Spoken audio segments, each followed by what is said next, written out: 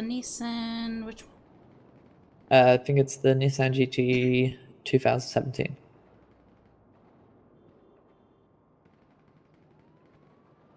Your cousin works at Benny's, yeah? I'm sorry, I've been working with PDMs for 2 years now, so I've Okay. not worked at a Benny's. So the R35, it's 516,350. I'm just gonna quickly double check if that's the one I was thinking of, alright? Yeah, no worries.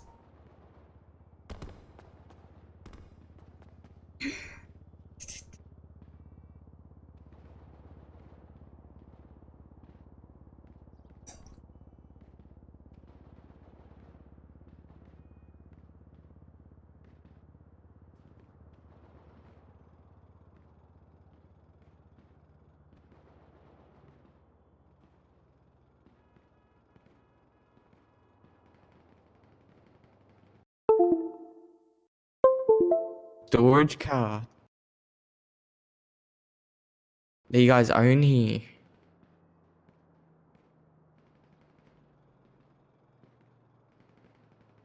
I'm sorry, what? What's your best storage car? Like, For just storage? most kilos, yeah. It'd be like, well, the cheapest option for the most kilos would be Benson. It's 115,000, but it holds 5,000 kgs. Oh, that's the one you were talking about, eh, lad? Yeah, I was off by like that's- 100k. It's a full truck. Yeah, it's very good though. Well, let But me if think you're about that. looking at smaller option, it would be like the burrito, the yoga, rumple trail. A lot of people go for the speedo for the same price as a Benson, but it's 750 kg. But it is easier to drive around. Alright, I'll have a think. No worries. And you? Did you need anything else? It was called the Nissan GTR 2017. I was off by Yeah, the a little, I guess. R35. Yeah, that one. Yeah, it's Full hectic, brother, you're back. 516,350. Yeah, can I get that? Yeah, no worries. I'll invoice you Can you hear everyone, brother?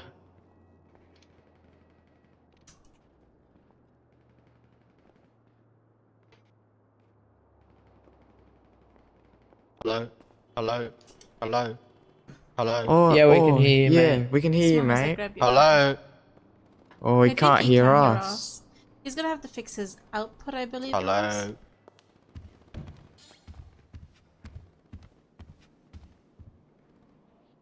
Oh, that's so funny.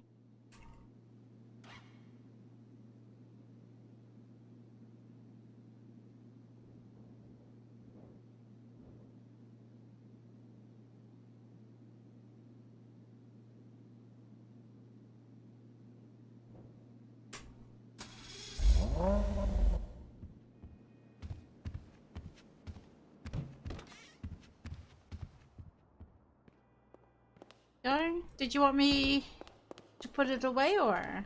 Nah, I'll take it. Oh, that's full That's all hectic. yours. Enjoy. You better pimp this sucker out, brother. Fucking oath, max fucking 100 this shit.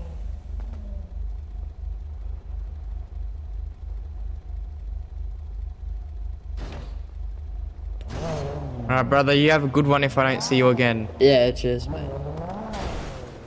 Can I check out the truck? The Benson, it'll be in the truck area category. Oh, so where do I get that? Oh, just over here. The showroom, yeah. Alright.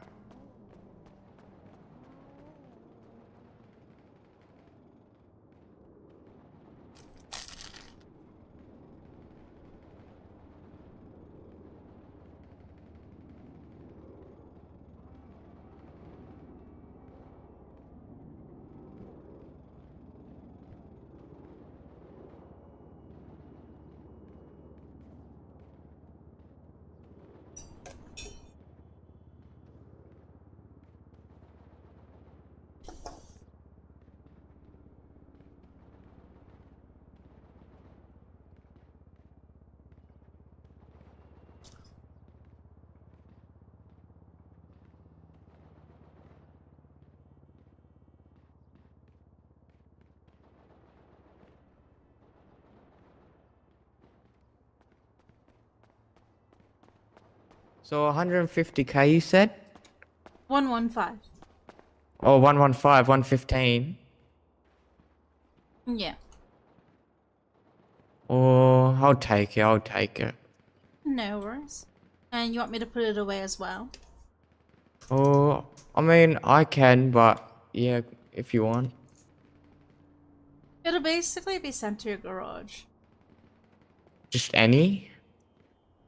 Yeah, for first time free pass to take it out any garage. And then wherever garage you store it in, you'll have to take it out the same garage unless Just you a want to pay normal the car garage, or is there a new could be one? any car garage, your garage, house garage. Let me go grab your Benson.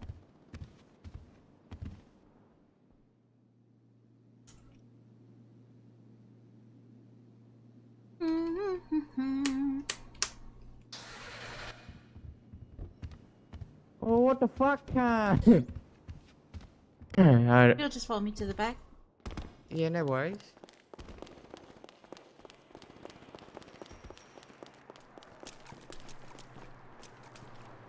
Here we go. Oh, full hectic. Does this one say, oh no, this is a Stay Frosty one. So can I customize this at all? You could go to Benny's and change the livery of it. It's gonna be it's for free. It's all extras, so Oh, so unless just all you're free? yeah, unless you're changing the color, then that's gonna be cost. But the livery, like if you want to change the Stay Frosty, it's free. No, I'll just go take it over there. Did you want me to put it away or? No, I'll be fine. So just any nice. garage I take it to? There's no special one? No, I meant if you want me to put it away, I could put it away right now, and then you could take it out in any garage. No, I'm gonna take it, but like, Oh yeah, no worries. I mean, it's up to do you. I have to put it in any? You could, whichever garage you feel like you want to put it in. As long as you remember which garage it is. I just thought there was like some truck one or something. No, it's just a vehicle garage. Alright, you have a good day, madam. You too. You have a good one.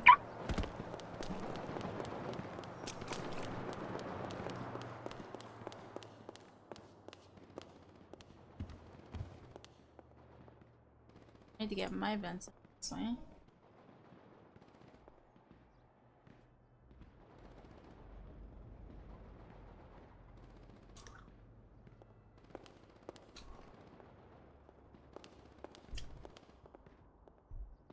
I guess while it's not busy, I'll go grab my Benson. I don't know why I only have leather on me.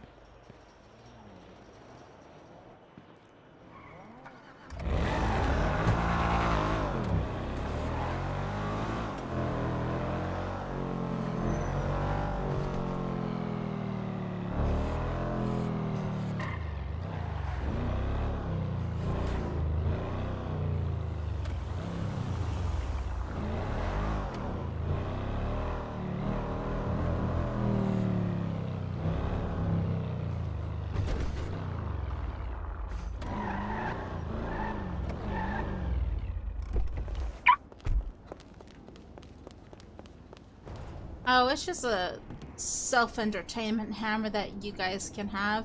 If you don't like it, you can go to the right side to make it invisible, or on the left side you can customize to, you know, to put sound, like breaking glass, or to change the color of the broken glass. It's kind of fun. It's funny. A lot of people love it. A lot of people don't want it.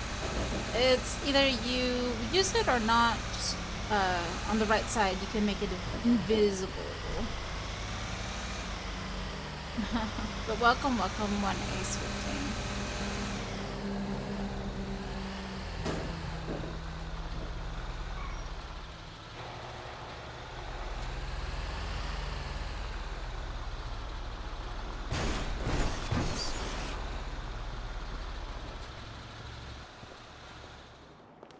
Oh shit, I forgot.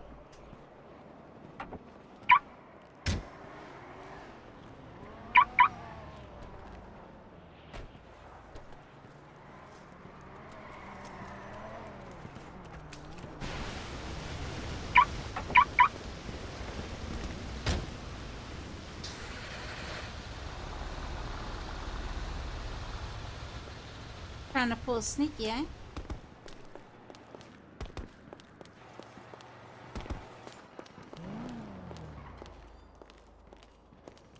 Whoa, you got a big gun on your chest, sir.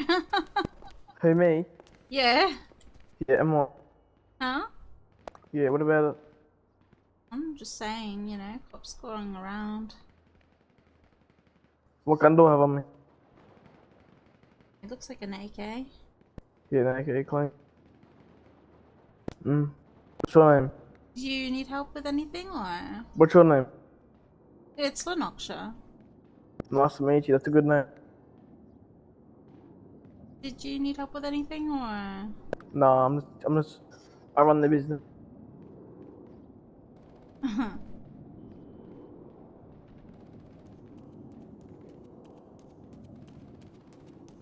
He runs a business. What a Danny. Hello. You need help? Oh no, no, I'm all good, thanks. Yeah, no worries. What the fuck is this guy doing?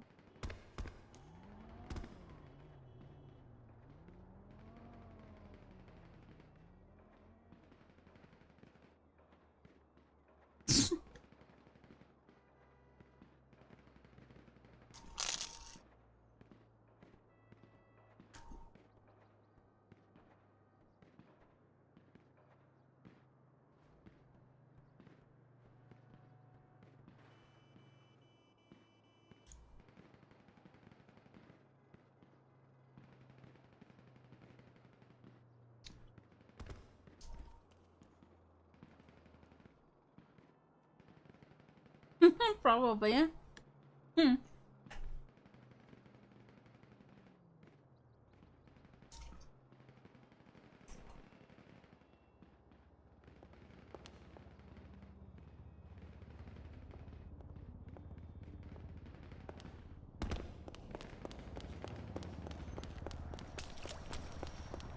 me just close this first.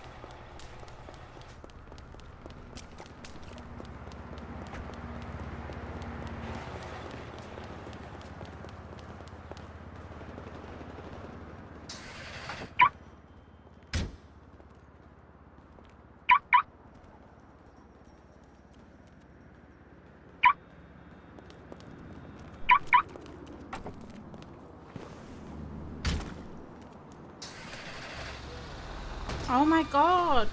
Move! Why did you get in the way? You're whispering, what? What's your fucking mouth? Fucking idiot. Wow. Do you have You business fucking- here at PDM or not? No, I fucking run PDM, can't understand it. Right. Contact the owner for that one.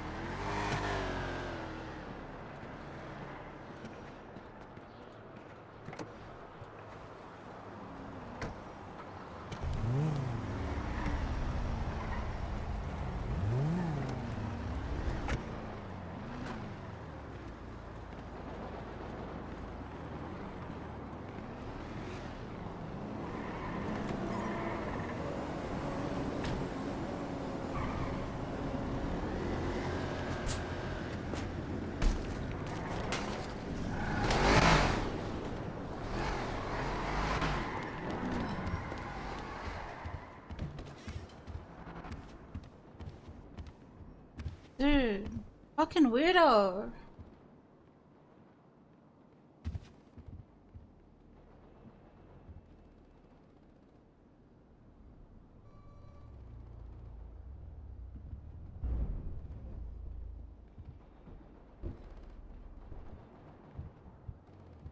Where did she go?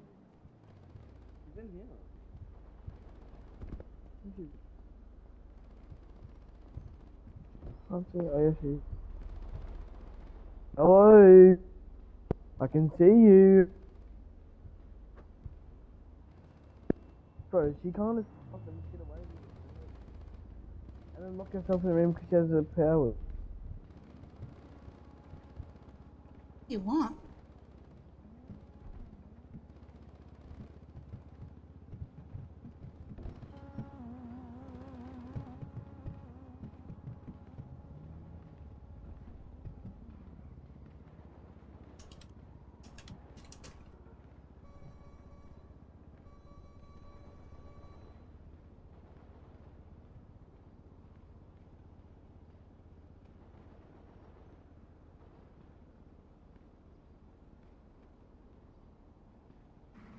I'm in danger!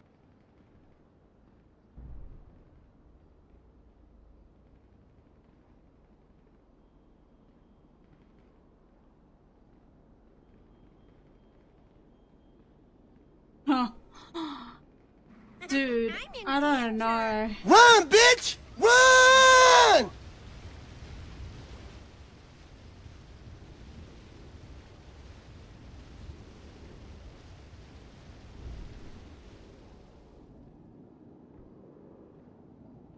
I don't even think there's enough.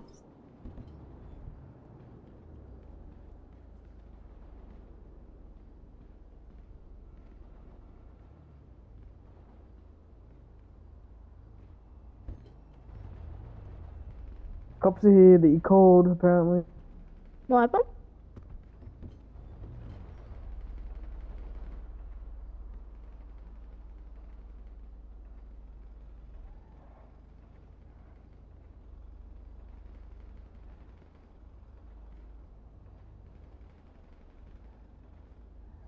Honestly, I'm not sure what's going on.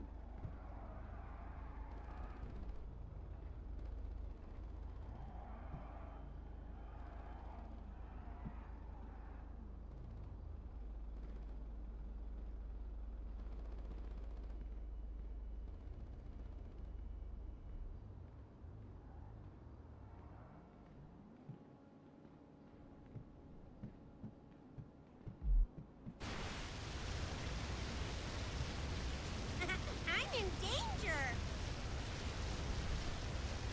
This is why I don't like PDM like so early in the morning. Dude.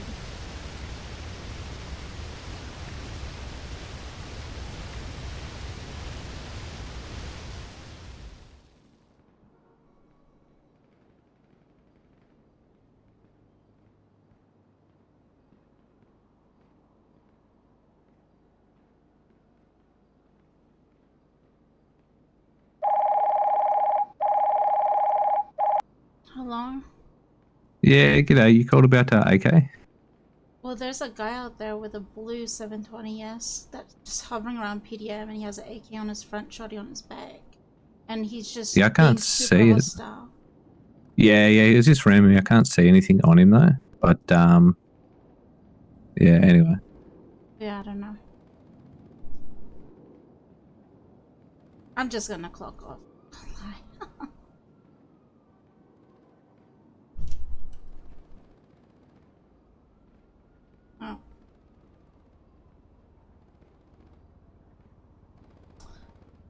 Oh. Is that it?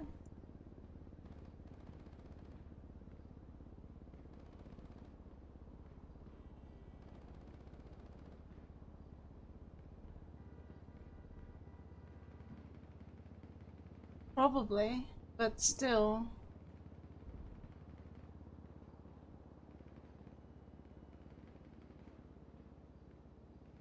Didn't have to be such a fucking jackass. Anyways. Yeah, I think so.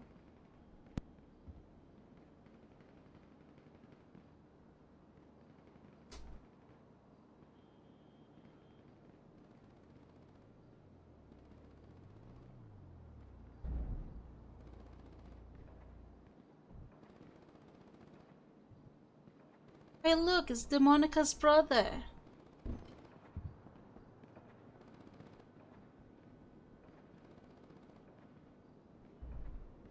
But why would they take me anyways? Like, what for? Like, I don't get it. As if there's enough cops for a bank.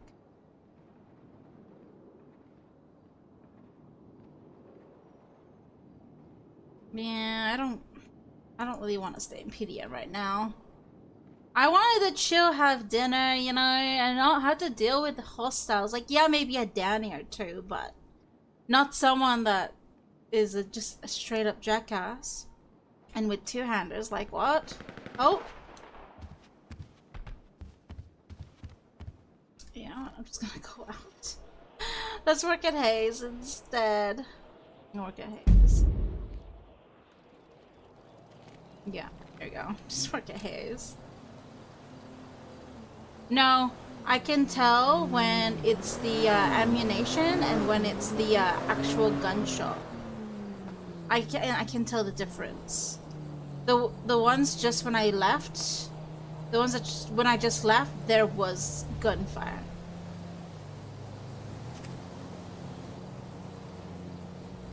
But yeah, whatever. I'm just gonna, you know, dilly-dally my way down the Haze and just work there.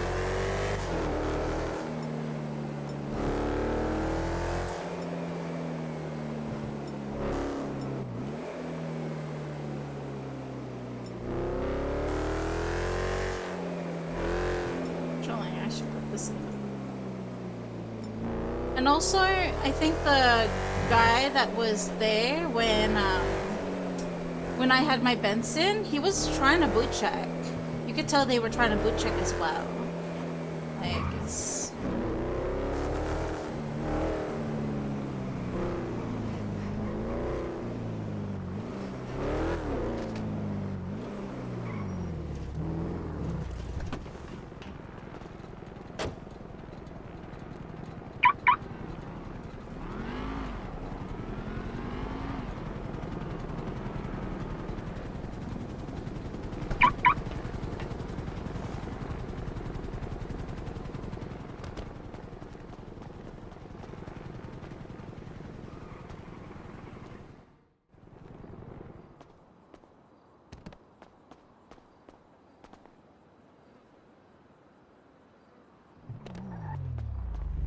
Hello. Need a repair?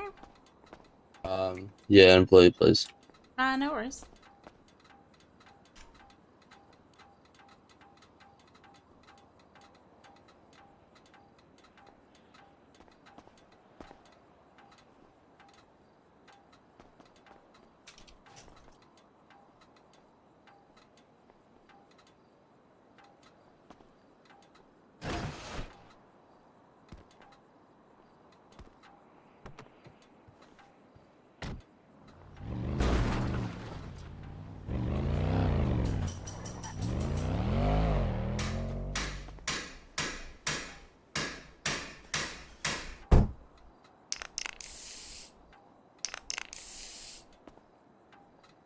Did you want to clean as well?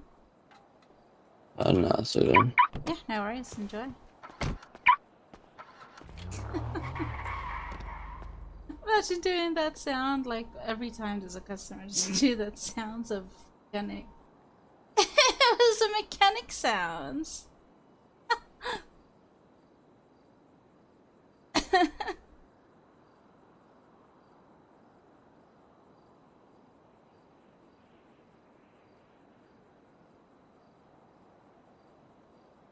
Yeah, I do have. I use the soundboard mostly for when I do EMS.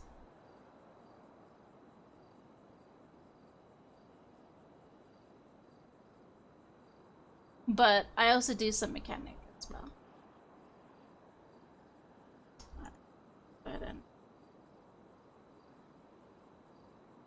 Oh, you know, like when I'm on the field, I go like cleaning the wound, injecting the morphine or injecting something. I got antibiotic spray, band-aid, pressure bandage, packing gauze. Okay. also got ice pack, the IV drip. Oh, and when I want to, you know, fix a dislocated shoulder, there we go. And then I also got the surgery stuff as well.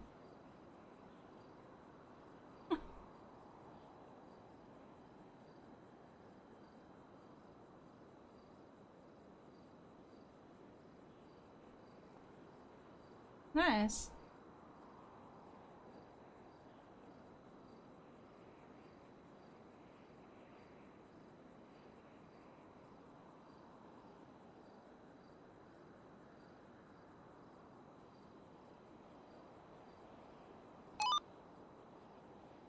Oh.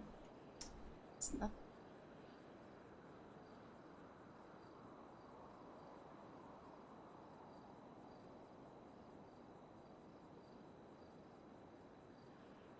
Alright, well, anyways, let's watch something, I guess, while I, you know. Oh, really? Nice.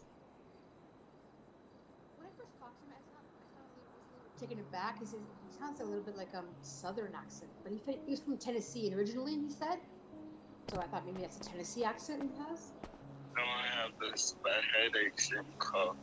I just went through, you know, I've just been having this such a headache that, you know, I just know it that, you know, I'm fall sick or something. I might consider helping him, just to get him to come back home and have our life together start. When he talked to me, baby, obviously, baby, you're my honey, all that stuff. He didn't call me queen, so that's good. So he's like making plans to move here and be with me, and just like, so I was all wrapped up in this dream for him. That's why I feel like I'm just let down kind of thing, because I was looking forward to that. What's up, Seekers? Welcome back to another episode of Scamfish presented by SocialCatfish.com. No, it's sad, like, 'cause I really believed him. Like, he was telling me I wanted to hear. Like, he was like, my knight in shining armor. On today's episode, we speak to a woman named Wendy who met a Wait, man how named much did Desmond she send? at Christian Mingle. The two got in contact in October of last year. Over the course of 7 months, she has sent Desmond over $30,000 to help him fix a plane engine so the two could finally meet in person. Wendy Where did is you get having that doubts money? about this man being who he claims to be. Yet she is still deeply in love with him, even after he requested another $20,000. Let's see if we can find some answers for him. Real quick, guys, don't forget to like, comment, and subscribe.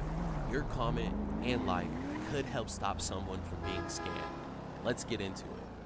Hello, Social Catfish. My name is Wendy. I'm 51 years old. I'm a legal assistant. I've been doing that for about almost 30 years. I would say I'm outgoing. I love to laugh. I'm very humorous. I'm a Christian. I sing in my church choir. I'm part of my church. I'm very close to my family. We just hang out. We go shopping, go out for dinners, hang out with my nephews. I have 3 nephews, so I'm very close to them. My ex-husband was he wasn't the greatest husband, I guess. He left me alone a lot. Like he was obviously having an affair for many years. It was a difficult marriage. No communication. So I was looking for someone who was a good communicator, someone who liked to laugh, someone who was intelligent, and I was also scared to trust again. So it took me a long time to get the courage to go out there again. Right. So after 10 years, I finally realized maybe it's time to start. Like, find someone, right? And I just joined the dating website. Wendy decided to create an account on the dating app Christian Mingle. After making Why a is it profile, always Christian she Mingle? was messaged by a man named Desmond. So I got like a lot of messages and stuff, and a lot of links. I didn't really answer them, but then when this gentleman, this guy, messaged me, he was the one that caught my eye. I said, he's nice looking. And I answered him. And then we started talking back and forth. There's no one else that I was engaging with. Just messaged me on that site saying, "Hi, I'm Desmond. I'm guessing." I remember his exact words. "I'm guessing you're with me." And I was like, "Oh, well, yeah." He was a pilot. He said he was a cargo pilot, so he always had like a badge. He's like, "When you're settled and alone, message me back and we can chat again." Normal. It was just normal. It didn't sound. There was no red flags. Need a repair? No. normal conversation. Any color? Oh, I'm not a mod mech, sorry. Wait, how many of them are on?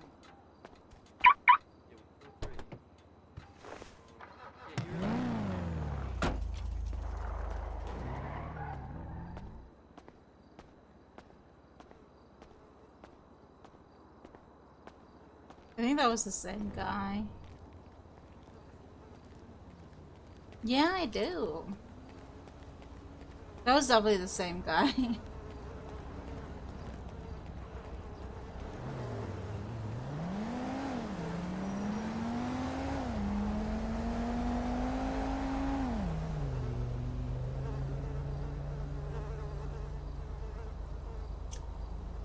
Hey, Martabo.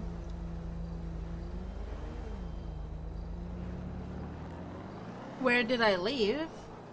Well, I've been with Rivals for over a year. I thought it was time to make a change, you know?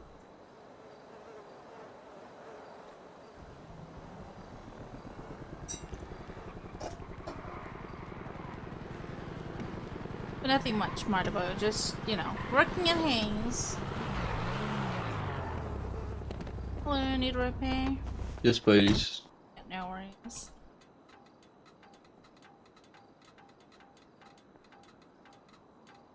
There you go.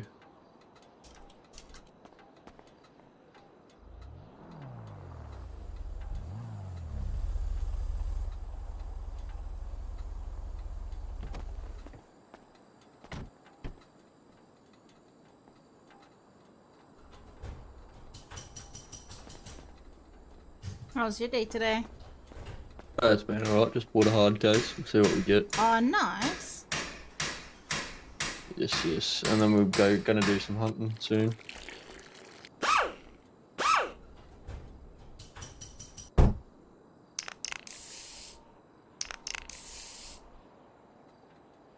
There you go. Thank you. Need a repair? Yes, please. No worries. It's very bright, pinky.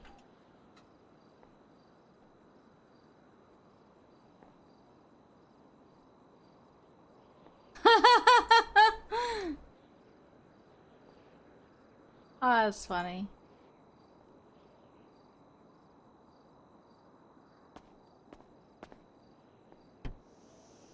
Is smoking.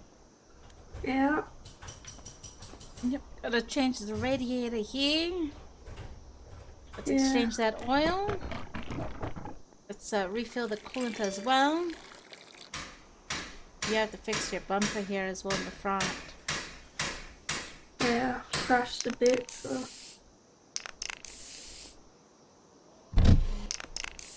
There you go. Thank you. You have a good one.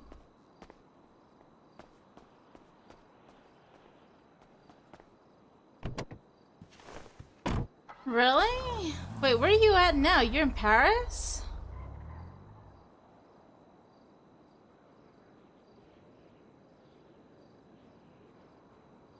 What picture are we talking about? Let me see.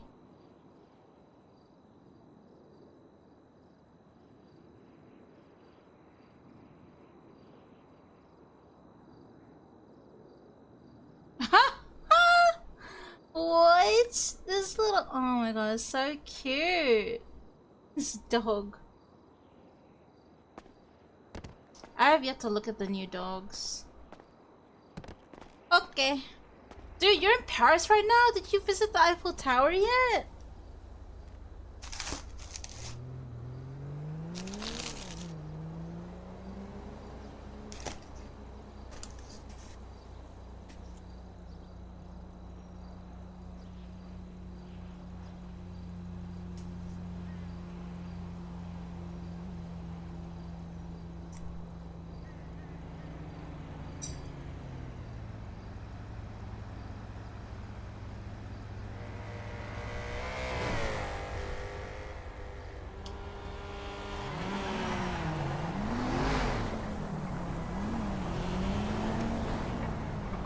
That's crazy.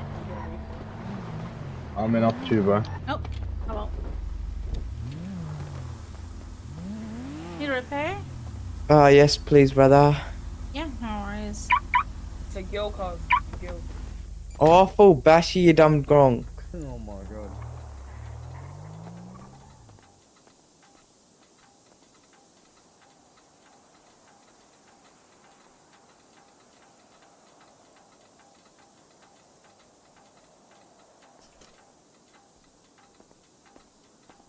All paid for. Yep. I'm back, I'm gonna be mad. Oh, aren't you with those Dannies in the city? Like the one with the red eye and shit? What are you talking about, Matt, lad? I'll full on fucking shank you, you dumb dog. That's a threat, cuz. And what, brother? Better chill, lad, yeah? Oh, what happened here, brother? Just got a crash, mate. Right, oi. Hey, bro. Oh, hectic. Alright, listen, oi. We'll talk outside, yeah? Because I got some shit with Matt that I need to deal with, alright? Okay. But you talk to him for me. Right, cuz, come here. Need a repair, sir. Yes, please, ma'am. Hey, bro. Yo, hello? Can I just Yeah, have brother? your, Can I speak to you about Matt over here? My Oh, go on, badge? It's 440. Oh, wait. Oh, my badge. Oh, no, yeah, it's 440 now, yeah.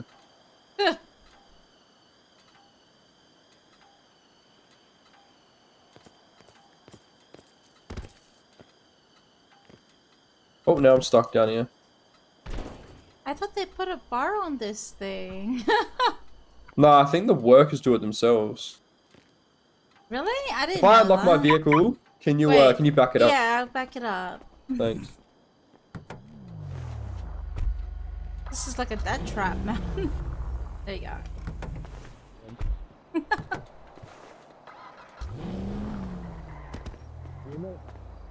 So they didn't really cover this up? What? I don't know how to put the stuff there.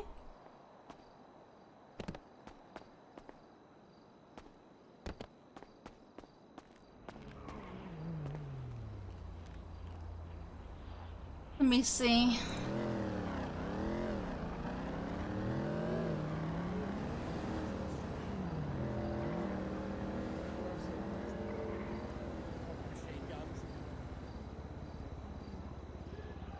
Their police looks like ambos.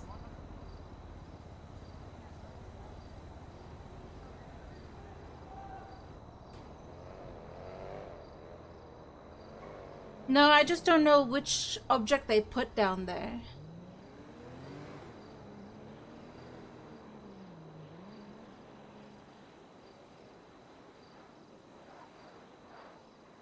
That's a lot of people. Maybe it's one of the F6 objects, who knows? Let's see. No way is it. I think they make it themselves, like some sort of wood. Let's see, I don't think so. In front of your hotel. Must have been exciting yet scary at the same time.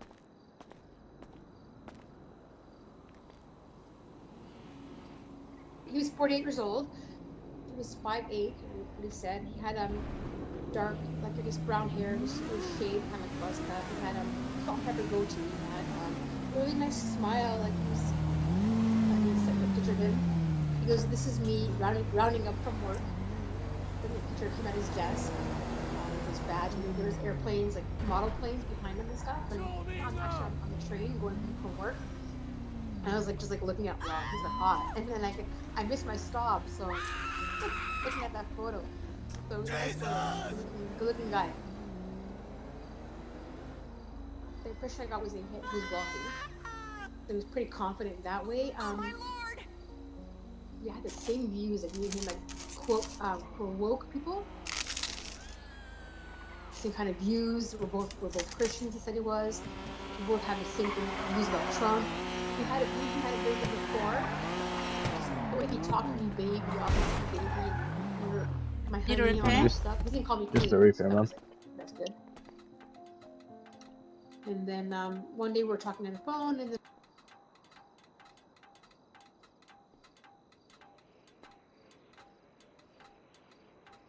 X.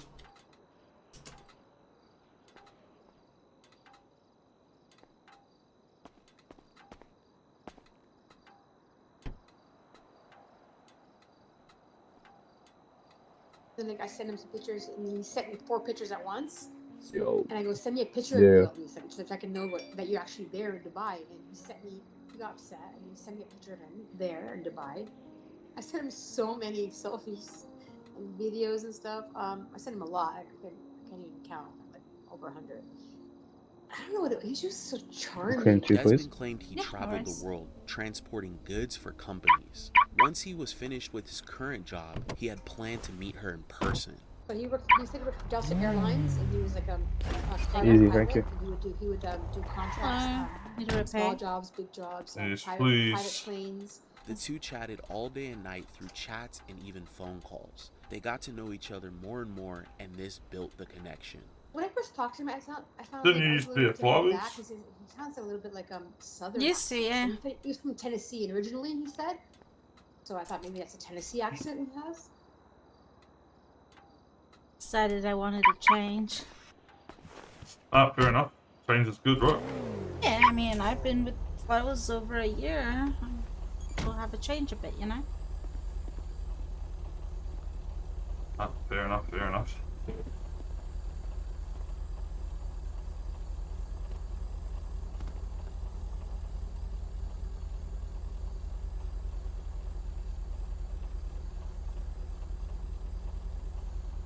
A lot more people Yo, now. Dix. Hey, some shit's about to go down. I'm just gonna go Yeah, okay. grab it to you. Do you want to get involved? Because I think the cops are trying to sting Amanda and set her up, so we're gonna set them up and ambush them up at two. Need to repay? Yes, please. Yeah, no, alright.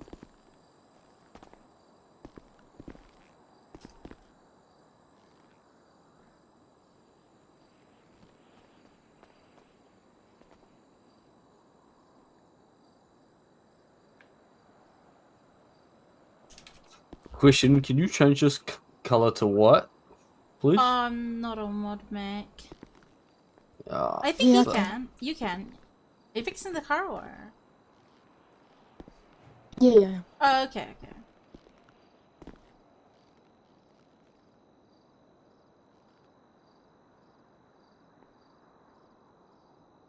What color do you want? You're gonna have to unlock your car so you can change it.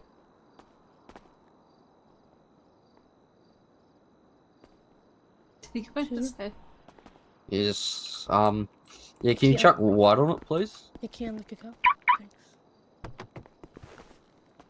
Just gonna wait for a phone call in a second, and I'll tell you the right colors. That's frost white, ice white, and cream. Can you do ice white? Can you do a orange pearl on it? Yep. Or a red pearl? I just want to see what's better.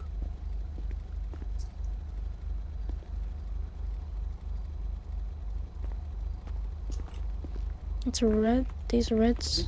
Coming up here. Where we going? And then Yo, this is an orange. These are oranges. yo, hello?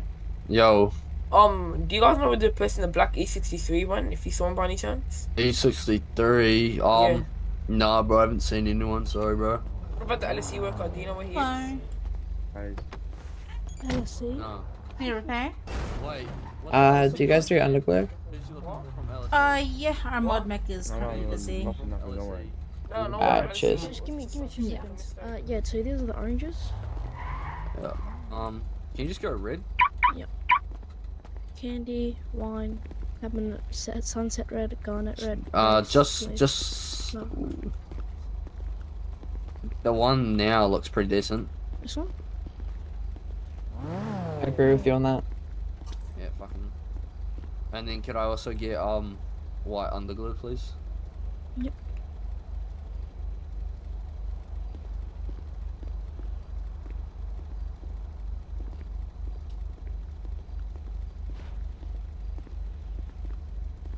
And can I change the rear bumper?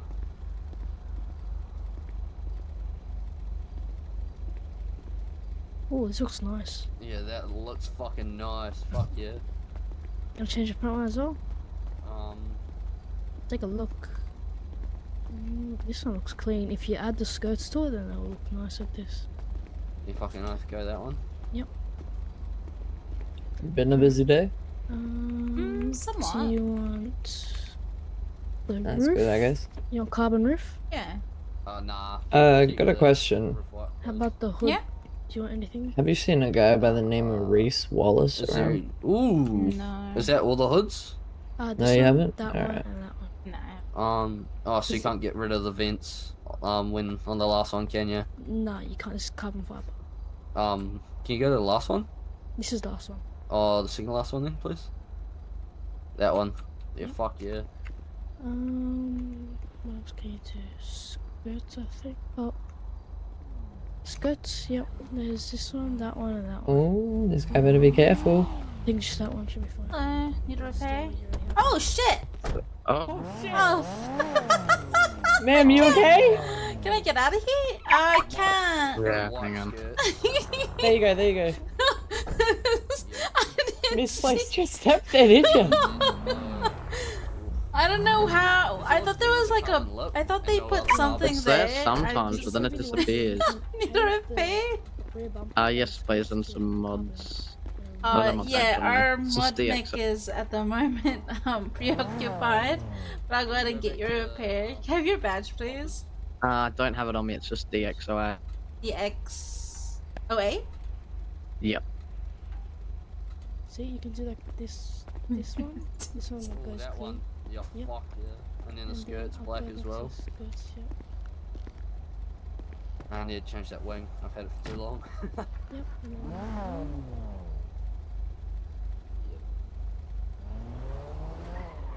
And then this one's. Yeah, I don't know if it's something that you insert or if it actually shows up there I don't know. randomly. That one. It's just pretty dangerous. Oh, white wing, but carbon. It though. Fuck, is. keep going.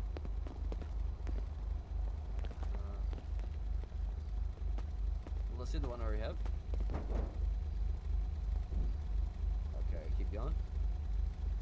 Is stock, low, high, tuner, carbon. I'll go tuner, bro. This one? Alright. Shot, bro.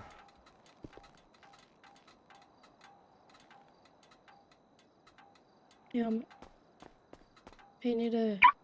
Oh shit. What do you want on this? Change. Can you do primary just orange and then the secondary black, please? Yo, was that a police car? What was the No. primary again? Orange. Oh, fuck. Sunset, orange, and bright. Hey, it's an undercover cop There's car. a gold. Now I know Just what to normal watch out for, bro. orange. Is the one that just says orange, or Yeah, this is just orange. yeah, just do that one then. Alright, and then And then just secondary. Black, please. This one? This is black Yes, secondary. thanks. Thanks. Cool. Thank you. Thanks. Cool. Thank you. Thanks. Thank you. The Nissan. Rave, do you wanna do you just wanna invoice me for the mod invoice for the LP 750? It's $0. You know how to do that? Wait. So you go mod Okay. invoice and then put 15% for employees and 20% for normal people. Yeah, Yep, I know. thank you. It's the same as Flyovers. Yep.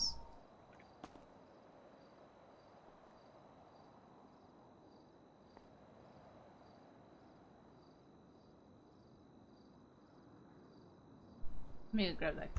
That was funny. That one. Nah. Oh, this guy better be careful. I think just that one should be fine. Need a repair? Oh shit! Oh. Oh. Ma'am, you okay? Can I get out of here? I can't. Yeah, hang on. There you go, there you go. Misplaced your step there, did you? I don't know how. I thought there was like a. I thought they put something It's there. there sometimes, but then it Oh, this guy. Haze trap. Haze trap.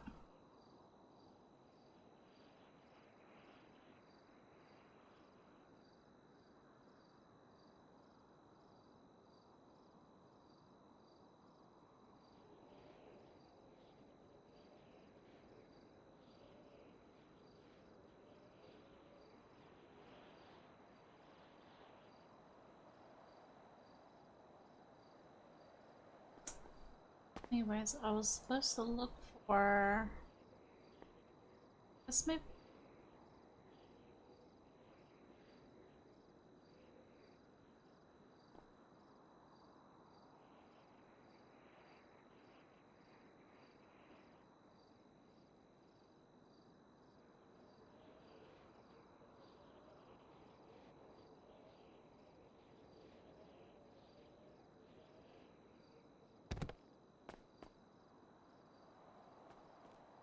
Let's see if it.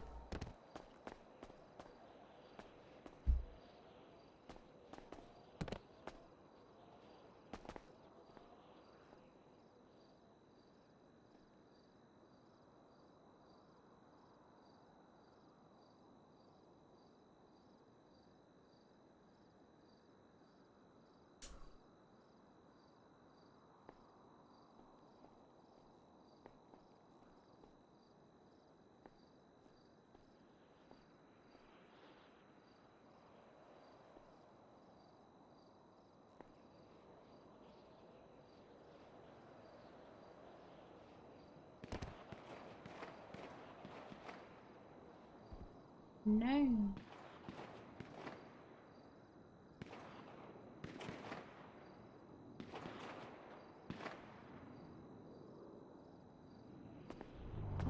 Hello. Oh. What's up, Daddy? Can you just invoice me for employees, please? Yeah.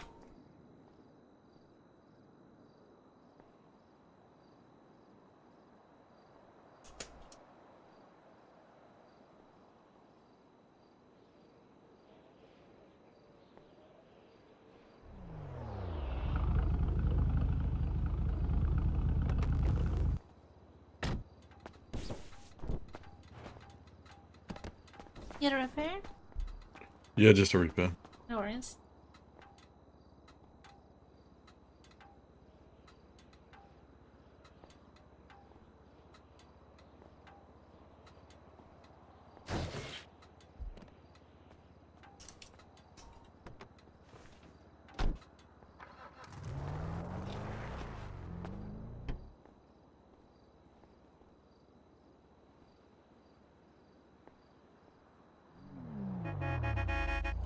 ASAP, ASAP, ASAP.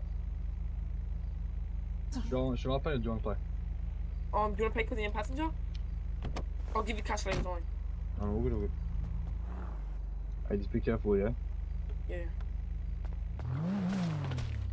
Tell it to hurry. No, we can't tell it to hurry because whatever happens, happens. Need a repair? Just a repair, repair. Try being quick, please.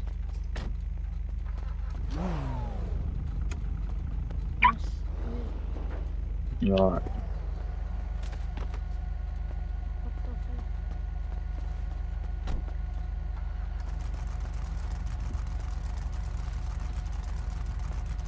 Hop in, hop in, hop in. X, hop in. Yeah. We'll go back and finish him, right? Yeah. Bro, stop beeping your horn, cunt. Fucking annoying, bro. Just doing his mods. Oh wait, is he a thing? Yeah, oh, you my can change bad. your points. Fuck, my bad. Thank you. Fuck.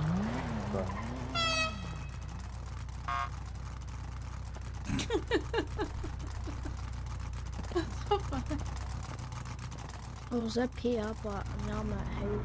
Yeah, yo, come to Hayes. I'm just modding my car. Just me and another person.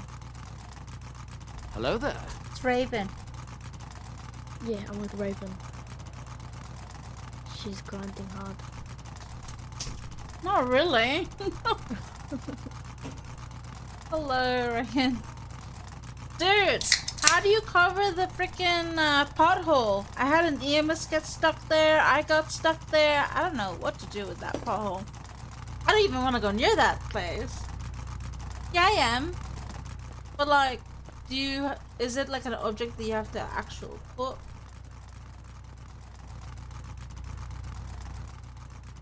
I see. Which is it though?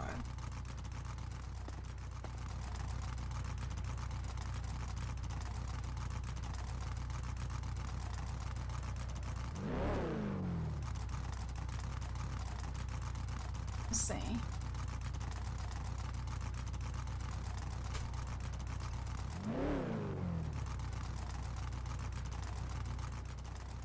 Alright. Yeah.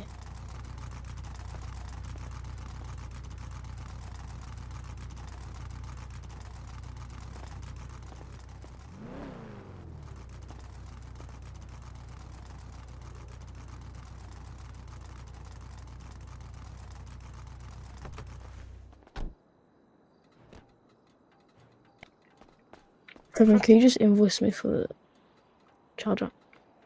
Just give me a moment. There we go. I think. It looks crooked. Mods, right? Yeah.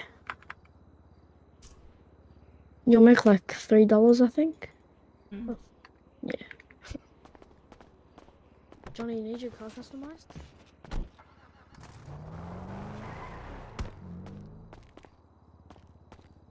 It's crooked. Again.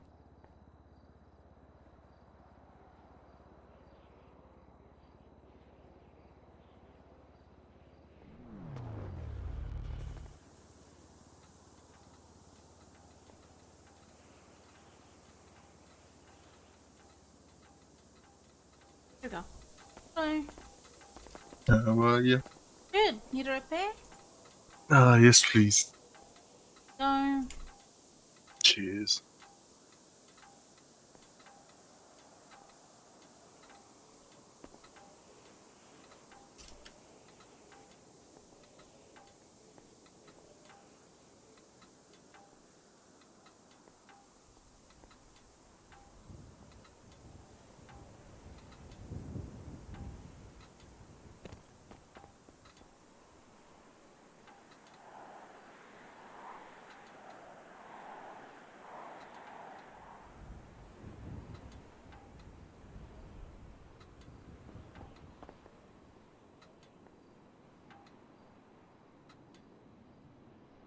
There you go. Thank you. Good one. You too.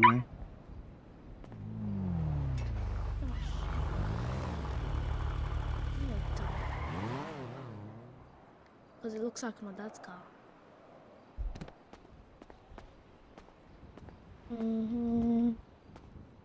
That. Nope.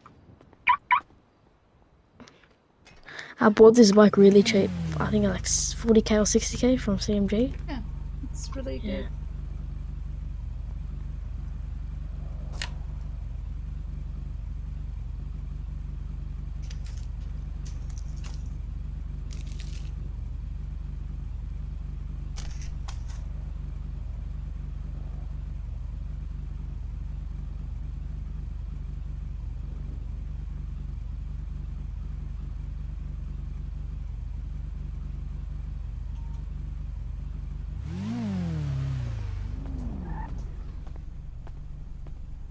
Hello. Need a repair? Yes, Oh,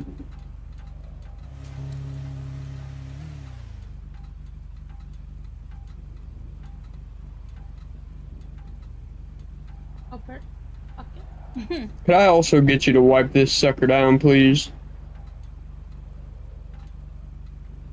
Yeah, no worries.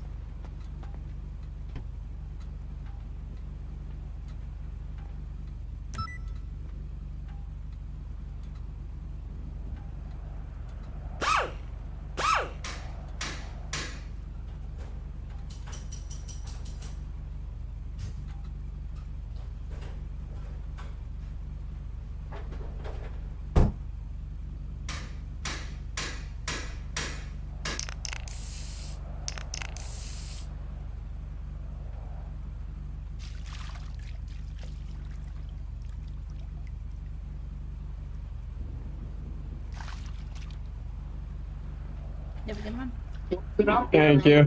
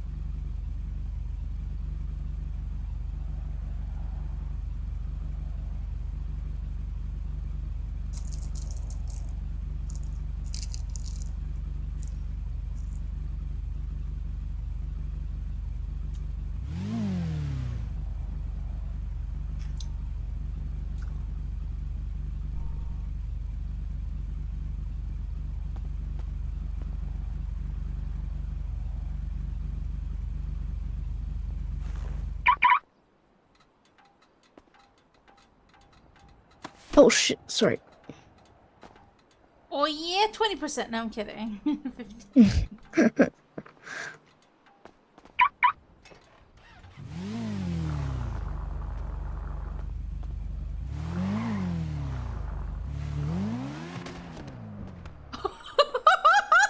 Are you good?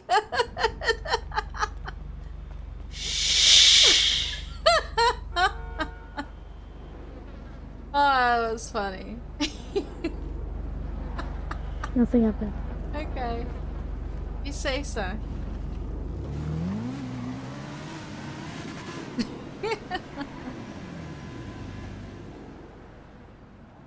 I need to clip that. That was funny.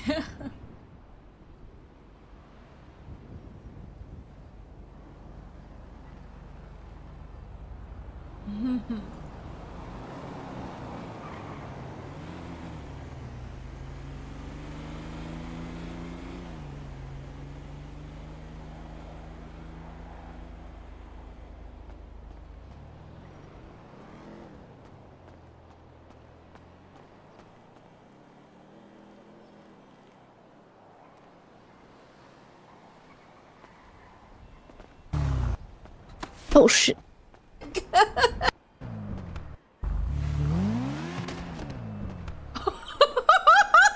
Are you good?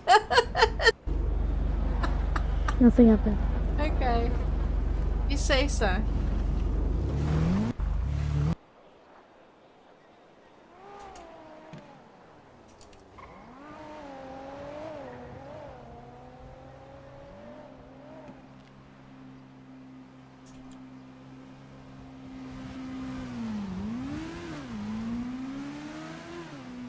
Hmm.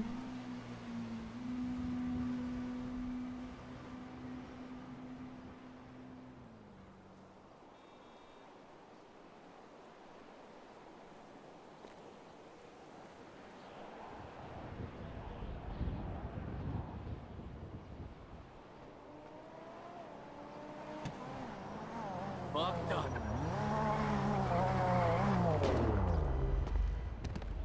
Hello. Wait, just a repair, please. Yeah, no worries. Thank you.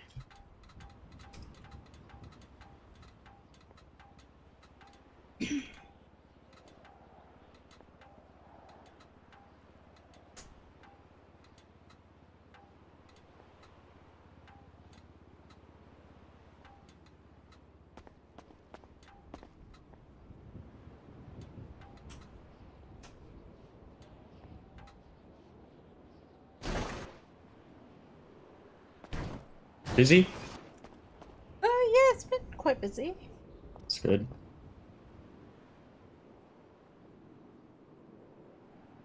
Probably too early for the other mechanic shops to open. Oh, yeah. 100%.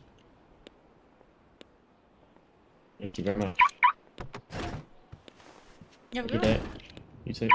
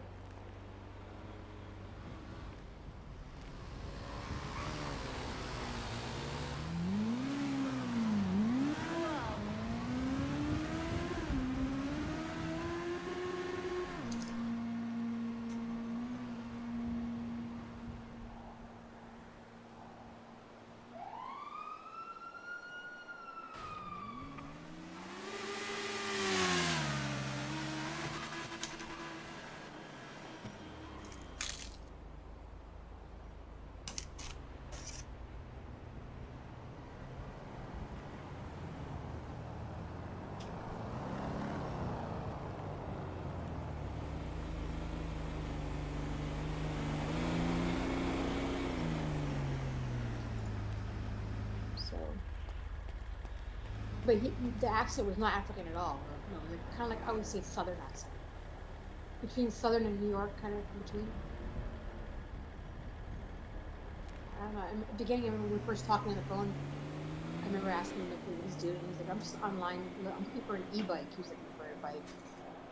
Like stuff he was saying. I thought he was like an American, right? An e-bike, like someone from Africa wouldn't say that. An e-bike, right? Just like the way he talked to me, he sounded so American. It didn't sound like it. from Nigeria. You okay? She told, well, no, I have this bad headaches and cough. I just went to visit You have friend of headache? mine. Yeah, I had headaches earlier. You know, I went to visit this friend of mine. Yeah. Is this a Nigerian? So, I don't know. Like, what the? I'm So what should I really do? in good What? shape health-wise, but What's wrong? What's wrong? so, no, it's just you know, I've just been having this. Our calls were like 2 hours in length all the time, right? We always talk for like a long time. So he's like making plans to move here and be with me. Just like, so I was all wrapped up in his dreams with him. That's why I feel like I've been let down kind of thing, because I was looking forward to that. And I'm like, oh wow, I don't know, like I'm starting to feel like I'm really attached to you. I didn't say I love you back. I said I'm feeling really attached to you as well. I go, and you were saying all these nice things to me. I go, wow, I think I'm gonna have to fly to New York soon just to see you, because like I want to see you. He said, baby, I want to try phone love making if you don't mind. And I'm like, okay. I've never done. That's the first week. Obviously, I'm a Christian, so I didn't really want to engage in that. So, but I did. Like I engaged in that with him. I sent him pictures and videos and stuff. He made me melt. He made me swoon. Like, and we just like had a great chemistry. I was head over heels. Up until this point, Wendy was completely in love with this man, but things went left when he asked her for money. So the first time was in January. So he was saying he was flying cargo to Abu Dhabi, but having a problem with the engine, baby, like was one of the with the right wing under the engine. Yep. Yo, bro, can I get a full jerry can? He asked me that he needed like 50 grand. A jerry can? I'm like, wow, 50 grand. He goes, my brother is giving me 40. No repair? Can I get that here? Wait, what do you need? Oh, sorry, just a full jerry can. Oh, a jerry can. Okay. Yeah, I need to fill up my car.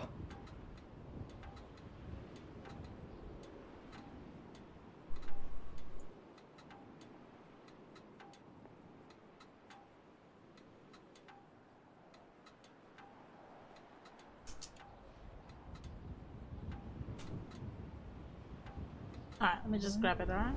Thanks. Where is it though? Is it in here? Wait.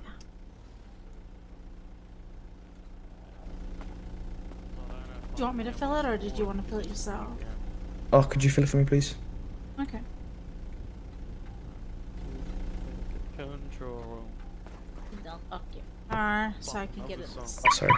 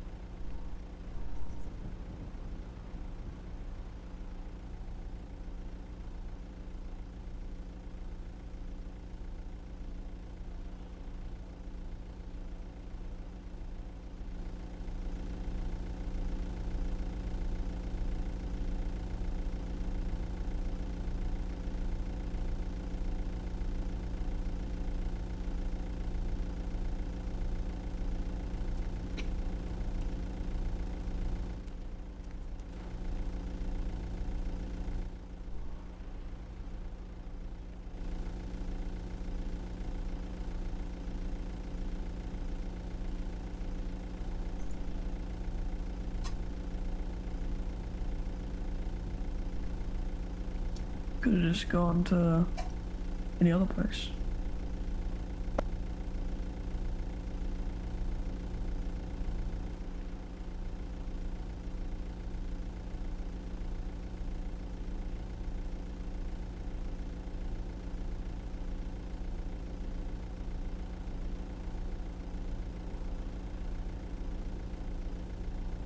There you go. Thank you very much. Thank you very much. Hello. Hello, just a repair, please. Repair, alright.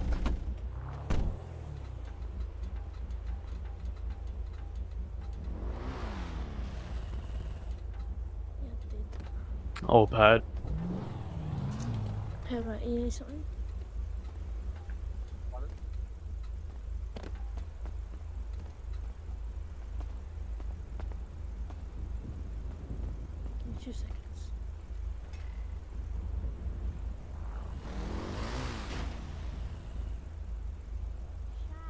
You reckon I could have a bit of a clean afterwards as well, please? Yeah, no worries. Do Legend. Sorry, not doing survive.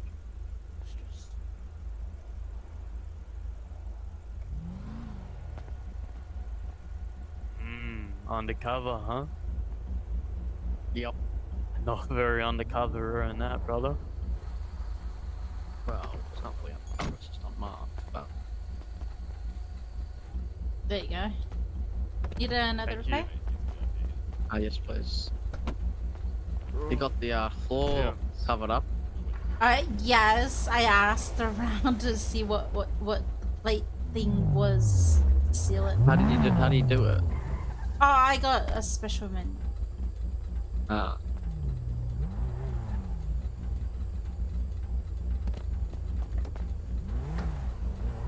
It's like a lot of you all around. Yeah, there's a few of us. Thank you. Alright, yeah, I'm good.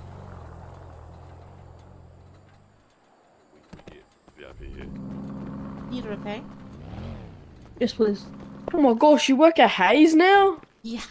Yeah, that's what I was thinking. So. I saw you here yesterday. I was so confused. Oh, I've been with them for over a year. I wanted to change. Wait, what the fuck? The new James, management or the new CEO, Is that who I think it is? CEO at Flowers, it's literally LSC now. Fuck. What do you mean, LSC? Is it Corva? Like it's run like LSC. Oh, why? What? Really? Yeah. What's up, JD? What up, what up? What It's the like fuck? everyone's It is just- so weird. Why is it weird? Everyone's giving me shits being here. What? Oh no, I'm not giving you shit. I just never. No, I but just, like everyone's just I'm coming up used to you and being a saying flywheels. weird. Dude, when I was in Firewheels, everyone's like, I'm Hey, used sir, to it's it being Colin in Jones. Benny's. What the fuck? You were on Benny's for a Oh my year. Like, what's up? You know? You need a change in scenery. Yeah. Fuck, you know. Alright, I'll leave you to lead the repeat. See you later, Corva. Bye. Need a repair? Yes, please. No worries.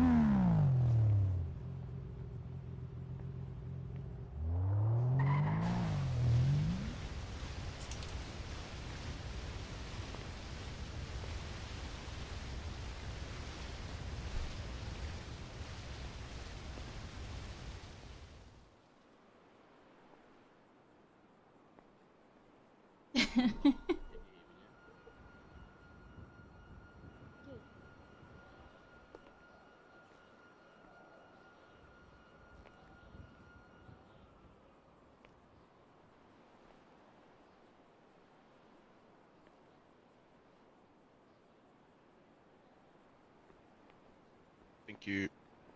You have a good one. Raven, do you want to learn a trick with the sheets? What about the sheets? You know how like you have to pick your name and stuff? Like when you put the sheets in?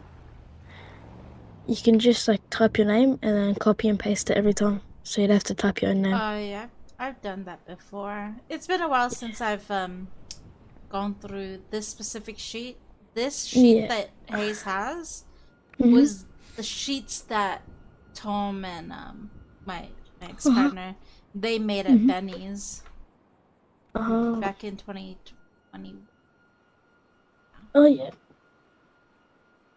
So you've done 2021 Benny's, 2022 Firewheels, and then 2023 So 2019 LSC. Oh, you've 20 done every single one now. So okay, so Hello there. 2019 LSC, 4 months, and then 2019 to 2022 Benny's, and Oosh. then 22 to 23 Flywheels. Oh, And I did interesting. NRMA for a bit as well. Oh, okay, yeah. NRMA was more of a roadside service. Yeah. What's up, Donny?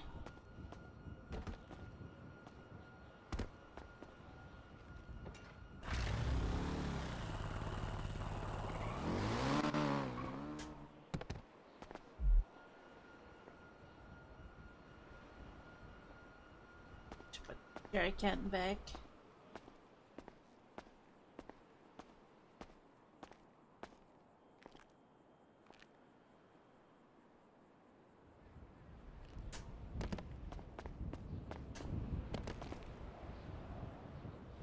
is it 2,000 for a patch kit though? I think they lowered the prices at the hardware store to 1,800 now. Wait till my friends in the Midwest hear this. Anyways. 40 grand, but I need more because the engine's about 50 grand. I was scared, right? I can't give all that money. Would I said, okay, it's fine. I can talk about it more. I was trying to stall him, right? I didn't want to do it, but I didn't want to let him down either. And then we had, because he always communicated with me about his flights and stuff. So he apparently flew to Australia in December, and he got like paid in lots of money, right? So he said he had a lot of money in his bank account, like 16 million in one and 8 million in another. And he told me all that stuff. To find that until I go in person and talk to the bank. So I can't access my money until I go in person. And I'm stuck here in Dubai or Abu Dhabi, and that's why I can't access my money. He got kind of upset with me. That was when we had our arguments. He's like, I don't want anything from you. If that's how you think I'm a scammer, I'm not a scammer. I don't want you to think that way of me. Tell me, because I was doubting him. He goes, if you're gonna doubt me, then we can't be. How can we ever have a future together? How can you be my wife, and you're thinking I'm a scammer? Like, how can we? How does that jive? How can you go on vacation if you don't trust me? I'm like, I don't know. I'm not saying I don't trust you. I want to be sure that you're who you say you are. There's a lot of scam stories out there, so I'm just worried about it's a lot of money you ask me, so I'm concerned, right? Because I understand your concern, and I want you to know that. Even after you send me money, I'm still here. I'm not going anywhere. I'm still here. I love you and all that stuff. And I got more. I believed him more, and then I finally agreed to it. I was really scared doing this. I was doing it because I didn't want to lose him, kind of thing. It was me not wanting to lose him. That's why I was doing it. He goes, send it to this person here. She's the payroll specialist at the company with the airplane parts from. Actually, before that, he goes, the lady here who I met with the airplane.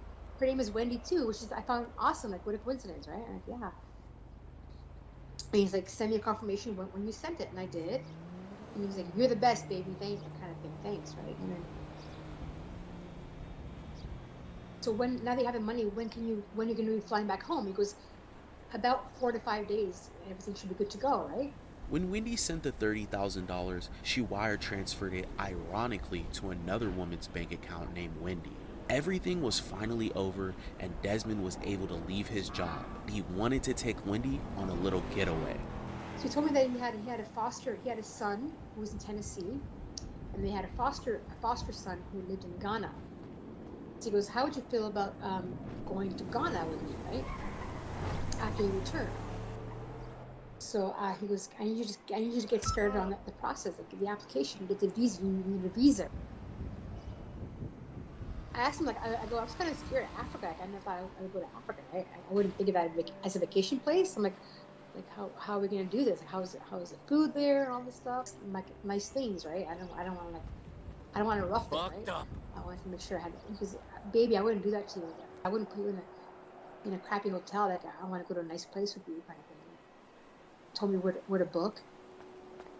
The consulate, they required an itinerary where I was staying. So I did up a letter to the consulate of how we're planning to visit. So I got a vaccine, which is $400. He's like, baby, make sure you keep a track of all your spending. I'm gonna refund you all that, whatever you're spending. Make sure you keep track of it all. I put a nice apartment complex there. I paid for it. I booked it. I had to book the actual flight and book a hotel there for me to get the visa. That was all ready. I got the visa and I was ready to go. And the night before my trip, I was packed. I had 2 luggages packed. I was ready to go. The night before my trip, he goes, baby, I need you to send me 20 grand. I'm like, what the F? Like, I can't do that. Like, I'm flying out tomorrow. I can't send you 20 grand. The bank's closed today. And then, like, okay, don't worry, it's fine. Thanks anyway, right? Well, are we still on for the trip? He goes, yes, baby, everything's still on. Keep, we're still on track, kind of thing. And I was still gonna go to Africa. Have you a note, Daniel? Did you repay? But then I was having second thoughts when he asked me for money again. Yes, please, darling. Okay. And I got a little bit concerned about that. He goes, I have bills to settle here before I can leave. I have hangar fees. I have like hotel fees. I guess room service. Do you got fees, any? I can't just leave without Do you paying got those any fees. cars for He sale? needed my help to get him Yeah, to leave it is. Abu No. Dhabi, then meet me in Okay. Africa. And then we had conversations the next couple of days about So that. weird that you asked them, right? He wanted that money. Wendy is contemplating sending this man $20,000 so the two at last can be together. That's when she turned to us to verify his true identity. No, it's sad. Like, 'cause I really believed him. Like, he was telling me everything I wanted to hear. Like, he was like my knight in shining armor. There you go. My answer to prayer. I thought he was. I mean, Cheers. I feel so duped, right? That's why I'm crying, because I feel like I've been had. It's embarrassing. So embarrassing that I fell for that. My whole life was just him. He was everything to me. That's why I want it to be real so badly. But I'm in my heart, I'm thinking it's probably not real. But like, I want it to be real because I want to be with him. Because he's just like dream come true for me. He's just like, I'm so attracted to him. Like, I reached out to him a couple times, even like in the last week, saying like, why are you ignoring me? Like, can you answer me? And he hasn't responded, but he hasn't blocked me. So I kind of thinking that's a good sign. He didn't block me, so he's getting my messages. So like, I have hope that he's real and we can continue on. That's why I want the answers, just to know whether he is real. I might consider helping him, just to get him to come back home and have our life together start, kind of thing. I'd be so happy, and I think I would lend him some money. That's why I want answers. I don't want to like close the door on this. I don't want to close the chapter if there's a possibility that he's real. I just want to know whether he is, so I can know. He's not real. It's a scam. He sounds Nigerian. The next day, our team sat down to so go much over money. all of the information that Wendy sent to us about Desmond. So this is Wendy. As I'm sure you guys know, she sent a $30,000 wire transfer to a single woman in Arizona. Did we look into anything, or what were the highlights? I suggest that she reach out to them and see if she's able to gather any more information on other Wendy, just to see if there's any recourse that can be done there. Unfortunately, she did already send the funds, and in most cases we are not able to find recourse through money transfer, because once the money's sent, it's pretty much gone.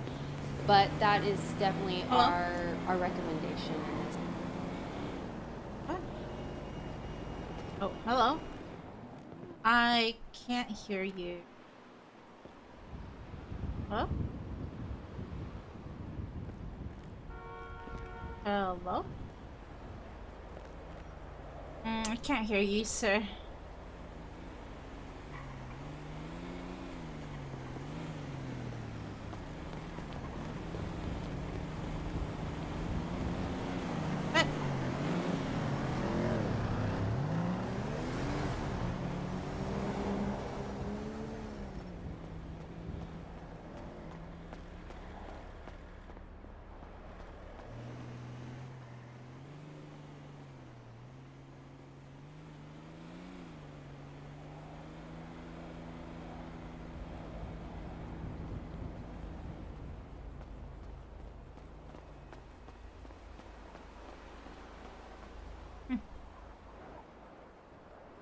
Case.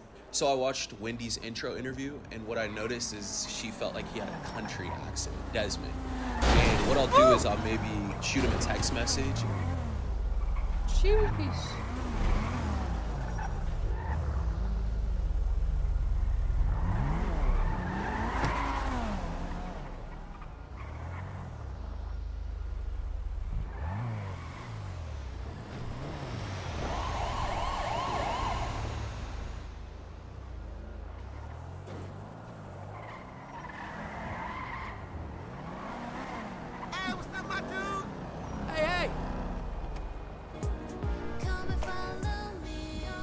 Thanks for the follow, Jake.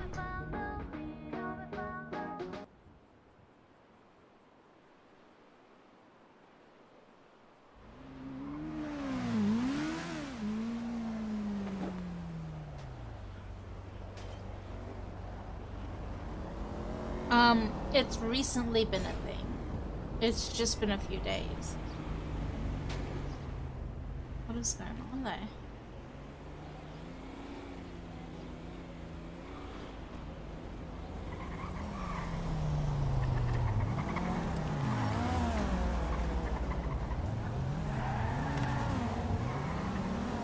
Oh, he's getting chased. Oh god. Oh god.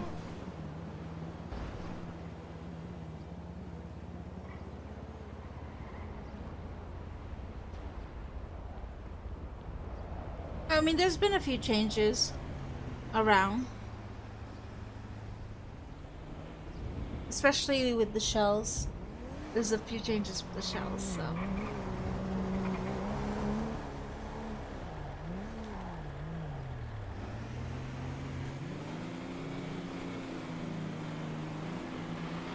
No, I haven't checked the new dogs yet.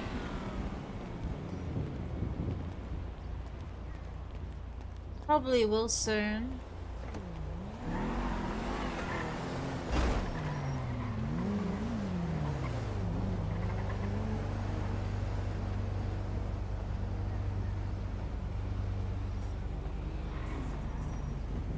Bye.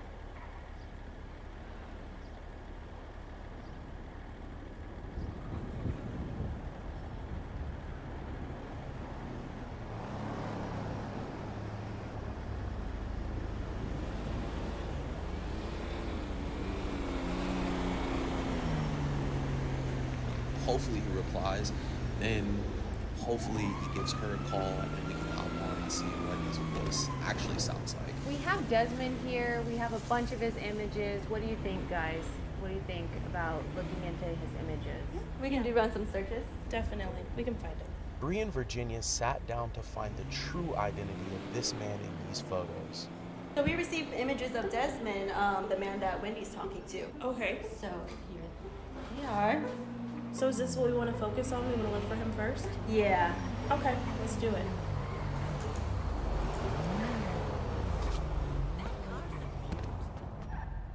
Did I rip it? Ah! Ah! What? He didn't see me! Oh, shit, dang. Yeah, he didn't see, he just went in and went out.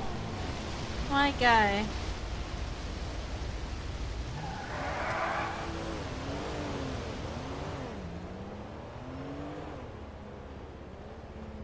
It's kind of funny.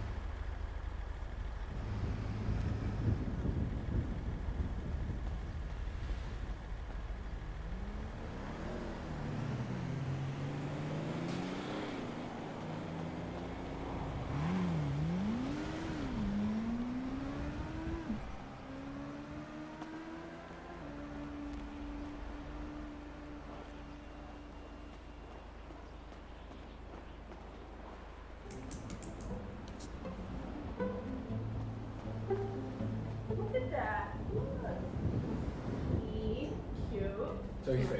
Yeah, he's fake. So- 100%. 100% fake. We finally felt we had enough information to sit down with Wendy. We had the truth, but unfortunately, it wasn't what she was hoping for. Stick around until the end. We'll get Desmond on the phone. Oh my gosh, I'm so nervous.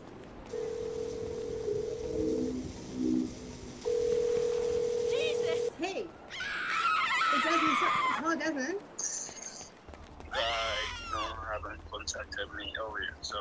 You wouldn't answer my call? And we'll break the news to Wendy. I find him kind of sexy. I don't know. He's hot. The pictures are hot. Like he's a good-looking guy. It's almost like he's not real, right? I guess, yeah. If you've made it this far, don't forget to like, comment, and subscribe, guys. We appreciate you so much. It was now time to sit down with Wendy to go over all of the information we found. How are you? Anxious, nervous. I have a really deep obsession with this guy. Like, I don't know if he has a spell on me or what he did to me, but I'm like, for me to fall for something like this, like it's just unreal. Like he has a hold on me. I don't know, like an emotional hold on me, and it's hard to let him go. How often do you guys talk right now? We just started talking again last week. Hey, dude! I mean, to lie to get to talk to me again. I told him that I was going to be selling my house and I'm going to be getting money soon, and then he all of a sudden appeared again. So how much money is he asking for right now? He wanted 40 grand. He's like, yeah, big money, not gift cards. Like it's like big money, big time.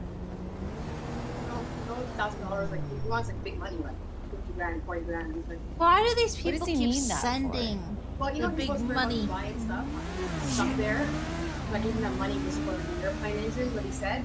And then after he's been stuck there so long that he says he hasn't been home to rectify his mortgage payments. He said he had a house nearby. He hasn't been at home to access his bank and his funds. And he said that people to buy one money for the mortgage and he hasn't.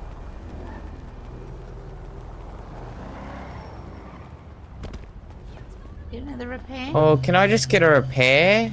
Yeah, and no I have a worries. question for ya. Yeah. Why is there no service in here for me? Oh wait, now it works. What the hell? Nah, don't worry. Forget I said anything. What? Oh, never mind. There is no service. Hold on. Oh. No service? What do you mean?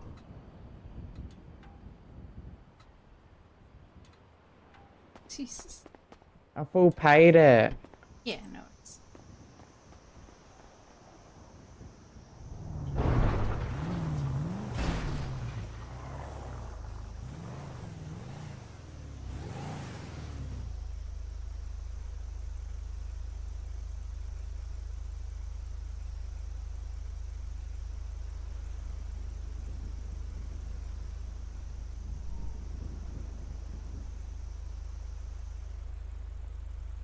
Is my car all sweet?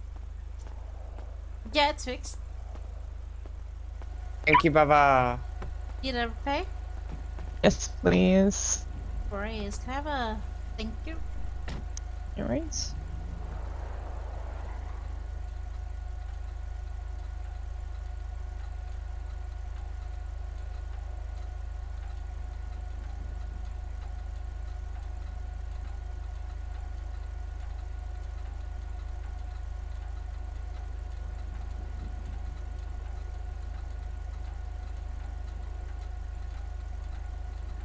Did you Thank clean you. as well?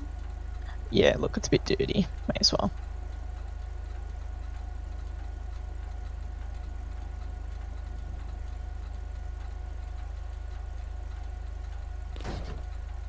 Thank you so much. Have a great day. You too.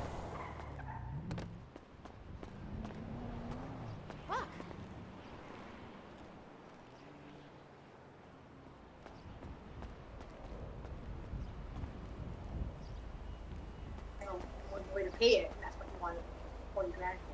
What are you hoping you hear from us today with the research? Guess what? He's real. So let's get into what we found. So let's start with even if he the is phone number real, that you the send over to us ridiculous for amount of Desmond. money you sent. So we looked into this phone number and we found that it is indeed a VoIP phone number. A VoIP phone number is an internet number. We were able to find out the phone number Desmond was using to contact Wendy with was a VoIP phone number. He was able to hide behind this number with the area code 347. These types of phone numbers are free and available to anyone. They help scammers from overseas get their victim to believe that they are from the United States. Next thing I want to talk to you about is the person that you had sent the funds to. Her name was also Wendy. We did look into Wendy. We did find some of her personal information, such as phone number. We tried contacting her. We reached out to Wendy to let her know she was involved in a scam. We were able to identify her as a real person Hey, sis, how's who did things? receive the $30,000. Our team isn't sure in what capacity Wendy was involved, but we do know that the money did go into her account. What is the reason why you're so attached to this guy? Like your family members, you have friends that are telling you he's not real. What is it with this guy? Yeah, it's the way it's not loneliness. Like people out there read this stuff. Like, it's not that I'm lonely. I mean, I have a lot of guys. I work with all these guys. Sites, like, and complimenting me and telling me all kinds of you're so beautiful. Like, there's no short. It's not that compliments because I get that all the time. It's the way he talks. That just his. We just vibe.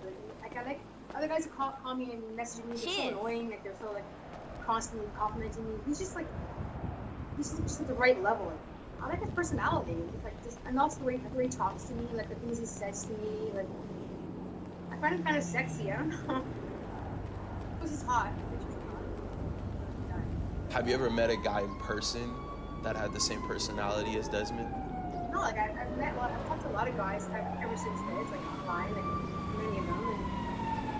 And one guy that says he really likes me and actually loves me. Like, I get it all. I'm getting all these different messages from guys. Like, I'm like, I roll my eyes. I'm like, oh, you're not Desmond, though. Like it's not. I don't know. It's something about him how he talks to me. It's almost like he's not real, right? I guess, yeah. We were trying to ease into letting Wendy know that Desmond was a scammer, but it was time to reveal the truth to her. She needed to hear it. Our team looked into all of the images that you sent over to us from Desmond, and we were able to find a match, and what we had found was the person in the image. His name is not Desmond, his name is Steve, and he's a dispatcher at Delta Airlines. We also found that he lives in Georgia. Okay. He is in a relationship. He's gay and he has a partner. He posts pictures with his partner. He has his own life. He's never talked to you. Unfortunately, his photos and likeness was stolen to dupe you out of money. Wendy had her doubts, but you could tell it was still rough on her. This man had been lying to her for 7 months. The victim in these photos was a man by the name of Steve. He was an extremely private person online. You could tell he was aware that his images were frequently stolen. I needed to hear it, like let go of it, like I'm so attached, right? So now, me watching all your videos that you do on people and stuff, it really helped me to like prepare mentally that this is not real.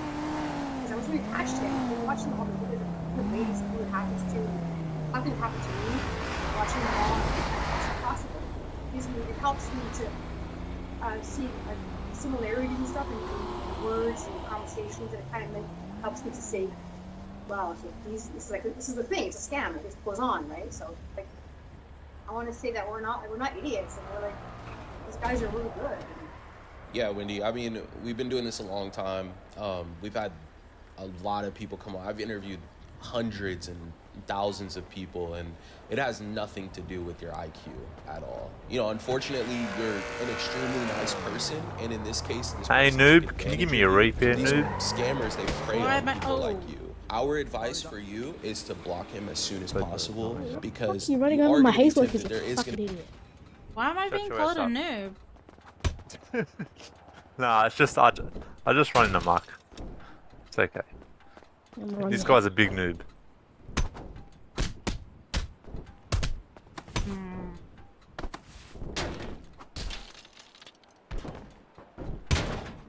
The fuck happened there? What the hell? Yeah, sorry, Raven. Could you just get a repair, please? See, you have to call her by name and say please. He'll be paying. The guy on the ground. He's downsies. He dead?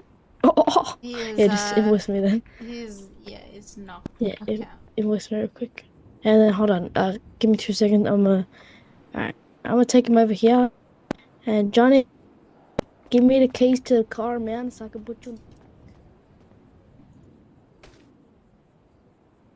Okay. Okay, 2 seconds, Raven. It's Danny. Such a Danny. Yeah.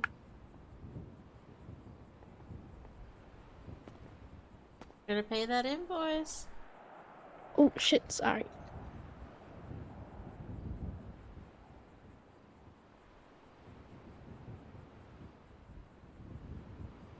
Yeah, you need to change. You need to teach your mates some manners. Not gonna lie, you don't just go up to people and say a noob that you don't even know. Exactly. There you go. It's really not nice, Johnny. You heard that? Yeah, that's why you're dead on the trunk. Mhm. For being disrespectful. Well, he's actually knocked out. He's not dead, is he? I think you just. No, he's you dead. He's He's okay. dead. I'm gonna finish him now. Bye-bye. I'm gonna have to send that up. It's really inappropriate. It's really inappropriate. I'm gonna have to go shoot him in the leg now. I'll be back.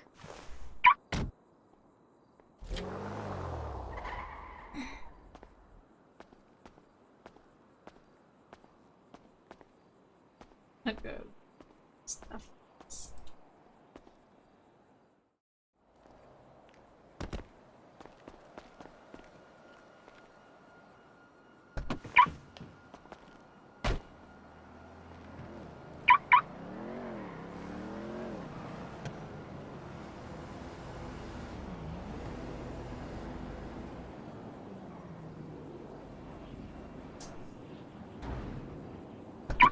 Got so much shells to open. Ugh.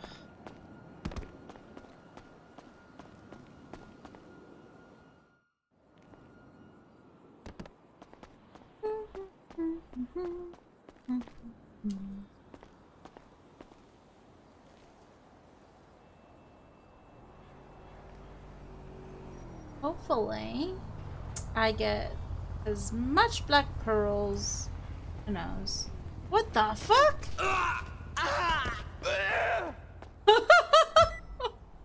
What just happened? And she's. That's wrong.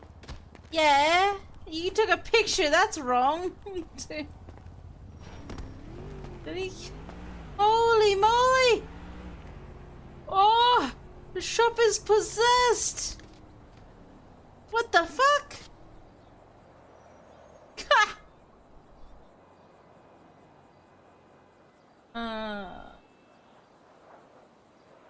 Dude, what?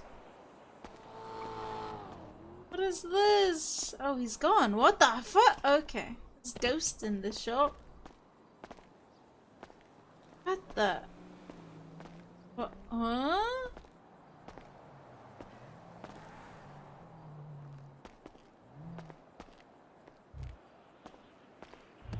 Hello?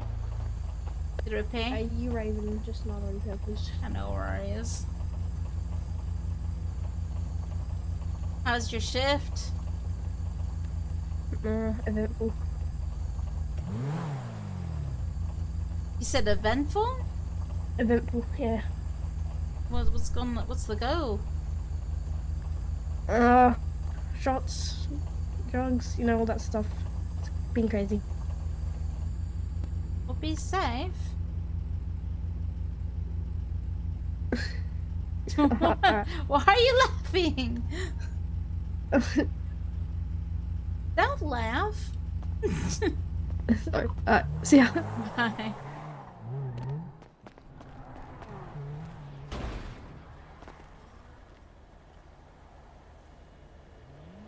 Gonna be those days where you get bored and you just want somebody to talk to, and it's all a game to them. At the end of the day, they're all just trying to get your money. So definitely block them. We just launched a new tool with social cap. You to pay? Yeah, it's a repair.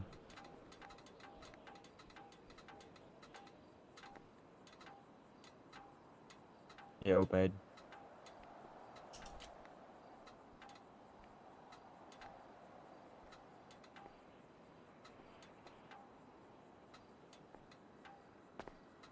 Do you want to clean as well? Oh yeah, that'd be great.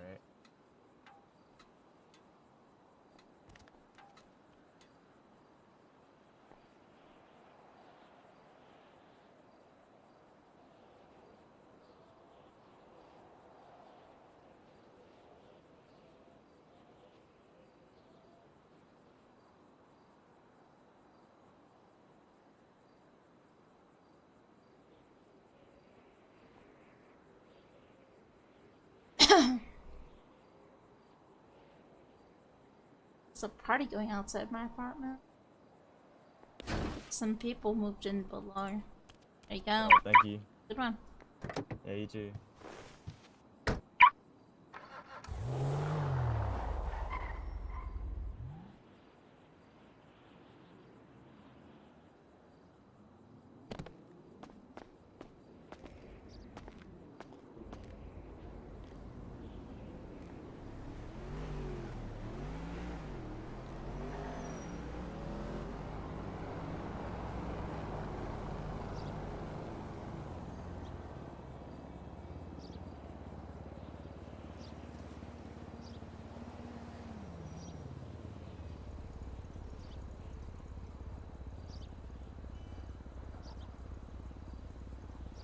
Catfish. Basically, you could use it for any type of fraud. So if somebody's sending you a text message and you think it's a suspicious phone number or message, you can drop it in the unfrauded tool, and then it will tell you how likely this is a scam or not, and then it even gives you a description about it as well.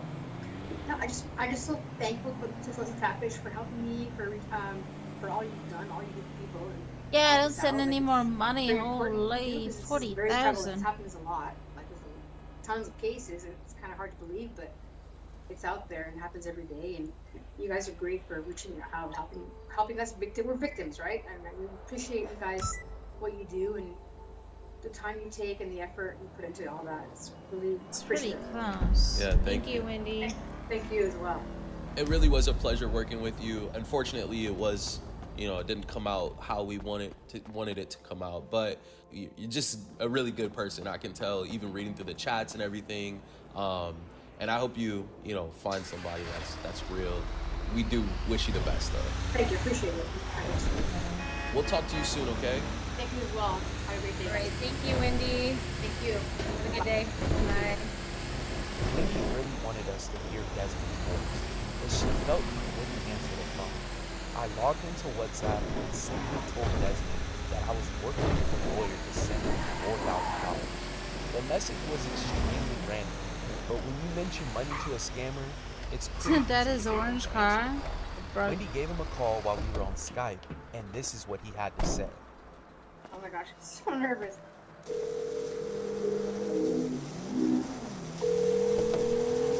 Hey. Hey, Desmond. Hello, Desmond. You okay? So, I have this bad headaches and cough. I just went through this thing. I can't hear you today. You have headaches with that? Yeah, I had headaches earlier. This is just fresh in my mind. Yeah. Yeah, so, I know. I wouldn't have picked your call if I didn't, if the 951 thing guy, haven't contacted me already, so. You wouldn't have answered my call? Just to get back to me. Okay, hello, Drew? Oh, I'm so shocked. That's 100% a West African accent, Wendy. Do you see how it's like a little bit of a Southern accent? How we talk, a little bit of something. It's like all mixed in between. I don't know. No, it sounds like a West African accent. Maybe you just have experience with that because you talk to them all. I don't know. I don't know. Where are you at with cutting them off? Honestly, I'm having a hard. I'm embarrassed to do this. I'm having a really hard time letting them go. Just text me right now. The next day, we were able to get Desmond to click an FU gift card to him, confirming he was in Akron. Wendy plans to block him, and she is going to continue to bail him. Thank you everyone for tuning in. Remember, all of our new videos go out every Wednesday, so please don't forget to like, comment, and subscribe. Alright, Seekers, we'll see you guys next time.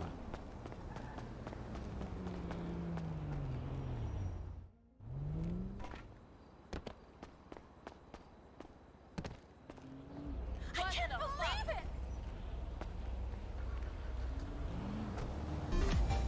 Oh, thanks for the sub, Thunder.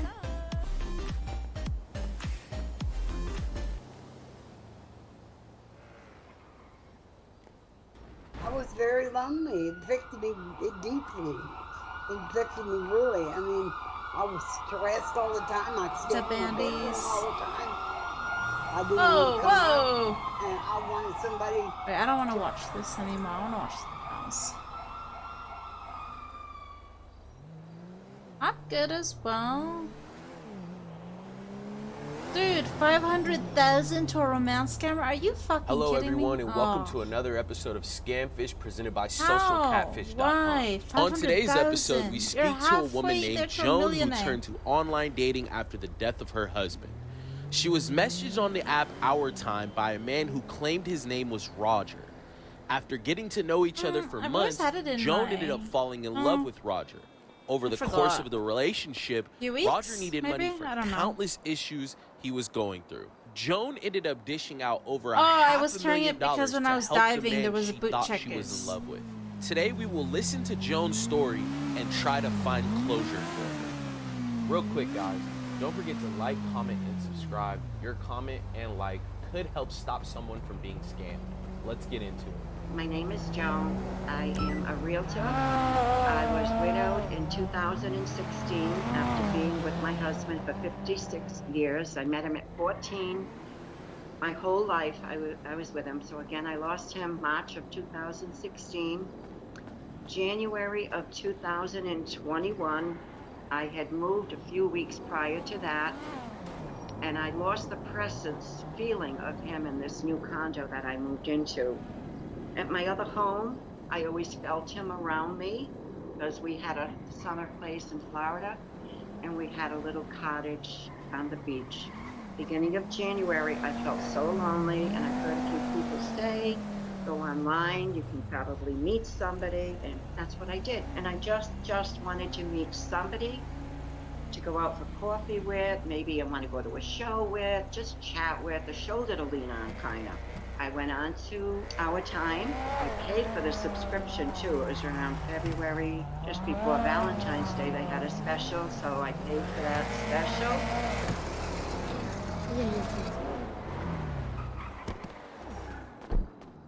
Yes, What's up, Daniel? Oh my, you have a few bullet holes in your car. Yeah, because you know that Johnny Gats guy? That's what he did, because he's a Danny.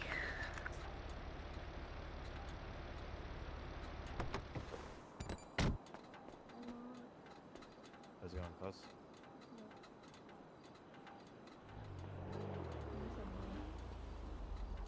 Johnny's in the office. Johnny's in the office.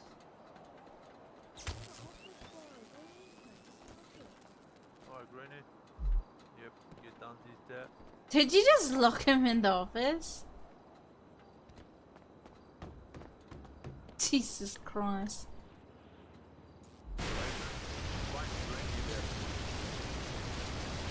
I think he's stuck in the staff room now. Let's leave him in there for a bit. Need a repair? Yes, please. Do all my paperwork.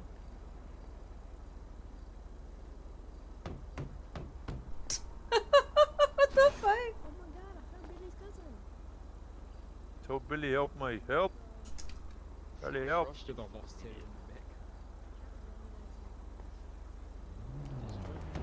Billy's cousin, help me! Yo, cuz, you here? Oh my. Rooks, help! Rookie! Yo, Daniel, can you remove your friend from the staff? Oi, room? little dude! Yeah. Little dude, I need a repair, little dude. I'm here, I'm back. I've heard Uncle Rook's voice. Any Uncle Rooks? Yo. Oh, Rooksy, there you are. What's up? Not much. Same old, same old. Yeah. Same old. You alright, Rooksy? You don't sound too There you happy. No, I just woke up. Ah, fair. Hello. Hey, how are you? I got you my frost. It's alright, I got my frost. Oh, It's never mind. Rye, you fuck. Stop saying Matt Frost. It's Matt Frost. You're an idiot. Was that SCO5? Let me show you again. Or 15? Hey, little tiger.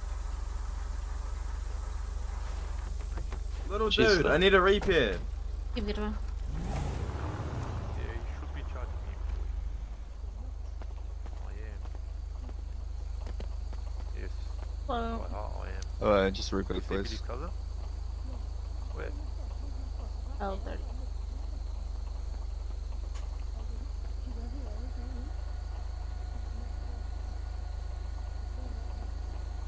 Why is he hate it?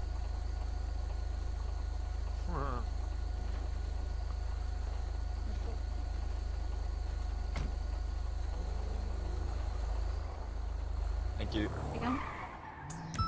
And did you need a repair as well? Hello? Hello, Tiger. I need a repair. Yeah, no worries.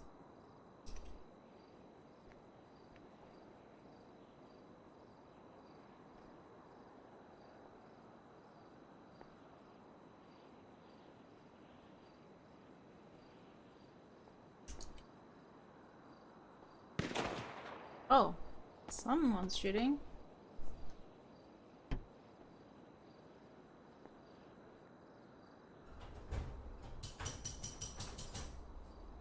What happened to your car, especially the bumper? Not sure, ma'am. Not sure. Alright, well, we need to fix that up as well.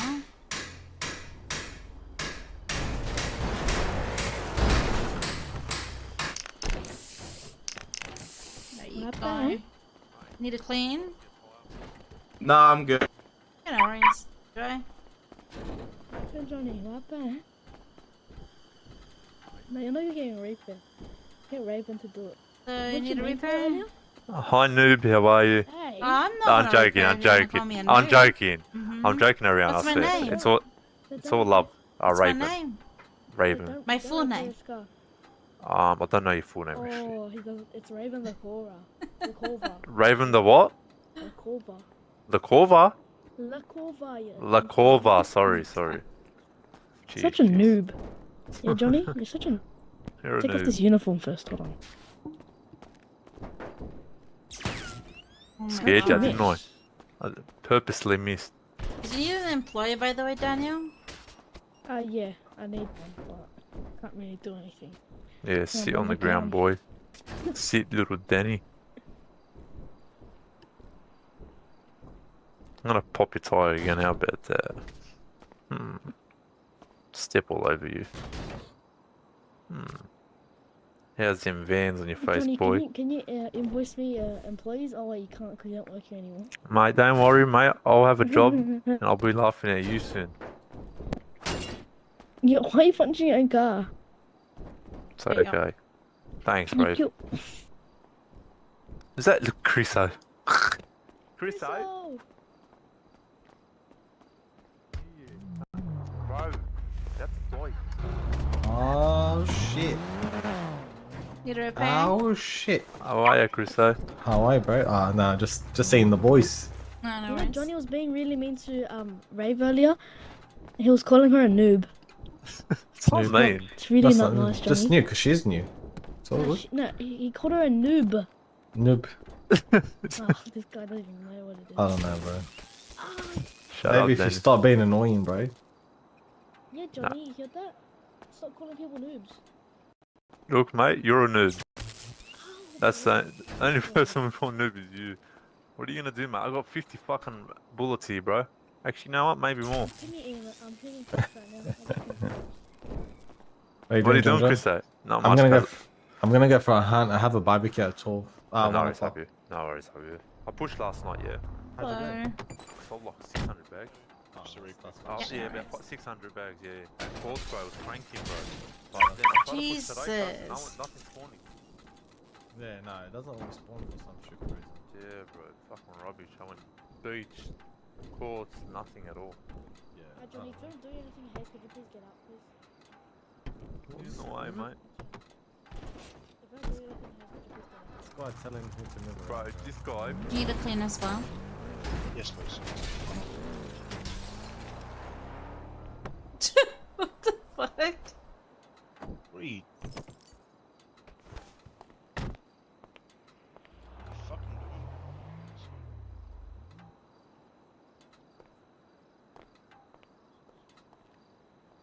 Ay, ay, ay.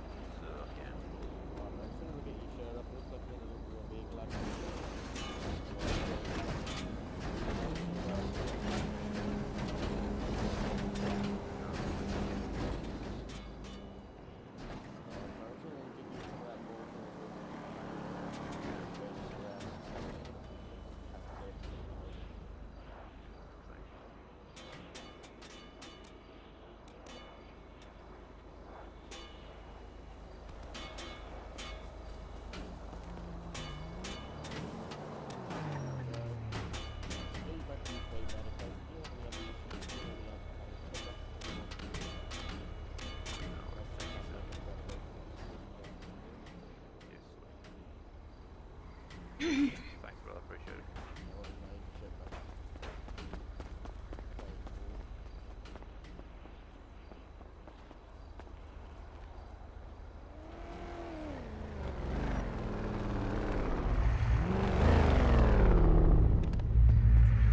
No. What's the repair, please? Yeah, no worries.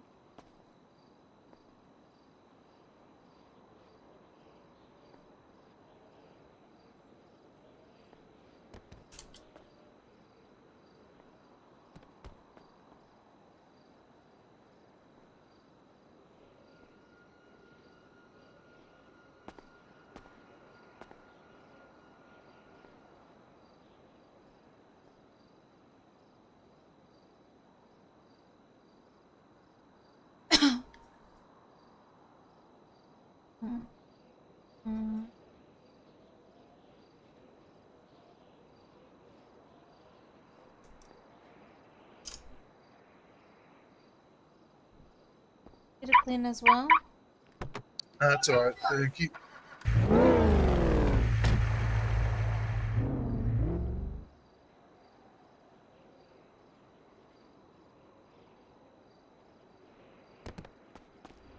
Oh wow, not bad. They have heaps of stock.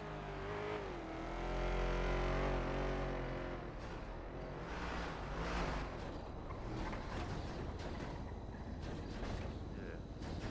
Do they got heaps of stock? Do they got heaps?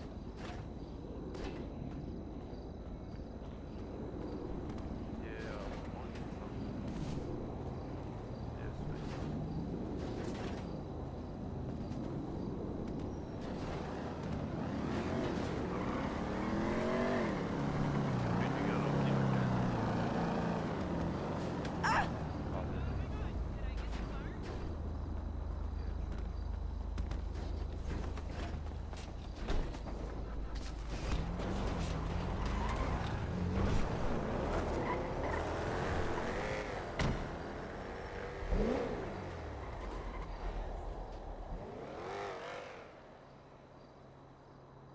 Oh my God, I think the second day, this gentleman approached me, and I believe his name was Roger Love, and he said he liked my profile. Could we chat? So I responded back, and then the next one was his time was running out, and could we chat via email? Which I said yes. He had lost his wife and daughter in 2018. Are you shitting me? They both passed within 3 weeks of each other. He was left broke. He told me he was a miner by trade and he wanted to get back on his feet, was a Vietnam veteran, and he sent me an article that he was interviewed from St. Paul's Lutheran Church in Ohio. And oh my God, it was such a touching story. So I had all these things to believe that he was really truthful. So upon our first meeting, he said, I see the tree grows wiser. Like with 12 max, total price. You He's like, repay? you wanna do this picture? Yeah. You actually that. So the grass grows greener, the waves grow bigger, the bin fills. If you give up, you give up.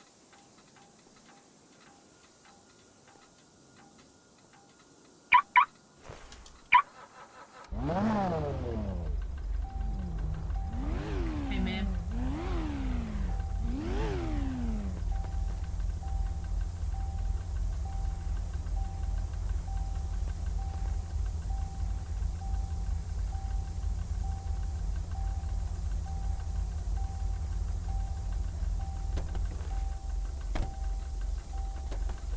Excuse me, ma'am. Are you on Mud Mac by any chance? Unfortunately not.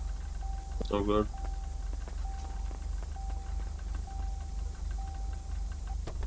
Oh. Thanks, man. Get on.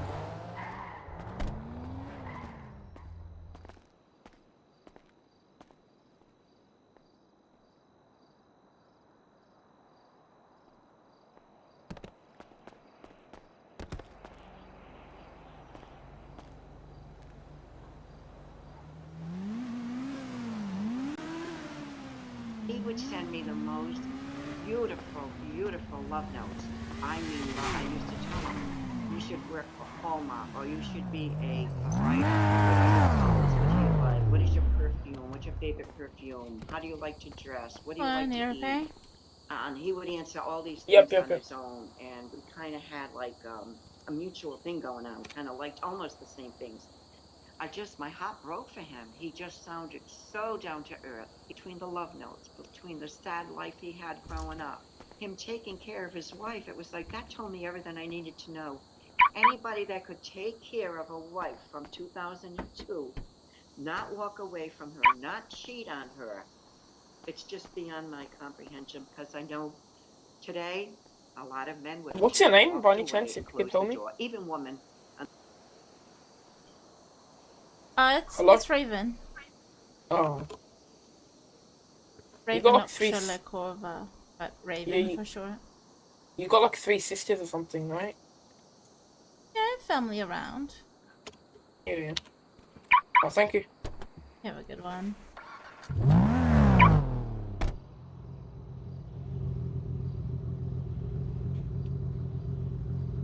Oh, thank you, take care.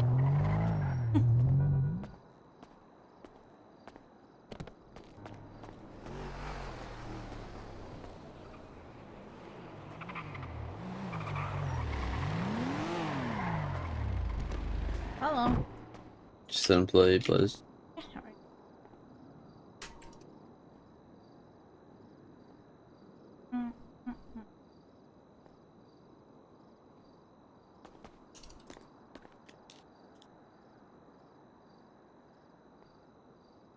Is that your diving outfit or?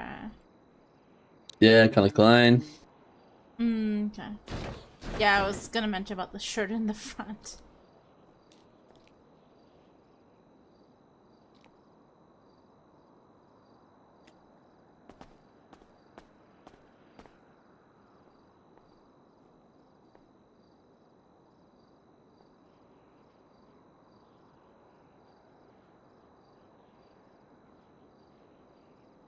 There you go.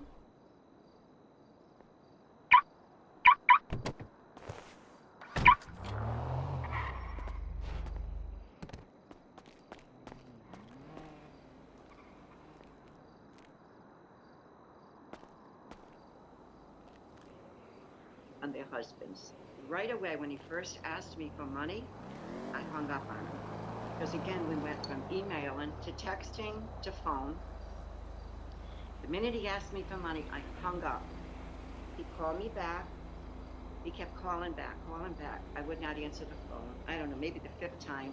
I don't know why I did. I picked it up. And he was crying. He needed to get on his feet. So that was the beginning.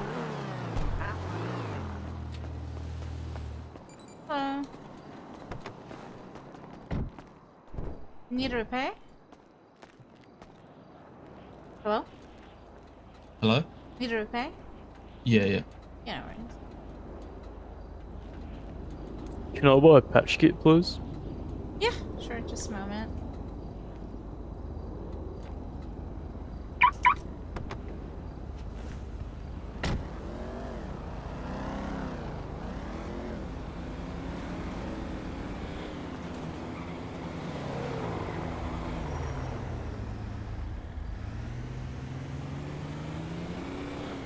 Yeah, I know.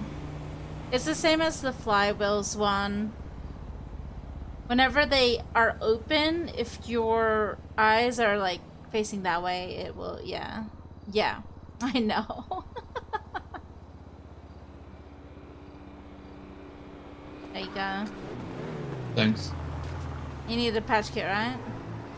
Yes, please. Where is the patch kit one? Yeah, no way. Emergency refuel? Just, I think it was 2,000. Oh, is it refuel? Okay.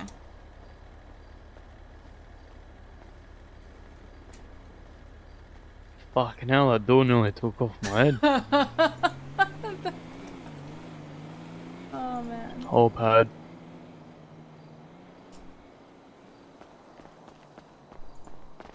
Yeah, let me just grab a patch kit. Hey, Rafe. What's up? Just another repair. Just give me a moment.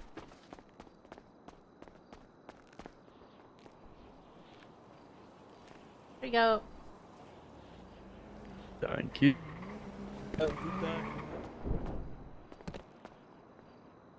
Where's Daniel? What was that, Don? Where's Daniel? Daniel? I'm not too sure. Probably being Danny somewhere. What'd you say, Chriso? Yeah, no, because one of my mates came up to me, he's like, do you want to buy a Deagle? I'm like, why not?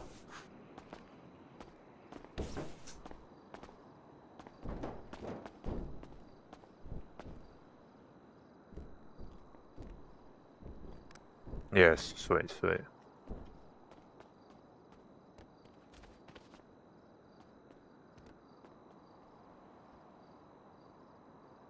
Pop A sail together.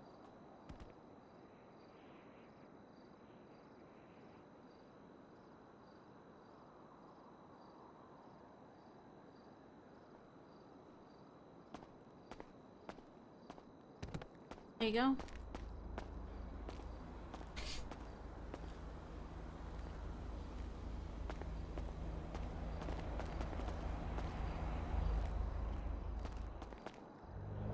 If he said anything.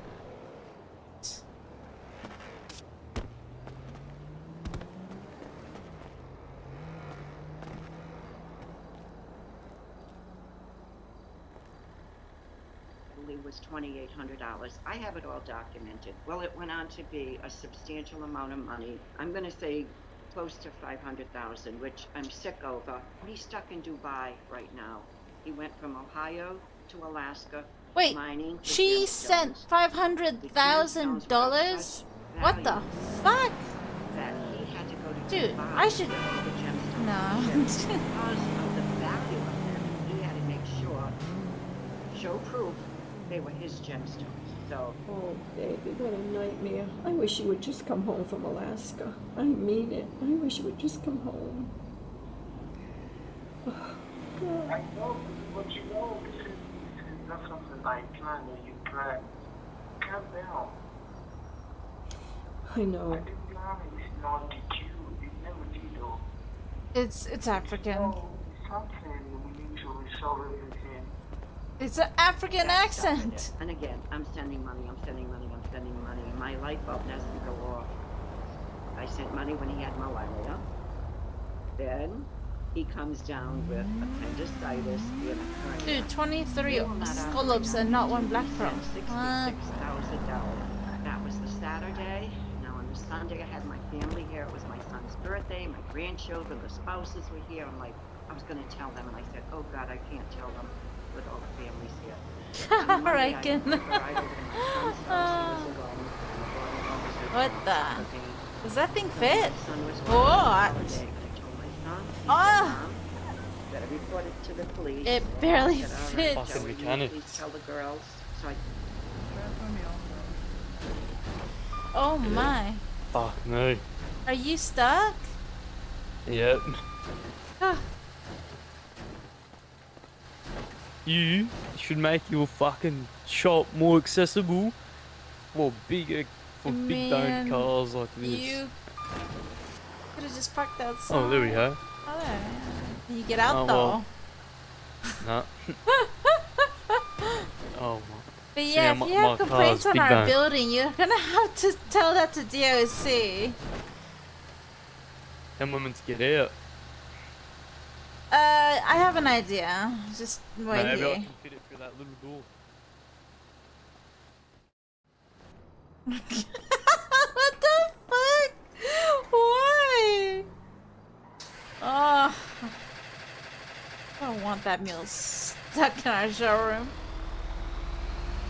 I know.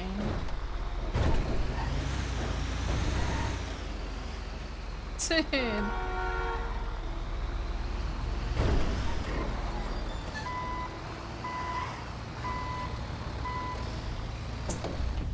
Alright, you're gonna... Oh, wait. Alright, you're gonna get out of the car so I can, try to get this... Yeah.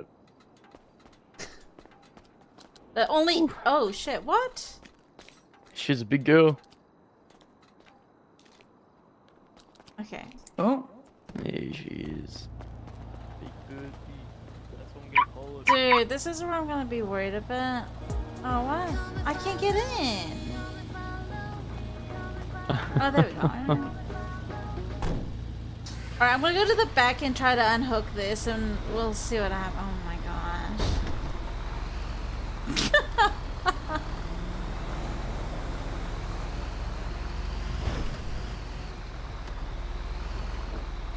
We are allowed if we're using the big tow truck. The ramp bed is the only thing that you're not supposed to with the big trucks. This is okay because it's able to fit the whole truck. So I would advise to move away. Pardon? Move away a bit. I don't know what's gonna happen once I unhook it. Right, let it go. Oh, shit. Well, yeah.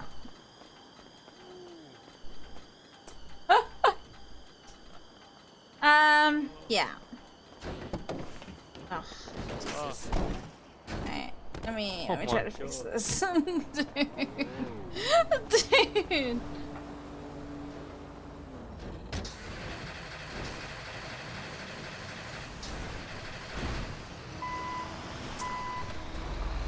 Wait, can you like wait for a bit? So we can, okay, yeah, fine. Dude.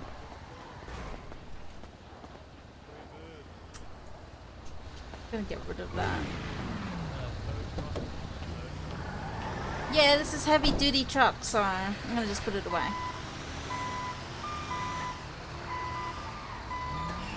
What, Josie?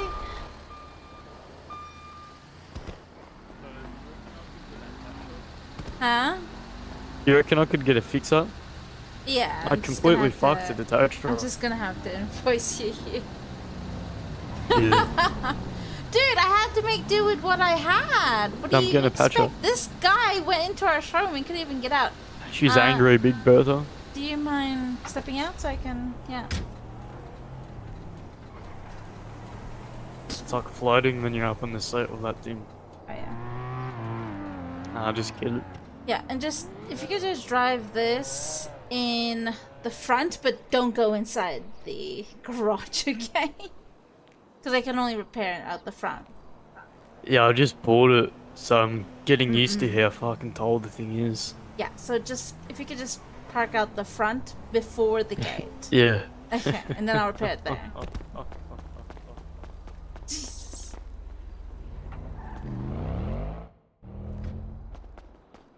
Holy. Excuse me, mate. Excuse me, man. Hey, excuse me. What's up? That door doesn't open. Why is that? I don't know. Do you not work here? What are you I doing? do. Oh, but, sorry, bro. Kinda busy. Alright, let me repair here. Don't go in, don't go in, don't go in. Ice Cole, she's unpredictable, this thing. Dude, Where'd you cop this ride from? PDM. Oh wow. This How thing much? is like riding in heaven, mate. These seats Oh, are so wow. comfy. Oh wow, I see. How much was Ooh. it? 345 grand. Fuck me, mate. Pretty cheap. Fuck me, that's out of my budget, bro. It's fucked up. Oh, you reckon I could get a bit of a clean? She's a bit dirty. Oh shit. I'll call it Big Bertha, mate.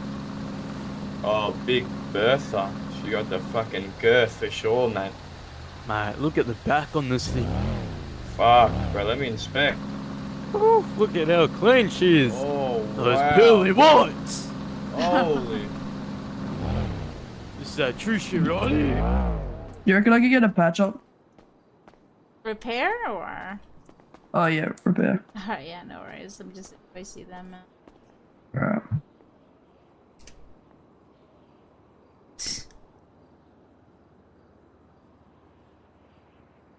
There we go.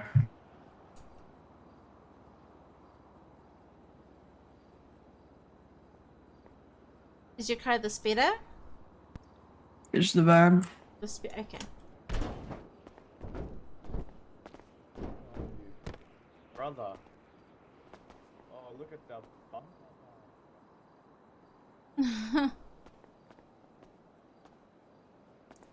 What? Oh shit. You're getting a call. Oh, the door works. Where are the fucking Tell me what they mechanics, say. bro? Oh, here's one. Where's the other one? There was another one. He left. Did you need a Are repair? you serious? Yes, please. Alright, thank you very much. You have a good one. Can I get a clean as well, do you reckon? Yeah, just a moment. Here's the invoice for the mechanic fees. How long have you been working on this job? I haven't seen you around. Couple of days. Oh, really? Yeah. How are you finding it so far? It's all good. It's a different experience from all the other mechanic shops that I've been to. Oh, where have you worked before this? Well, 2019, 4 months in LSC. 2019 to 2022, Benny's owned it for 1 year. Oh, damn, you 2022 owned to it. 2023, Flywheels. Did a bit of NRMA back then. Wow, so you're like a veteran to this city. I've been in the city 4 years. Alright, there Oh, you go. damn. You need a clean, right? Yes, ma'am. Yeah, no worries. Yeah, no, I just flew in like maybe a week ago. How are you finding the city? It's not bad. There's ups and downs. You know, there's a few scumbags, but you meet some nice I people, you know. mean, it's an open city. It's not even. Yeah, you know, it's so not that, like, you always anything meet against- some. Yeah, you always meet someone different. Yeah. Alright. Alright, well, cheers for that. You have a good day. Hello. Just repair, please. No worries. Thank you. Oh, what was that, Stitch?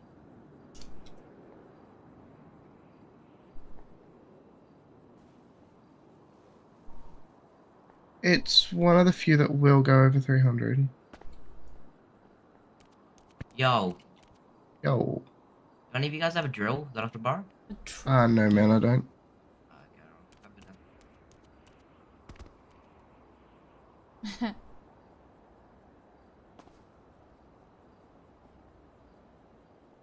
Could just bought one at the hardware store. Yeah, true.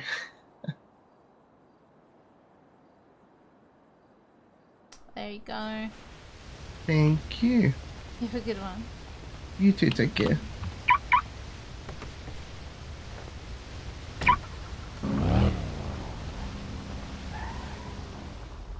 Hey, Jono.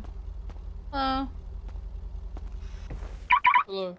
You repair? Can I get a repair? Yeah, no worries.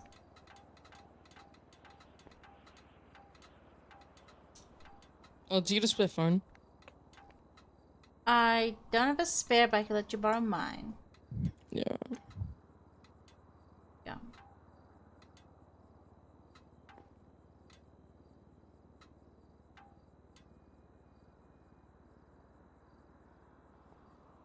Thank you.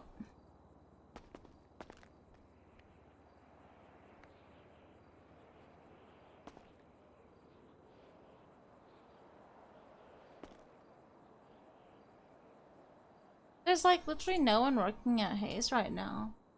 Yesterday there was so many people in the morning. Now, nobody but me.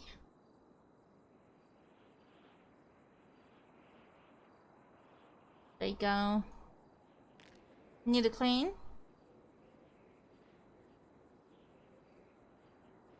Need a clean? Yes, please.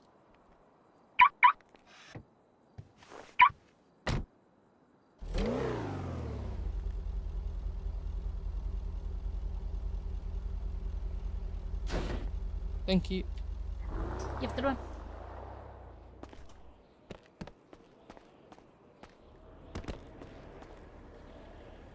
I mean, yeah, I'm 2 repairs away. I think, wait, what do I have? Repair jobs. Statistic. Yeah, I'm literally 2 repairs away from KPI. I'm 2 repairs away from KPI.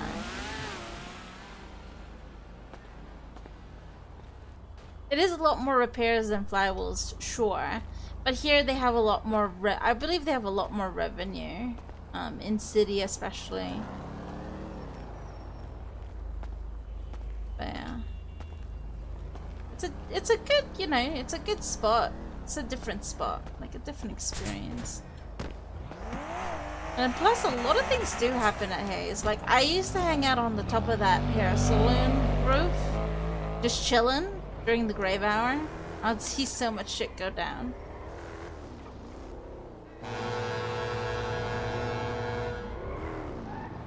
Someone's in the back. I have yet to get a black pearl. Why?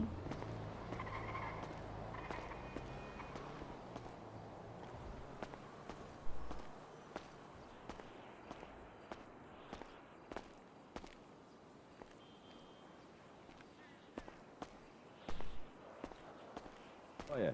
Hello. Nice. Shop set up very nicely. Did you set that up? Which one? Not the arrows. The arrows. I only set up that metal board in that hole that floor? I fell into.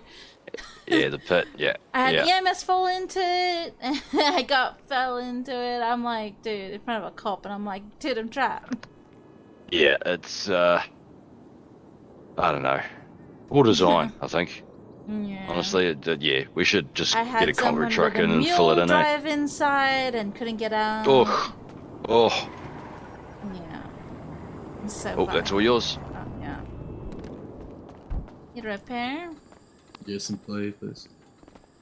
What? No worries.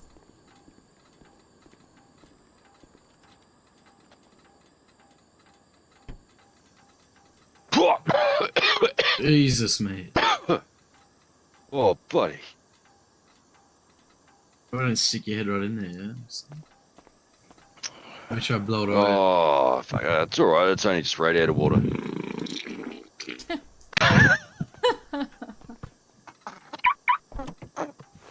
Mate, you want to check your undies? Got him. Thanks, guys. Take it easy, boys.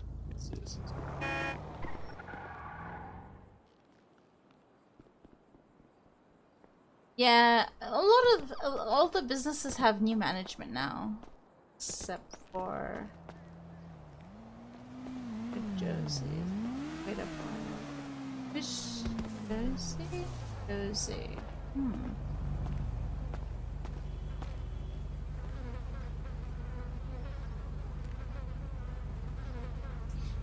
Yeah, there's been some people that have said that Flywheels is the new LSC. Apparently, I don't know if what that means. I've been hearing that comment quite a bit.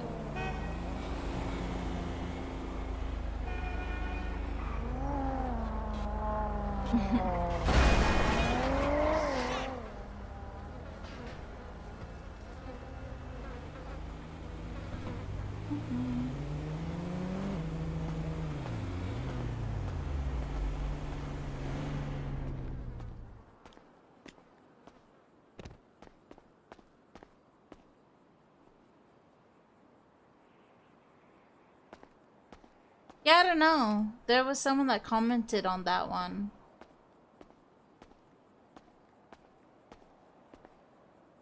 Who knows? I get more comments about what the fuck, Ravens at Hayes? What the hell's happening? You know, it's so funny.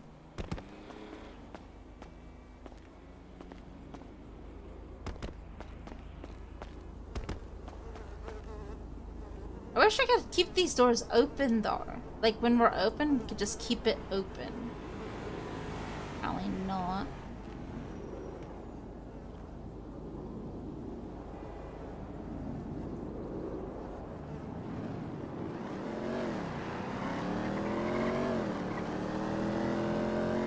Anyways. Called the police right from his house. I went to the police station. My son joined me later, and I'm so thankful my kids have forgiven me. I never knew how well off my husband left me. I had quite a bit of money in my checking and savings accounts, and I had sold a Florida house after my husband passed away. I took money from an annuity that we had, my husband and I had, so they're gone. I was left with like $12,000 to my name after this nightmare. So now I'm going to get myself back into the groove. I got myself a local markets here. Oh. Because I want to start cutting back what I feel as though I took from my children and my grandchildren, which would have been theirs. That was weird. But anyway. Happens all the time. You'll get used to it. I'm coming Hi. back slowly but surely. You know, I don't What's going on, lovely? Need repair? But you get it. I'm alright, thank you. I'm just gonna jump and fit in. So That's nice, my boy. Hey, beautiful. I felt like I had another death. New person appears. Going on, Jeff? Fuck all, brother. Just got in. Yeah, just woke up fucking after a big night last night. A big night. Big night, mate. Oh. Won the rugby championship, so. Oh, yo. Who won the rugby championship? I did. You won the rugby championship. Yeah. Chevo. Yeah, we had finals yesterday and we won. So I just fucking sent it, went on a bend up. What league are you in, bro? Hey? What league are you in? I'm in like Premier grade. Oh yeah? Yeah. Union or league? Union. Yeah. Oh, I'm not really a league fan, eh? Neither, bro. Neither. Union's where it's at, I reckon. Oh, 100%. You're Kiwi, bro? Yeah, bro. Yeah. That's why. That's why I'm not a league fan. That's why I'm not a league fan. Might be different if I was in Aussie, but... Damn. Yeah. Nah, wouldn't be any different for me. I'd still be a Union fan in Aussie. Fucking wind them up.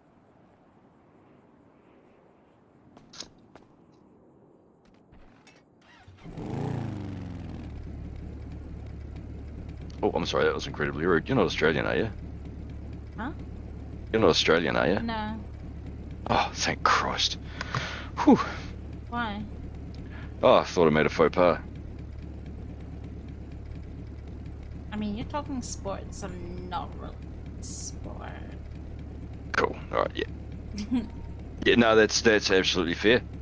Absolutely fair. What are you into? Cars. That's why I work at a mechanics, Jeff. Sorry, stupid Greg. No, I'm into a lot of things, in city at least. Yeah. Yeah, I hoard a lot of shit, and I'm a Yankton. Everybody hoards a lot of shit. Oh, well, no, not as everybody. much as I do. Can you invoice me, please? Those mod invoices. Was it mod? Yeah, mod. There you go. Yeah, I mean, who has 3,000 shells of each from the Thank you. ocean? 3,000. Or 10,000 scrap metal salvage. I've got 2.5. No, 3. I've got 3 now.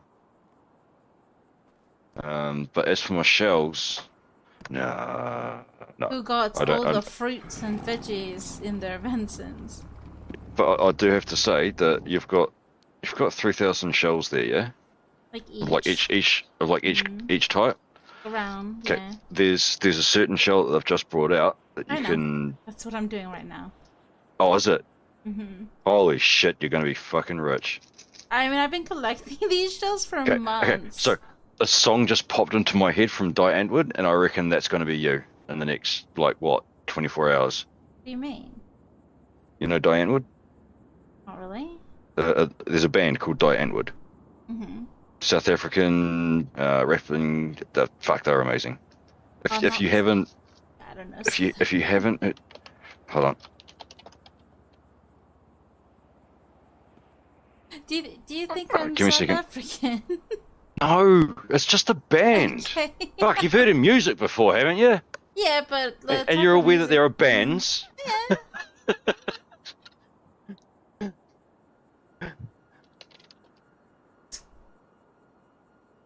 2 O's, that's right.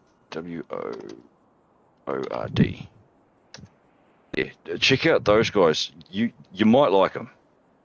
Okay. I'm more of a heavy metal type guy. I'm more of a... Bill Bailey and heavy metal sort of stuff. I listen to a lot of things, just not rap. Yeah, I'm not a large fan of rap, though I am a fan of good music, and Die Antwoord make good music. Mm. Yeah. So I'm not a fan of rap, but I appreciate Snoop Dogg's work, Dr. Dre's work, Tupac's work. You can appreciate it. It's not something I'd listen to all day. Enya, on the other hand, yeah, I'd probably sit down and listen to a bit of Enya all day. No, that one, yeah. Beautiful. I know, Sorry, you should have I'm kept a all weirdo. those shells. Well, you get the meat, and then you get the pearl, black pearl. But the black pearl ratio of opening is kind of low. So are you our latest apprentice, are you? I demanded to start from the bottom. You demanded to start from the bottom. Yeah, I mean, I like getting any position above anyone else that's worked here longer will just, steer the pot. I don't know, if you're qualified for the job. I mean, for me, working from the bottom to up gives, makes the respect of your co-workers and colleagues. Yeah, I can agree with that, yeah. Even though I've been a mechanic for 4 years, but yeah. Oh, where did you work before here? 2019, 4 months at LSC. 2019 to 2022, Benny's. I owned Benny's for a year. Oh, did you? 2022 Nice. to 2023, I flywheels. Wow. So it's like, this is your life. Yeah, I mean, Hayes I have yet to have been in, so I wanted to try a different environment. And who knows, fair maybe after a year, maybe, I'll try something else, who knows. Yeah. Thanks for the follow. Bit of variety. Hello. You repair? Yeah, no. Yeah.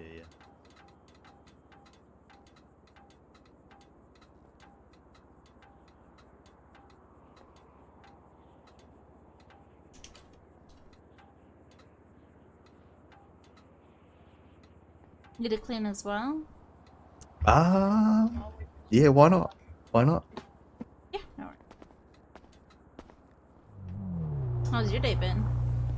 Yeah, not bad. Yourself? How's old mechanic? In a mechanic. There's been a Not few interesting experiences, but What's up, officer? Yeah, yeah, you'll get that here. Okay. yeah, Every I person mean, under the sun obviously comes here, so yeah. I mean, I've experienced everything you have to experience when I was at Benny's. Flywheels was more chill. Yeah. Now I've decided to go back into the city. Let's see. Oh, you've been hanging out over in Sandy? I retired at Polito. Oh, Polito. Far out. That's a long way away. It is, but you know, I have properties everywhere, so. Oh, okay. Yeah, no, fair enough. Alrighty. You a good one. Oh, you're done. Oh, easy.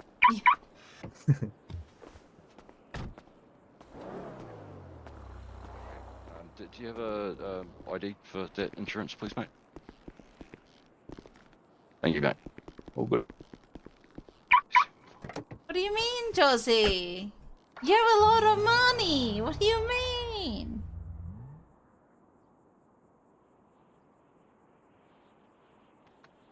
What happened with the cop? Yeah, he's just letting me know about my stolen bike. Someone stole your bike. Someone stole my bike. Yeah, well, so when I go out hunting, I'll take a bike with me, a motorbike. Yeah.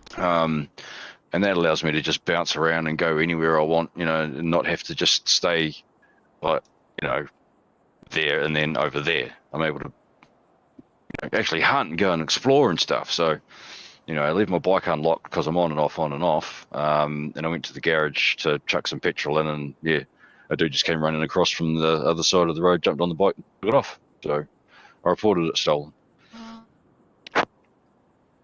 Yeah, well, that's all right. They got him, and he's currently doing a little bit of a stretch.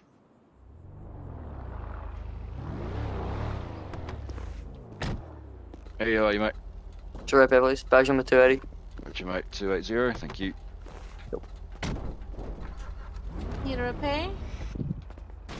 Oh, Yeah. what? Oh. Badge number is 106.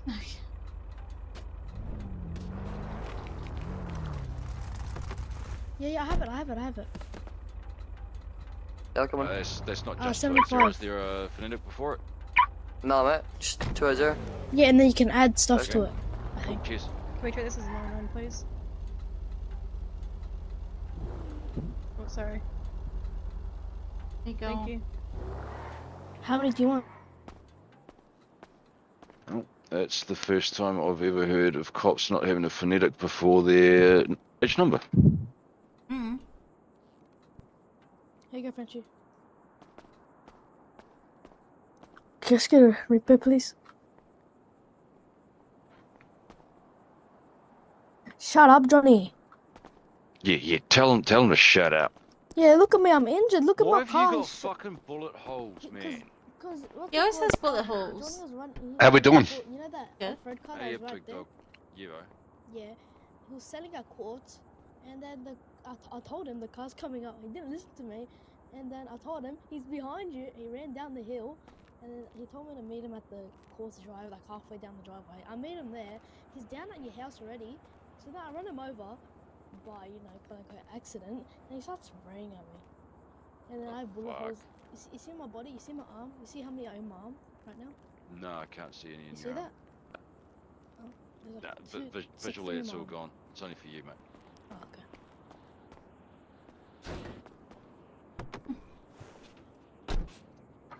Out of 56 scallops, I get 1 black pearl. Right. Are you wearing a luck set while you open those? No. How long have you been in the city for? 4 years. Put a luck set on, and then watch the difference. Yeah, maybe. I've done it before. There wasn't much of a difference, though. Oh, this isn't the like full bloody Dreamcatcher and shit. It's just the 5-piece. I know about the 5-piece. You know about the 5-piece. Yeah, try that one. I did. How many oysters did I do? I did 480 oysters and got 88 pearls. 150 scallops. I think I got. How we doing, man? 13 blackened pearls, which are the new one. Just after repair, cuz? Yeah, got that juicy money. My tire smoke, if anyone here can do that. Yeah, too easy, mate.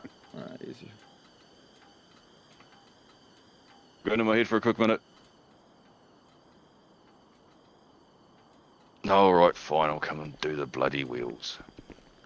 kind of wheels you thinking, bro? Tire smoke for now, but actually I want to change the wheels. I think there's some fucking ones with like atomic on it or something. Might as the atomic well. wheels or something. Check it out.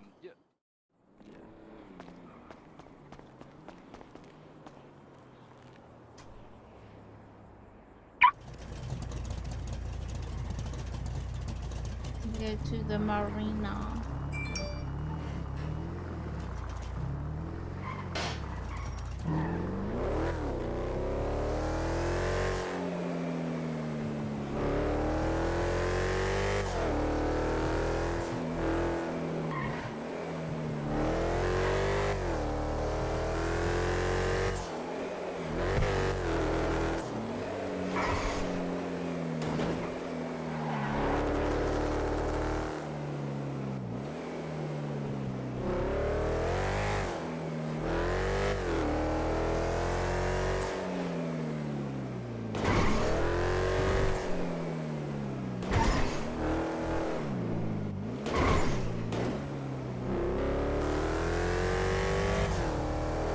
We'll see the difference.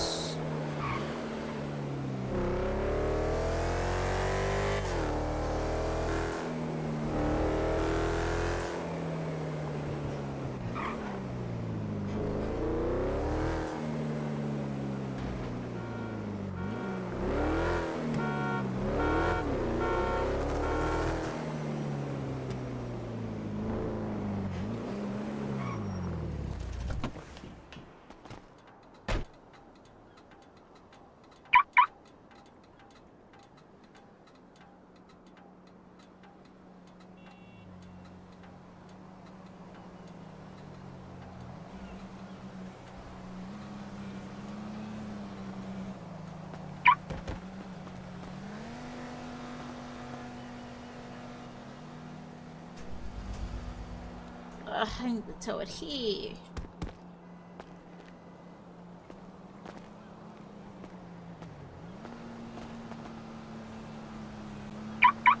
So in the meantime, let's watch the stuff.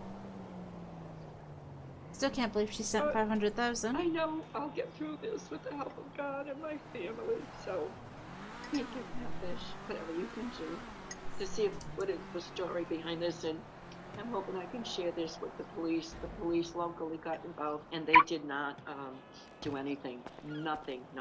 And the money went to, all the money was sent, I sent Wyatt, cashier's checks, cash, saying, what's wrong with me? Oh God. And it all went to the same address in Texas, which I've learned is the money mule. The money mule gets that money, keeps a certain percentage, and must send it in Bitcoin, because originally he wanted Bitcoin from me. I was like, don't even go there, because I don't even know what that is. So that's how we got to the cash wiring cashier's checks. And I got all my receipts here. The police have copies of everything.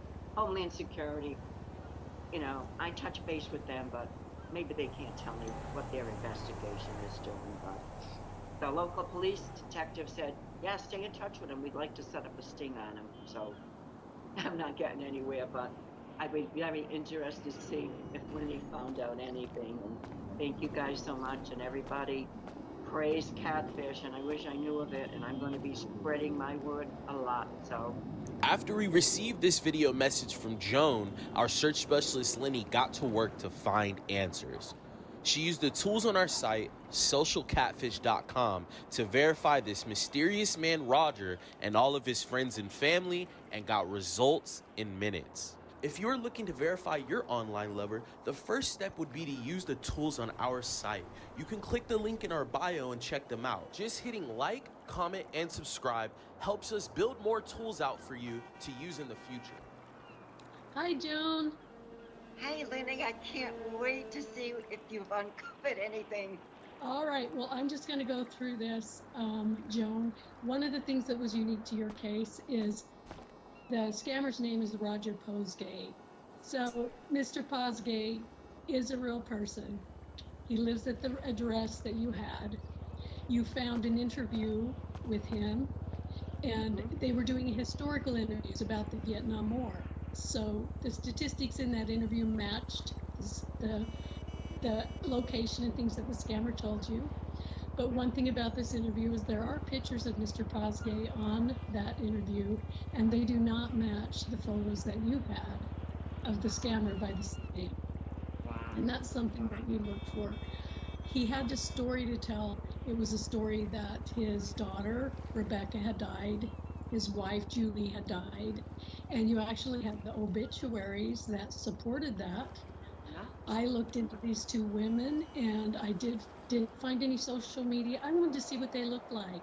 I wanted to see what they were about. But the daughter, I did find social media for her. I found a new photo of her, and on her public media, there is a picture of her with who I think is probably her mother. So this is the real Roger Posgay, his real family. And so what this scammer has done is he has stolen this man's name. He has stolen his family. He has stolen his stories, and he's using it against them. And it's pretty clever, really, because when you found those obituaries, you thought he's on the level. This is right. One of the things that they do, and one of their goals with that, is people who are God-fearing, especially on faith-based dating sites, they're there because there's an assumed trust that you have with someone who believes the same way you do. And so that's one of the ways that he deceived you as well. Oh, God, yes. I have a customs document here. So he was sending these gemstones. He sent you this document to say they're on their way. Let's face it, we don't deal with customs every day, do we? The average person, we don't know how they work. We don't know what they're going to ask of us. We don't know what kind of threats we might get from a customs officer.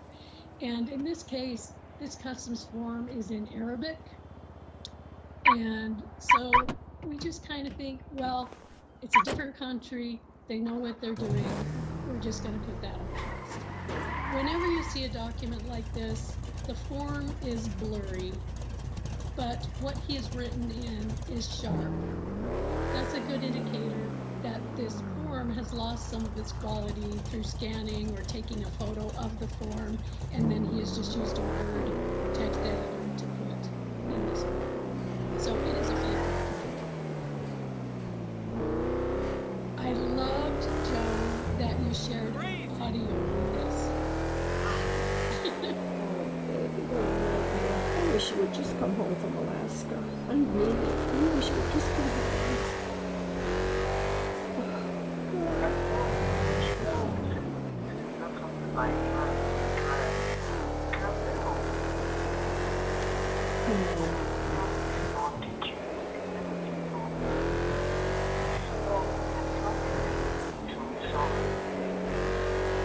What kind of accent do you feel like this is? Well, you know, it's only because I've been watching a lot of catfishing shows and scam bait, this bait and that bait, and I'm going to guess Nigerian or Indian. Yeah, it is an African accent for sure. In Africa, they have all kinds of dialects. Have you subscribed French, to German, kind of a the melting pot for language. community The victim will emails? say, The business I heard emails, I his should voice, say. but it kind of sounds German. Yeah. So if you have a look in there, Has a man, little and French to it. I'm you'll sure probably that see it's when real. we're These are open. tricks, Oh, does it show me in and there? it is a lie. So Yeah. I was really It very well may do, yeah. You're welcome. He was in Asking last night too.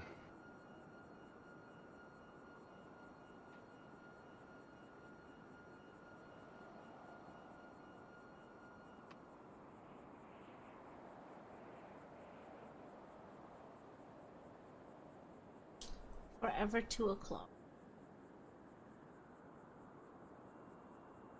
What's that? No, I'm just double talking. That's a strange sound, that one.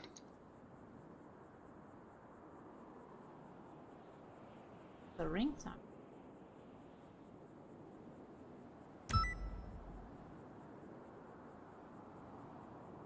Oh, okay.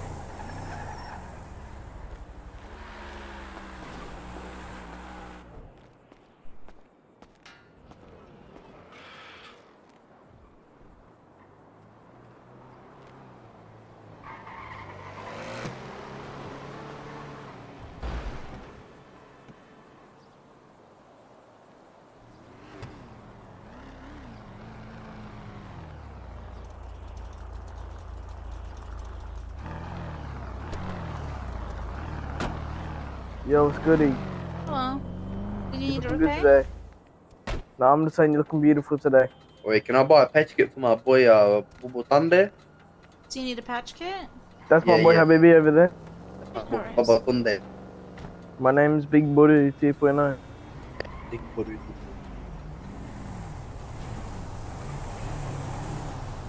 There you go. Alrighty. Once again, miss, you're looking good. Let me grab that patch kit. Yeah, this you get my fucking compliment.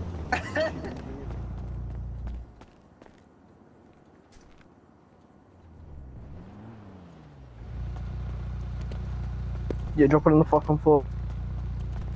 Drop it on the floor now. Hurry up, on the floor. You don't have to be so rude. No, but you fucking saying you're looking good today and your ego my fucking... Yo, can I get a compliment. Yeah, no worries. This car? Yeah, that's one. Yeah, no worries. That same guy from PDM. Fucking rude.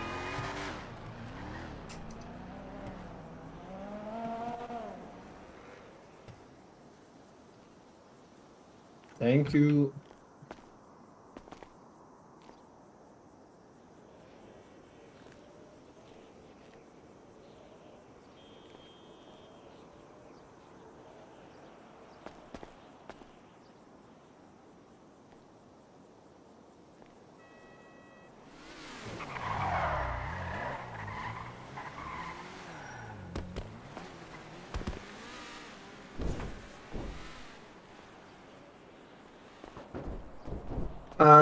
Do you need to buy like a T4 Turbo?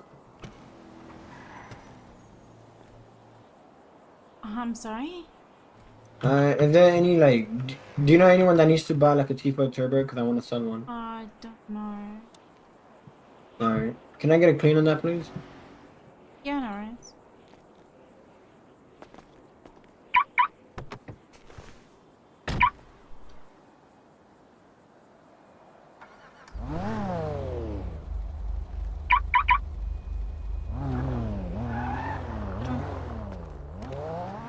You get something good out of it, mate. I got meth. That's alright. Yeah, it's yours. Oh shit! No, I don't know what to do with that. You sure? Yeah, not me, mate. Not me. I'm sure there'll be a random bum on a corner somewhere that needs it more than I do. Yeah, that's it, mate. Be always addiction. It's not naughty as that sounds. Yeah. No worries, mate. Let me know, yeah? See you, copper. How you going, copper? Oh, good. You send me an employee, please, mate. Yeah. Can you send me an employee repair for me truck? Yeah. Yeah, nice.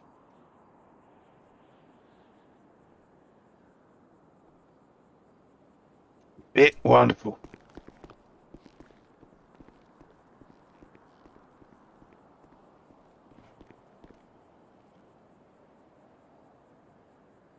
Did it get repaired already or not yet? No, I done it. Oh, you already? Do you want to clean? Nah, I'm just going out the beach, so it'll be dirty in 2 seconds. Okay. But thanks for that, copper. Have fun.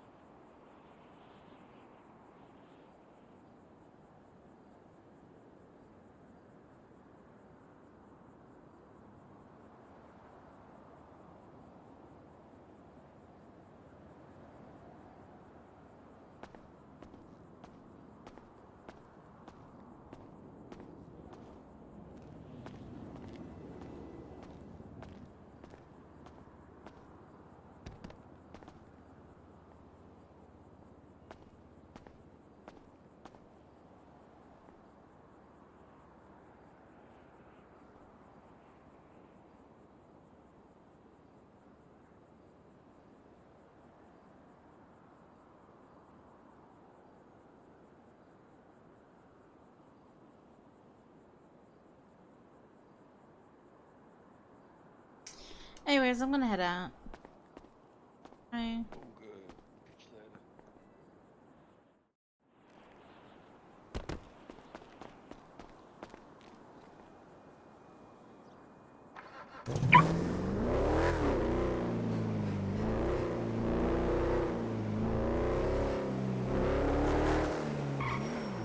I just went the wrong way.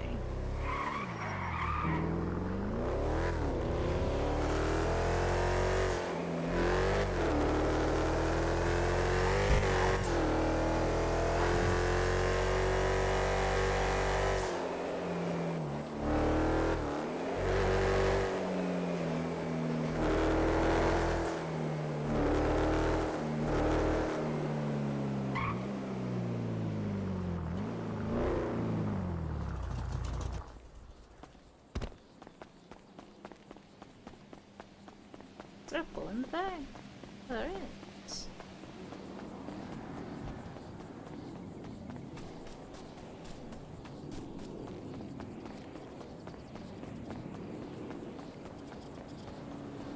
A very clean house. Nice. I'm gonna switcheroo now.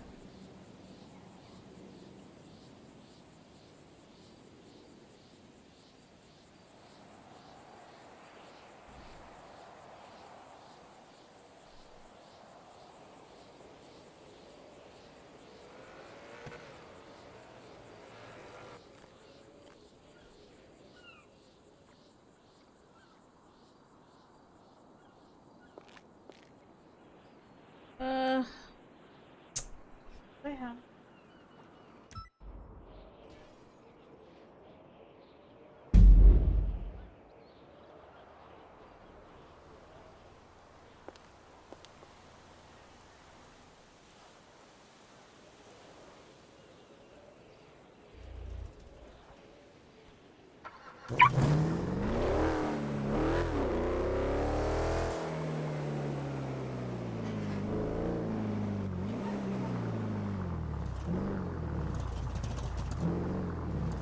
What the heck?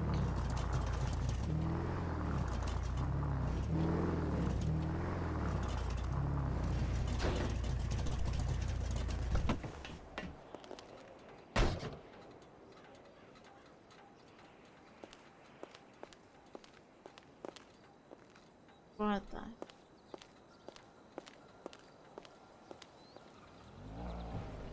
Square so.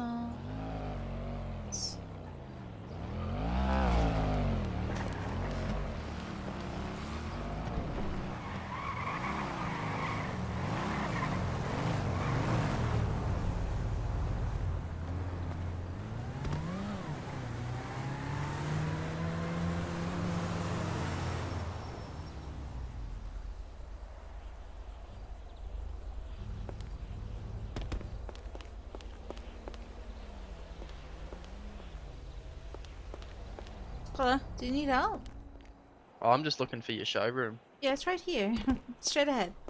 Sorry, I haven't flown in a few Okay. months. What is all this? Holy. It looks so... It looks very cluttered. Super cluttered, actually.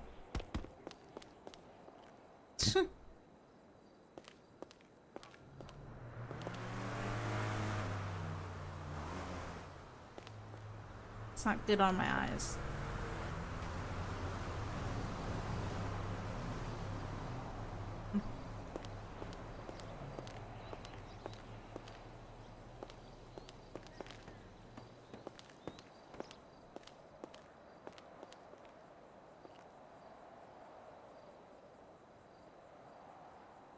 Glad that you gave us that. That's great. Oh, yeah. I want to talk about the images. I ran all of your images, and the first image that I had success with Joan was the image I had of him with this young man sitting beside him in a restaurant. Yes, that's supposed to be his grandson. Okay, supposed to be his grandson. All right. I ran this photo and I found an image of the grandson. And the image is from a photo booth at a party. He has a sombrero on. He's there with friends. They're having a great time at this party. The photographer there was in Sacramento, California. The next photo that I got success with was the one of him standing by this other man in front of an American flag. His name is Brian Mast, and he's a public figure. And once you know his name, if you Google it, it's everywhere. So I'm trying to consider, so why would this man have this photo? He probably saw him. He said, could I have a picture? You know, whatever the circumstance, he's a public figure standing beside the person that is supposed to be Roger. Finally, I want to talk to you about this person that you sent money to. Yes. Oh, the one in Texas. Yes. Yes. Her name's Dolores. Did you need help? What was that? Did you need help with anything? Oh yeah. Do you have any cars for 50k? Oh my. Let me check.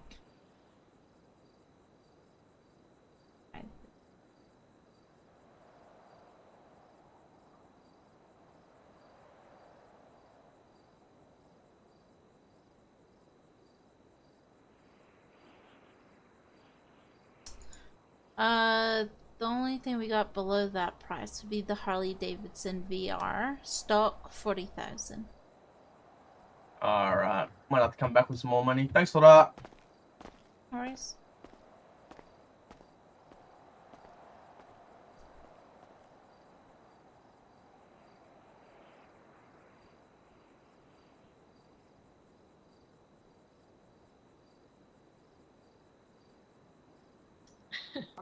This is a legitimate address. This is a legitimate phone number. You think she's involved? So I believe that she is acting as a middleman, right, or a mule.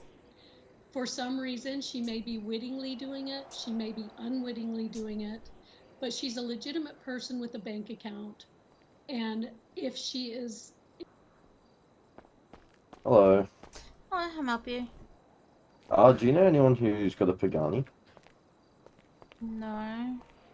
Ah, fuck. I was looking to buy one, so. You're gonna have to go on Twitter for that one. Yeah, all good.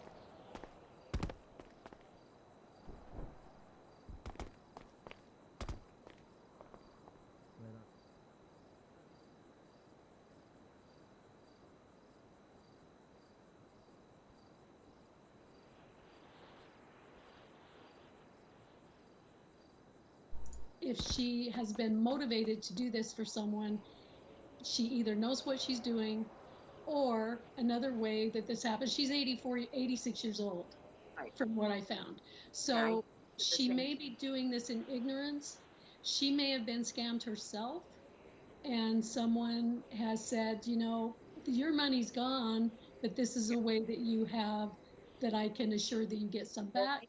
I have an attorney looking into my bank why they didn't suspect fraud. So much money coming in one day and out the next day. One day it was 150,000 and 60,000 I had cash. 45 was cashier's check. 45 was cashier's check. All one, I believe, to her address. He gave me two different names to go to to make out the cashier's check, but they got mailed to her. To her address. Yeah. So something's got to be done about this stuff. The bank should be like, something's got to be done. I mean, I can't believe it. I'm stupid. I was just so in love. I was swept off my feet. I was like, how could this is too good to be true. One of my 88-year-old friends said that to me. She was so cute. Oh, it's too good to be true, you know, because I'd say, this is too good to be true. But that feels flattering at the time, that this is too good to be true, right? My husband never talked to me like this, right? It's like, oh my God, and I love my husband, you know? Oh God. Yeah, so the loneliness is terrible. It's just terrible. But I'm okay. Yeah, my kids have forgiven me, you know, so, because they kept saying to me, Mom, he's not asking for money, is he? I just wouldn't answer them. I'm trying not to lie. Even my priest, I told my priest he was going to be marrying us. My priest warned me too, but right over my head, you know. So you think he's out of Africa? I think he most likely is. Phone number. Wasn't that traced to Alabama? I've run those numbers, and they're what's called a VoIP number. They're numbers that are generated by a computer, or they're generated by design. Anyone can sign up for them. They can have the custom country code. They can have a custom area code. If he says that he was, you know, a lot of times even like military, they'll say, yeah, I grew up in Alabama, and that's why my phone number's like that. You know, they make it that way, but really it's not a number that can be traced. It's not a number that's published. They're always evolving. They're always changing. And this photo may be a new one that's just emerging that we might find more and more people are going to be. Just amazing. God bless you all with you too. Thank you so much. God bless you too. Merry Christmas. Merry Christmas. Thanks. Bye-bye. Okay, bye-bye. Thanks for watching another episode of Scamfish presented by SocialCatfish.com. Don't forget to like, comment, and subscribe. See you next time. Alright, well, let's watch something else.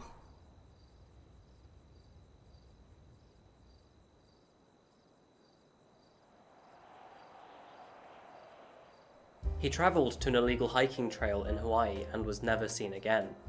But did he unknowingly capture a photo of his killer moments before his death? Hi there, welcome back to Coffee House Crime, and welcome to my first espresso case. Espresso cases are an addition to my weekly cases, and are reserved for ones that don't hold quite enough information to make them a full story. So with time against us, let us begin. Here is the unsolved story of Dalen Mokeipua.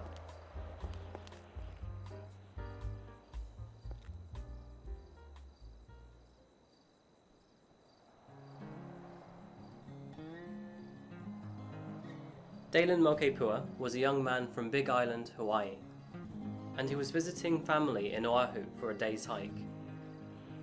The island, more famously known for its capital Honolulu and war-famous Pearl Harbor, is home to a population of roughly 995,000 inhabitants.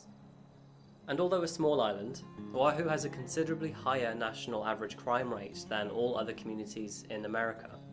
This is particularly high in the corner of the island, strongest in the region of Huai Place and Kalihi Street. And right in this area lies the steps to the Stairway of Heaven. The Stairway to Heaven, also known as the Haiku Stairs, is a several-mile hike through steep mountain jungle terrain.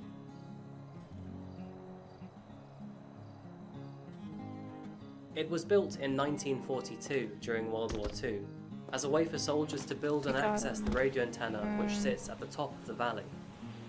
This tower was used to transmit radio signals to Navy ships operating throughout the Pacific. However, its use after World War II declined, and by 1987 the trail was officially banned for use to the public.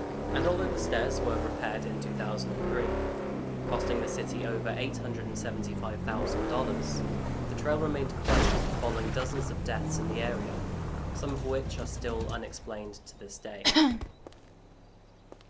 Those who ignore the signs can still be charged with criminal trespass, but despite this, people still hike the trail on a near daily basis. Security guards protect its entrance from as early as 4 AM. However, it being a rural trail makes it almost impossible to guard all ways of getting in. And back to Dalen Hua. He wanted to hike these trails. Dalen was a senior at Ihunuika Milanino, a Hawaiian immersion school in Kealakekua. Props to me for pronouncing that right. Dalen was a typical teenage guy. Brave, boisterous, confident, and on the 27th of February 2015, he was feeling all three of them. He stayed with his grandmother on Oahu Island over the weekend, with plans to catch up with her on the Friday and then go for a solo hike at Moanalua Valley Park, taking the stairways to heaven. In the early hours of the morning, Hua left his grandmother's house by foot. He then took a bus to Kaneohe, where he tried to find the entrance to the forest. His hike started off fine. He managed to avoid security guards and found his way into the forest, onto the perimeter of the Stairway to Heaven. He took one final picture just after 11 AM, snapping this image of the trail. After that, though, Dalen's phone fell silent. He never followed up to any of the messages his family had sent back to him. It could be bad reception though. No worries, they thought. They'll get back to us later. As the sun set and the evening came, Dalen's grandmother, who had made dinner for him, eagerly awaited for his return. But he never showed up. She tried to call his mobile, though it skipped straight through to voicemail. She recalled Dalen telling her about the stairway to heaven the night before. She told him not to go, it's too dangerous, and if you are caught, you can face heavy fines. But maybe he didn't listen to her. She called the police that evening, and the next morning, they started a search and rescue operation for Dalen Pua. While they can to stay optimistic at Kaneohe District Park, but their focus is up at the cold-outs, and time's working against them. Bad weather forced fire rescue crews to cut short their search. Dalen's family started to worry. It wasn't like him to just vanish without saying a word. And soon, their fears would grow even stronger. After his disappearance, police and relatives extensively studied pictures that he had sent his family shortly before disappearing. Maybe they could provide his route or offer extra information about the conditions on that day. And while doing this, there, lurking in the background, they saw a man, barely visible in the bushland. Despite numerous attempts to engage with the public, the man in this photo was never identified. Was he involved in Dalen's disappearance? True, he could have just been a passerby, but even then, he could hold critical information on the direction Dalen went in, or conditions. His involvement in Dalen's disappearance isn't a far stretch from imagination either. The crime rate in this area is the most prolific in the island after all, and the place was illegal for public use. Did Dalen come across something he shouldn't have seen? On Monday the 2nd, 3 days after Dalen disappeared, several hikers in the local area heard screams for help. They were so shocked by these shocking screams that they called the police immediately. One of the hikers posted their thoughts on Reddit just 2 days later. They said, "I could never explain to you the feeling I felt when you hear a cry like that. The hiker did not just pass up and go up the stairs. By the looks of the photographs, he didn't even make it to the stairs." We started the hike on a trail about 20 feet from Kualanahane Trail. We'd hiked about 3 hours up. We were yelling to each other to make sure the others were okay because we were so far apart. The wind died down for just half a second, and we heard a scream, "Help me." It shook me up so bad that I had to sit down to even call 911. My friends were about 50 yards in front of me, and little did I know, they were also calling 911. All 5 of us heard it at the same time. If we were going straight at the trail, the voice was coming from the left. It was coming from down below. It did not seem as if it was echoing, nor did it seem very far away. Again, the wind died just a tad, and we heard, "I'm down here." My friend and I both stopped in our tracks and started screaming for him. We stayed up there for about another hour without moving to try and listen for him again. The wind was so bad and the clouds were starting to roll in, so it was hard to hear anything. Their reports and efforts, however, led to nothing.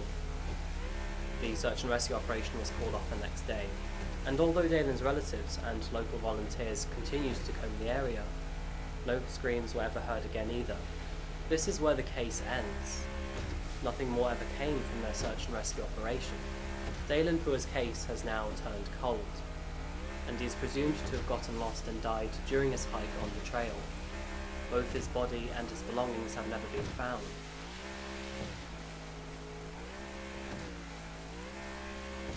And it is now almost 5 years since Dalen Pua's disappearance. His family and friends have pretty much accepted that he is most likely dead. Whether by accident or at the hands of somebody else, we may never know. The future of the Stairway to Heaven is also unknown. Oahu's Board of Water Supply, who currently own the steps, have said that they will demolish the trail unless the council takes over ownership of the stairs. They no longer want to be held responsible for what goes on there. The council is set to take ownership and may eventually make it a public walkway.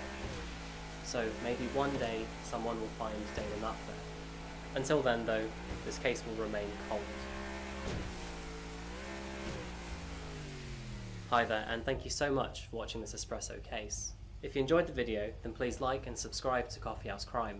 I create both weekly solved and unsolved crimes and mysteries on this channel. What do you think happened to Dalen Poir? Do you think that the man in the photo was involved in his disappearance, or do you think this was just an accident? What do you think about when you imagine a beach in the tropics of Australia? To most it's paradise, to home it's a few, but to one person it meant the end. My name's Adrian, and welcome back to Coffee House Crime. Today we're looking at the case of Toya Hoarding, who in late 2018 was found on a beach in Cairns, Australia, and how although police they have a suspect, they can't reach him or even find him.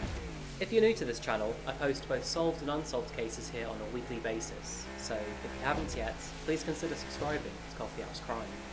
Okay, on that note, it's time to grab a coffee and sit back. Here is the case of Toya Hoarding.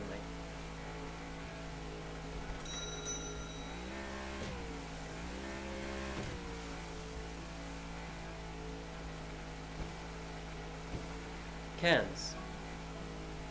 Cairns, located in Queensland, is found on Australia's northeastern coast. The place is known for its agriculture, wide array of natural resources, and its stunning scenery. Known as the gateway to the Great Barrier Reef to its east, with access to the Daintree rainforest to its west, all while offering dozens of restaurants and beach bars at its doorstep, there's no denying that Cairns can be considered life in paradise. The year is 2018, and one of Cairns' residents lived by the name of Toya Hoarding. Toya was 24. She was born on the 14th of June 1994, and she lived in the suburbs of Warri, southwest of the city. Toya was born to her parents, Troy and Vanessa, but while growing up, Troy and Vanessa would separate. Both of her parents would eventually remarry. Toya overcame her life struggles with positivity. In fact, she enjoyed having two sets of parents, keeping in close and loving contact with them both. Toya was described as a loving and carefree spirit. She was known as someone who enjoyed adventure, and she often expressed a vibrant personality in many ways, one of them through her various colours of hair. She was also well known in the area for her compassion and care towards unwanted animals. She had previously worked at a local refuge and boarding centre for cats and dogs north in the town of Port Douglas. She had previously given up her role to become a full-time pharmacist in a local town, but Toya, her heart still rested with animal welfare. She continued to volunteer at local animal shelters in her spare time, and when she wasn't doing that, she was looking after her own. Toya had a boyfriend named Marco Heidenreich, who she had been dating since early 2016. Marco too loved animals, and he was the owner of multiple dogs and snakes. On the day of October the 21st, 2018, it was a Sunday. It was a normal day for Toya as well. She'd picked up the morning shift at a pharmacy, and she had plans in the afternoon to take her dogs down to the local beach for some exercise. Toya finished work at noon, but before returning home, she decided to check out the local market in town, aptly named Rusty's Market. Shortly before 12:45 PM, CCTV cameras captured her on Sheridan Street, walking back towards her car with a colourful basket. She then travelled home to drop off her belongings, before driving by her boyfriend's house to pick up his dog, Indy. And after that, shortly before 2 PM, Toya drove to Wangetti Beach, 25 kilometres north of Cairns. Toya would often go to lesser-known beaches like Wangetti to clear her head. For many tourists, the beach was a place to wind down with a burger and a beer, but for Toya, she was a local. And so relaxation for her was to find a quiet stretch of sand, a place that she could be alone, somewhere where she could get away from the busy hustle and bustle of her work schedule. The beach was secluded, far from any town or tourist hotspot. The only local buildings nearby were a couple hotels and a resort, meaning that she could freely let Indy off the leash for a good run. And with the month of October, it was early summer in Australia. The sun, it was pleasant, the wind, it was gentle, the sand soft underfoot. Toya, she reached out into the beach. For most, this was a holiday paradise, but for Toya, this was home.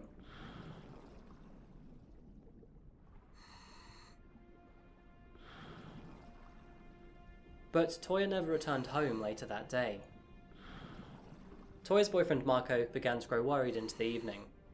Toya, she wasn't replying to any of his messages, and Indy, she was nowhere to be seen either. Toya, she liked to take time with her walks, sure, but for several hours, without any response or warning. That wasn't normal. At 9 PM, Marco had enough. He raised the alarm to police. He would also inform police that he had a feeling that she would either have visited Clifton or on Getty Beach that day. Toya's mother, Vanessa, was woken up by Toya's brother, Jack, and Vanessa would then be told that Marco had called police to inform them of her disappearance. Police drove to Getty Beach, arriving sometime shortly after 9:30 PM. But with the beach being so remote and so dark, they decided to call off the search until the morning. With police waiting until the next day to start their search, Vanessa, Jack and Toya's father, Troy, increasingly got worried for their daughter. They decided to take matters into their own hands. It was the middle of the night, but the family, they were extremely unsettled with her ever-glaring disappearance. So the three headed to Getty Beach. They arrived at the South Car Park to find Toya's blue 2009 Mitsubishi Lancer, an indication that she should be somewhere nearby. Additional members of the search party were soon called to join. With the closest building or lit streetlight over a mile away, it was pitch black. The only things guiding the Cordingley family on the beach was their torches and the moon above. It was sometime soon after that while walking up the beach, they then found Marco's dog. Indy was found 800 meters north by Vanessa, tied up to a tree so tight that she couldn't sit down. The dog was unharmed, but it was silent. She'd been out there alone for several hours, and she seemed to be distressed. Vanessa would return to Toya's vehicle with Indy, but Troy, he would continue leading the search efforts in a desperate attempt to find his daughter. As the sun began to rise, and as the tide started to recede, search efforts were still underway to find Toya. At this point, police were also on the way too. And with the assistance of sunlight, Troy, who could see in the distance, saw something which seemed to be a foot protruding from the sand. As Troy peered closer, he began to walk towards the object, and as he got closer, he began to run. When he eventually got there, he started digging. And, well, unfortunately, he'd found his daughter. She was naked, in a shallow grave below the sand. Oh. It was clear from her injuries that she had unfortunately endured a vicious attack. There was no possibility that this was just an accident. She had been punctured more than several times with a knife. Time stopped for the Cordingley family. They were now in the toughest moments of their lives, each one morbidly devastated. Search party members in disbelief, the community entirely shaken. 1 week later, Toya was put to rest. Her funeral, held in a chapel in Cairns, was packed with over 400 mourners. Family members and loved ones came to express their love and sorrow for her, even Marco's dog Indy attending. And following Toya's death, the next big question for police and pretty much everyone that had heard of the news was who did it, who killed Toya, and why? Queensland Police would lead the investigation into Toya's murder, with State Emergency Services also teaming up in the physical search. Plus, an additional 100 members of the public would also join in, and together, they would search that beach to try to find any clues that could link Toya to her killer. Several strange clues reached out to the police. It was noted that the attack was very violent. Usually with so much violence means there's a lot of emotion, and with a lot of emotion means that normally the victim knew the killer. But Toya, she was a very well-loved woman. She had no enemies, and all of her friends and family, they had alibis for the day that she was killed. What was also bizarre was how easy Toya's attacker had got away. Not only had she been attacked in an open spot in daylight with no witnesses, but she also had Indy. Indy was a larger-than-average dog. She was a German Shepherd, Great Dane and Mastiff mix, all of which can be very protective breeds. Yet, she was tied up to the tree so easily. No signs of injury, and no signs of attacking someone or something else either. Police would quickly put out a request to the public for any dashcam footage that was taken between 12 noon and 7 PM on the day that Toya was killed. They would also ask anyone who had any potential information, no matter how big or small, to come forward. This included a direct request to anyone who knew of any males in the area who'd been harassing women in the past. And this was for good reason too. because police they now expected that the crime was sexually motivated. In the days and then weeks following Toya's death, police would report that they'd received over 100 tips from local people in the region. These tips would report a wide range of offences. It included the use of cannabis, it included harassment, and, as expected on a beach, it also included indecent exposure. And in late 2018, police would release CCTV footage to the public. They first showed Toya at Rusty's Market early that fateful day. And then of a short video taken from a road post, revealing approximately 70 vehicles that had been driving on Cook Highway between 5:02 PM and 5:07 PM that day. What seemed to be increasingly obvious was that police, they were honing in on a specific time and a specific location on the day that Toya died. Where they were first interested in several locations over most of the afternoon, they're now interested in just 5 minutes and one place. This is where the surveillance footage captured by that road post is still relevant to this date, because police, they're still trying to identify some of those vehicles and some of those passengers. That's because to this day, no one has been formally arrested for the death of Toya Hoarding. Yet. And this is where it gets very interesting. Following the morning after Toya's death, investigators started the hunt for a killer, and moving into November, they started to grow a list of persons of interest.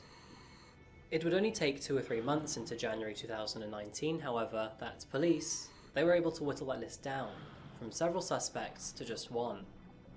This suspect, he seemed to fit the puzzle pretty well. And this is where I need to introduce you to a man. His name is Rajwinder Singh.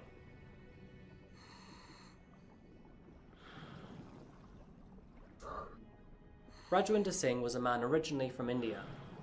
He grew up in the city of Amritsar in the northwestern state of Punjab.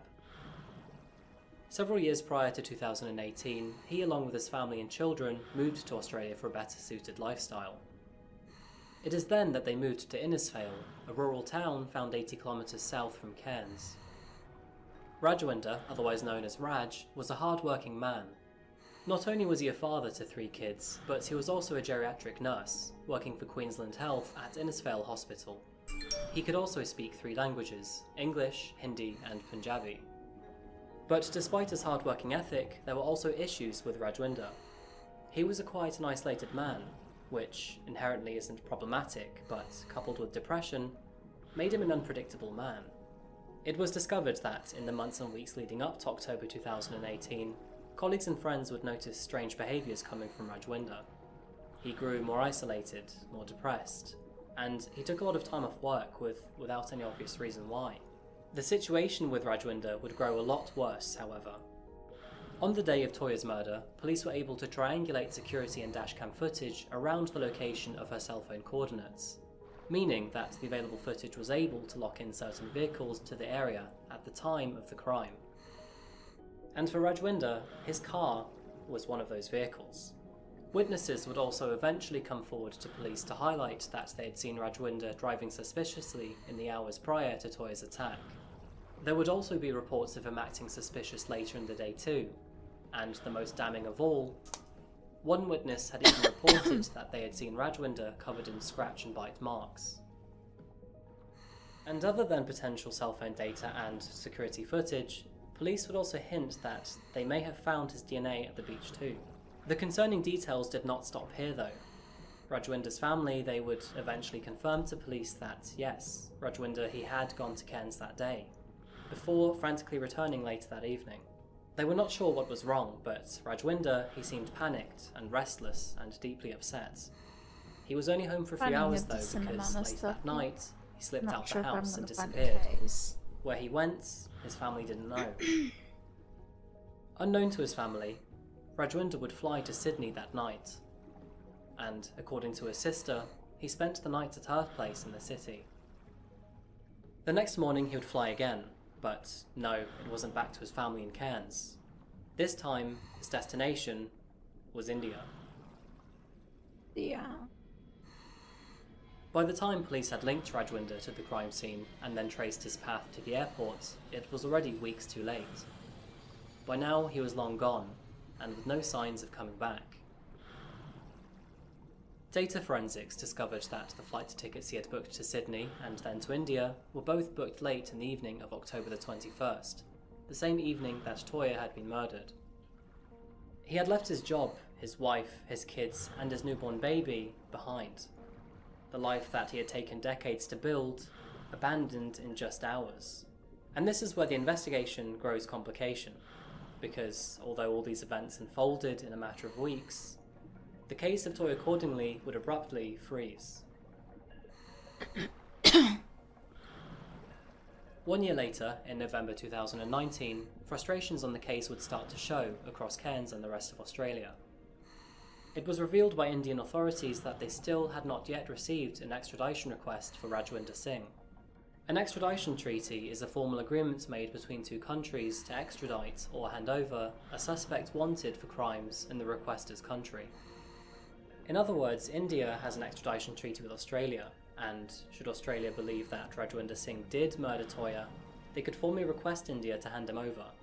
But this process is complex and challenging. Particularly with India, police have to make sure that, well, they have enough evidence to almost entirely prosecute someone. And since the extradition treaty can only be requested once, they have to make sure that they have enough information on him. Failure to do so could mean that Rajwinder is exempt from a second chance. The red tape is nothing short of infuriating for Toya's family and friends, because, as of today, Rajwinder Singh is still a free man. He is believed to remain close to where he had fled, back in Amritsar, and if he hasn't started up a new life by now, could be taking shelter in a nearby Sikh temple, claiming free board for work. But in March 2021, progress on Toya's case has finally been made. That's because Queensland Police, in assistance with Australia's government, have officially issued an extradition order for Rajwinder Singh to Indian authorities. India is now expected to conduct their own investigations into this case, along with the extradition request. The time frame is unknown, but they will respond accordingly. If they approve the order, Rajwinder Singh will officially become a wanted man, not just in Australia, but in India too. And this is where we are in the case at the time of this video being made. What will happen next, or how fast it will happen, is anyone's guess, but for Toya's family, any progress is good news. On the 1 year anniversary of Toya's death, the people of Cairns and surrounding areas came together. They built a memorial along Wangeti Beach, the place that Toya had taken her final footsteps. Over 120 people attended the event. A banner unveiled to declare that the community will never give up on her. I'm gonna change spots. Her memorial stone sharing the same words that she herself had put onto her Facebook page a couple years prior. Be the change you want the world to be. Photos from Google Images still resemble the cold aftermath that was left by Toya's killer. Signs littered across the area of Cairns asking for dashcam footage to help. And maybe we already know him by now, but until Rajwinder Singh comes forward or is found, the case of Toya Hoarding will remain unfinished and unsolved.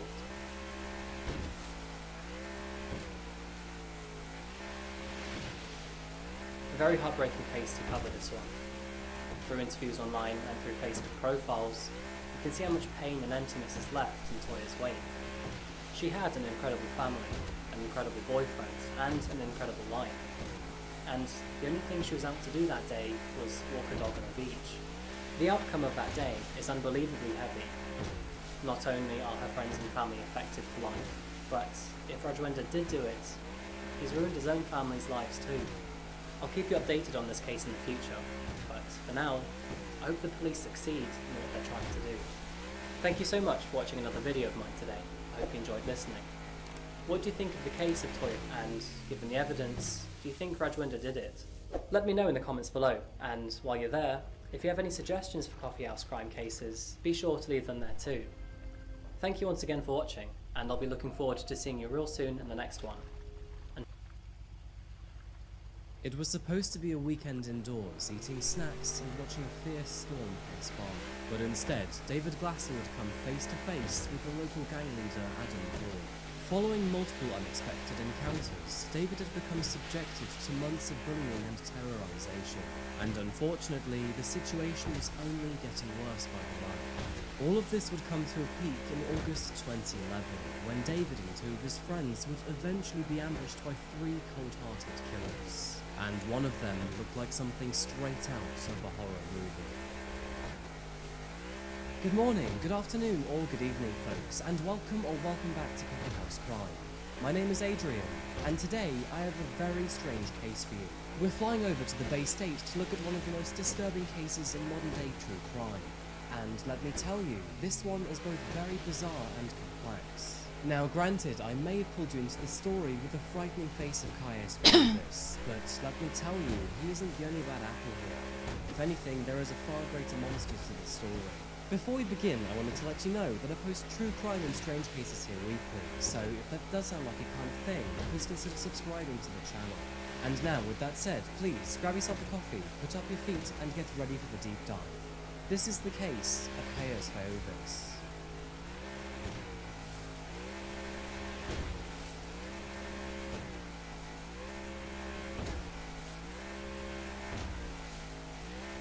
Boston, baked beans, and the Red Sox. These are three of the many things that well and truly put Massachusetts on the map. Despite being the 6th smallest state by landmass, it's one of the most densely populated, and there's very good reason for this. The Old Bay State is profoundly important to American history, modern-day America's research economy, and of course, sports. Games aside, the state is also a global leader in biotechnology, engineering, higher education, and finance, making it the 3rd highest state in the nation when looking at income per capita. Now, most of the money can be found in its capital, Boston, or the state's other large cities, including Springfield and Worcester. And this generally means that, when living in Massachusetts, the further east you go, the more expensive the land is. Travel to the western border to a small city named Pittsfield, and one could argue that this place really is the pits. With a median income less than half of the state's average, life here, when compared to the larger cities, contrasts in a less than favourable way. Sadly, more than 10% of the population here is below the poverty line. Though from what I've personally been told, there are still plenty of opportunities to live a happy and peaceful life here. Casting back to the year 2011, it was in the month of August that, much like other cities near the east coast of America, Pittsfield was bracing itself to experience something rather unusual. Tropical cyclone Hurricane Irene was getting ready to batter North America's coastline, bringing winds of up to 120 miles per hour. Now, most of the damage remained in its southern states. However, Massachusetts would still be in for a very bumpy ride. Many stayed in their homes to ride out the storm. And although Hurricane Irene was a cause for concern, thrill-seekers looked forward to it with silent anticipation. And 3 of those who were excited to see the storm were local Pittsfield residents David Glasser, Edward Frampton, and Robert Chadwell. So, while our storm is brewing today, let's talk about our first 3 characters of the story. Located to the northwest of Pittsfield commercial area lies a 4-bedroom, 2-bathroom home on Linden Street. With not much around, the house, which was divided into 2 apartments, was very affordable. And back in the year 2011, one of those apartments was rented out to 2 men named David Glasser and Edward Frampton.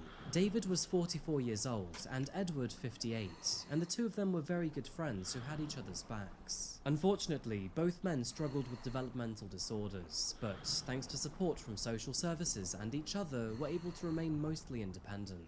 David Glasser held no formal qualifications, but financially he got by just fine. He would often go around town in his pickup truck, selling scrap metal, giving people rides for a fee, or selling used items. And he would often sell the scrap metal or used items to Pullman Scrapyard, which could be found across town. David described himself as mentally and physically challenged. To add to this, he also had diabetes, which sometimes gave the false impression that he was drunk, and had been wrongfully fired from jobs and treated unfairly in the past because of people's Just a moment.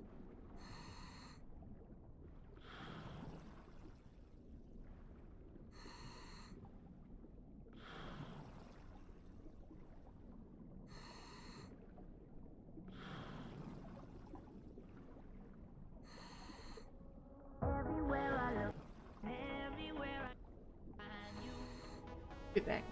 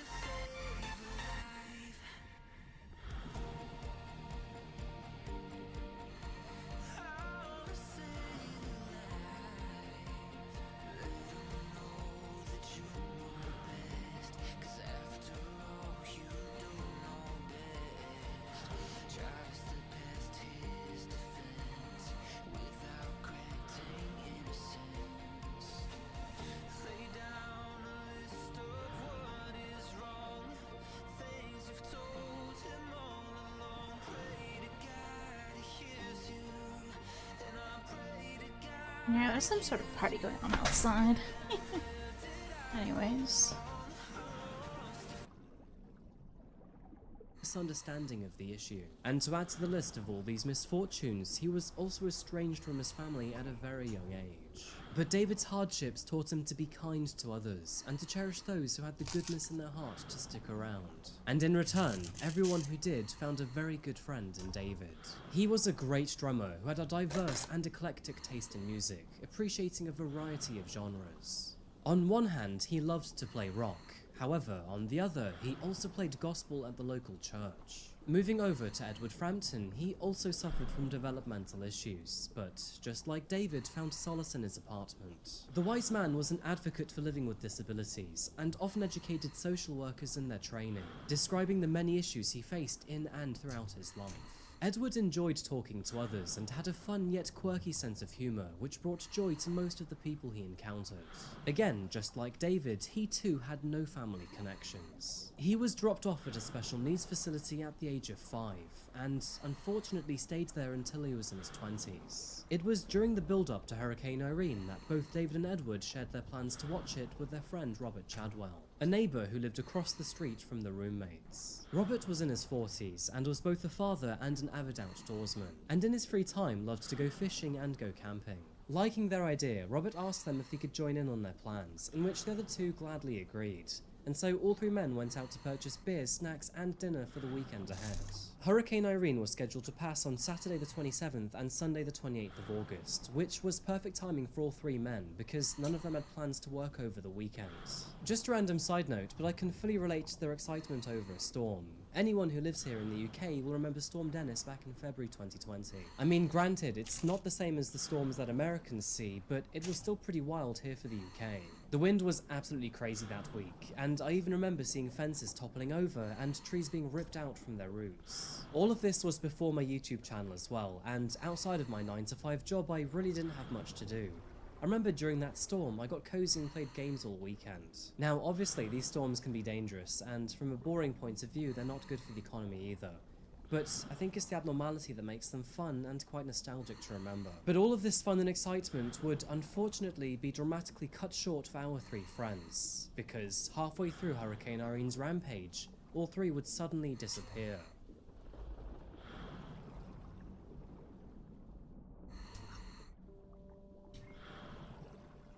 Everything appeared to be fine on the Saturday, and David helped drive a friend across town during the daytime. And during this drive, he seemed relatively happy, though he did express some concern. He was scheduled to testify against a local gang leader in court, and this was due to happen in about 2 weeks' time. After dropping his passenger off, David waved goodbye and returned home.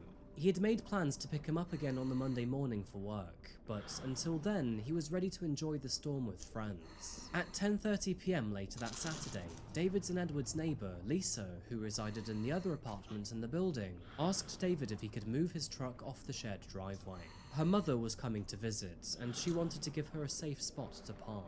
David gladly agreed. During this conversation, Lisa noted 4 men in the kitchen, though she didn't know who the 4th man was. Heading to bed for the morning ahead, she was awoken several times to the sounds of thumping and banging. She wasn't sure what was going on downstairs, and alongside the disturbances were 2 unfamiliar voices. Saying that, she could also hear David and Edward talking amongst the discourse. And since she trusted both men, she didn't feel it necessary to check in on them.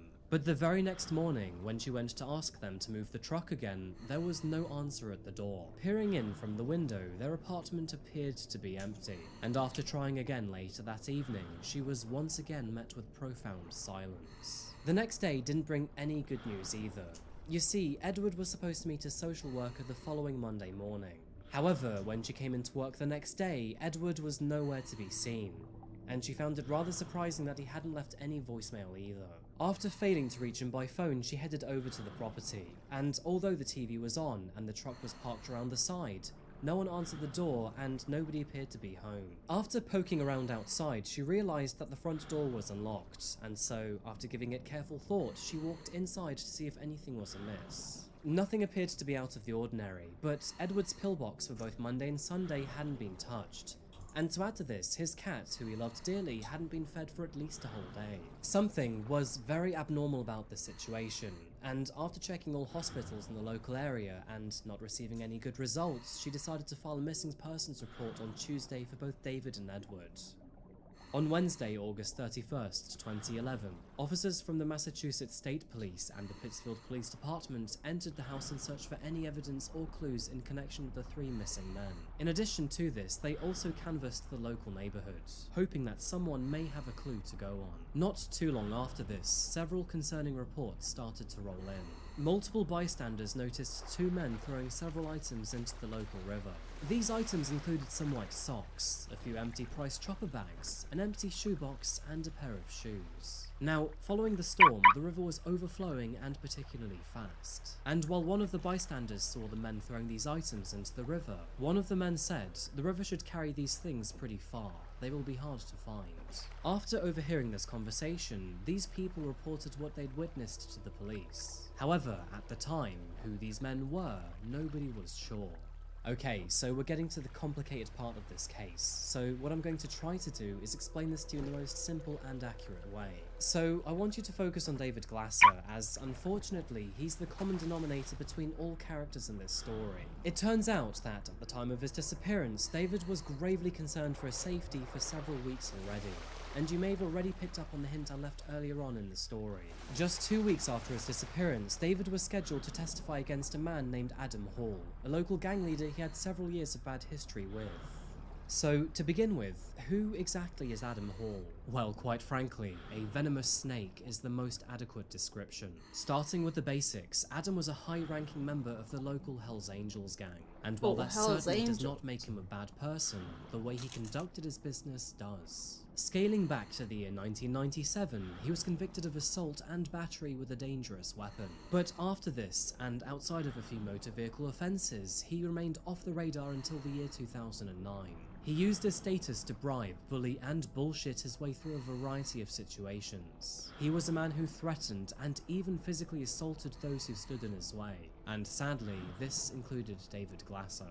By the way, and just a random side note, but after spending about half an hour trying to locate Adam's address, I was finally able to pinpoint it through Google Maps. And let me tell you, anyone who drove by this property could tell that the owner was up to no good.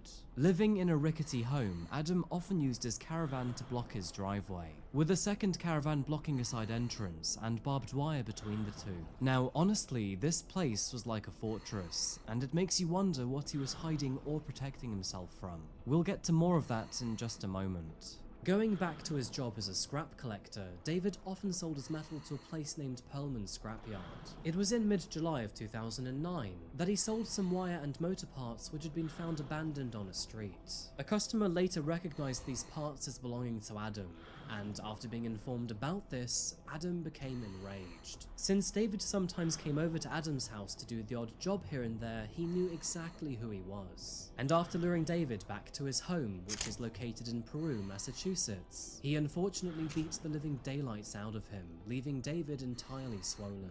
Following the assault, Adam demanded that David gave him his pickup truck for free as a token of punishment. And furthermore, if he told the police about any of this, he promised he would murder him.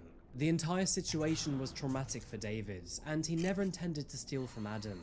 He likely never did, but Adam didn't care. Following some persuasion from his social worker and several friends, David eventually went to the police, and in return, authorities would visit Adam at his home. And after arriving at his house, the authorities charged Adam with intimidation, kidnapping, assault, and after finding a huge amount of cocaine, possession too. Now, obviously, these charges were not good for Adam or his reputation. Not that this mattered in the beginning, as he remained behind bars. But on September 30th, 2009, around 10 weeks after being arrested, he was released on a $50,000 bond. I wonder where he got that money from.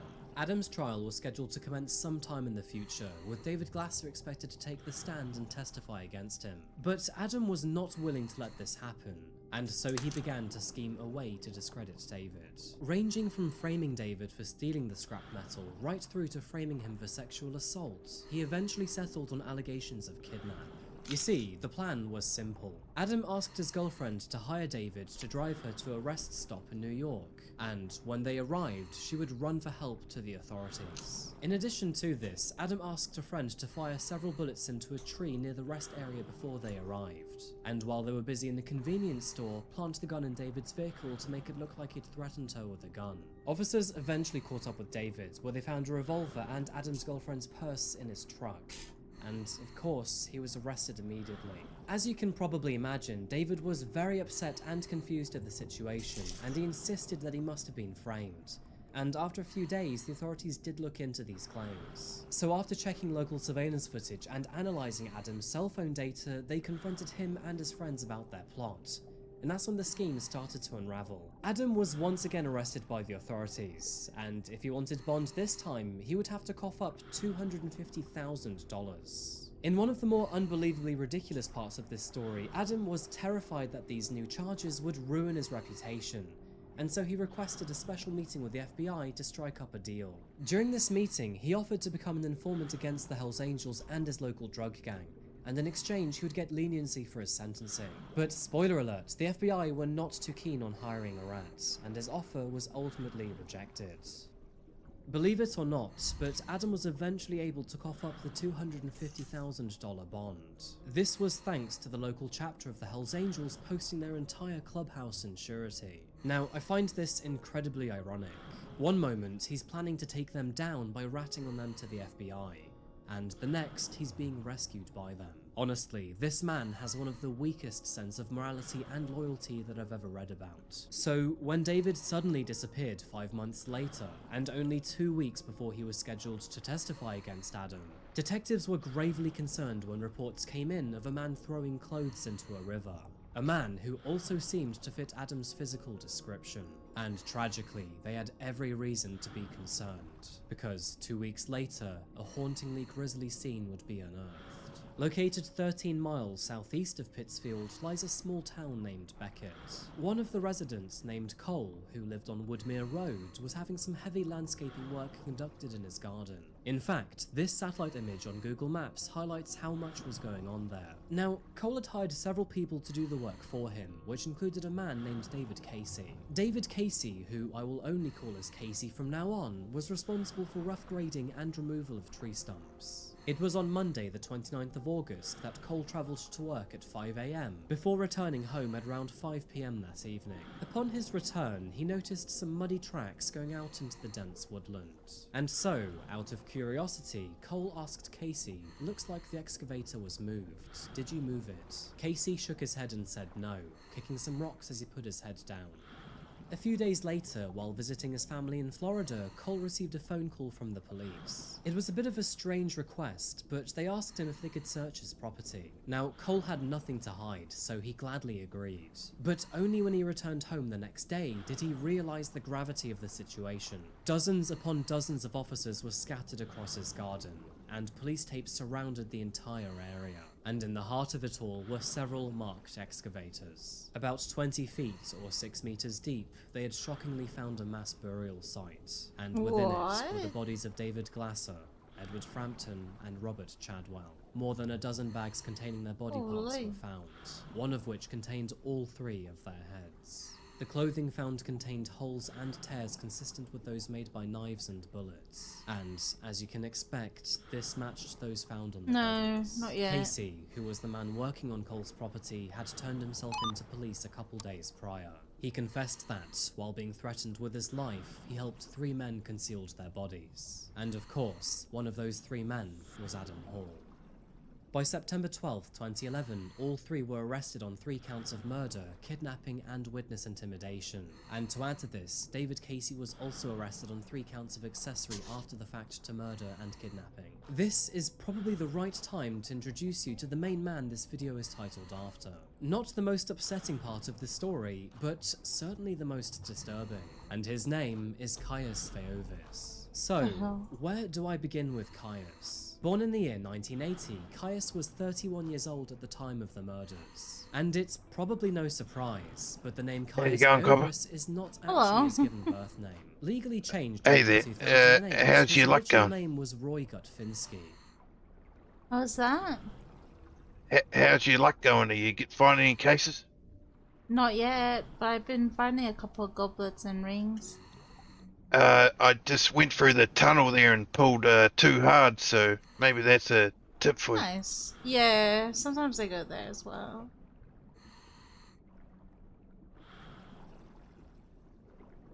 And to be honest with you, I can kind of see why he wanted to change his name. No offense to the other Gutfinskis out there, but why a name like Caius Veovis? Well, Veovis is an ancient Roman god, and apparently the name Caius comes from Gaius, a Roman emperor. Now, there are several ways you can pronounce his name. For example, Caius can also be pronounced as Caius, but it seems that most of the courtroom footage pronounces it as Caius, which of course doesn't sound similar to the Roman emperor Gaius. Anyway, this was not Caius's first stint in the spotlight. Back in the year 1999, Caius made headlines after he and his former girlfriend were arrested over charges of assault. Prosecutors claimed that both of them lured a 16-year-old girl into their motel room, where they then tied her up, sliced her back open with a razor blade, and then ritualistically licked her blood while kissing each other. The authorities were called when the victim turned up at a hospital with a 7-inch gash that needed more than 30 stitches to close. During his trial, Caius claimed that he was a vampire and a Satan worshipper, and claimed to like the taste of his own blood and drink others. Now, both he and his girlfriend were guilty of these allegations and were sentenced to 10 years behind bars. However, they would both only serve 3. After being released on parole, and in the year 2006, he was arrested once again on charges of kidnapping and drug possession, and held 2 strippers hostage in a hotel room. Now, these kidnapping charges were eventually dropped, but Caius was sent back to prison for violating his probation. Anyway, one of the most intriguing things about Caius comes down to his distinctive facial features, and you're probably wondering why he has them. Amongst other unusual characters tattooed on his face, the number 666 rests between several subdermal implants on his forehead.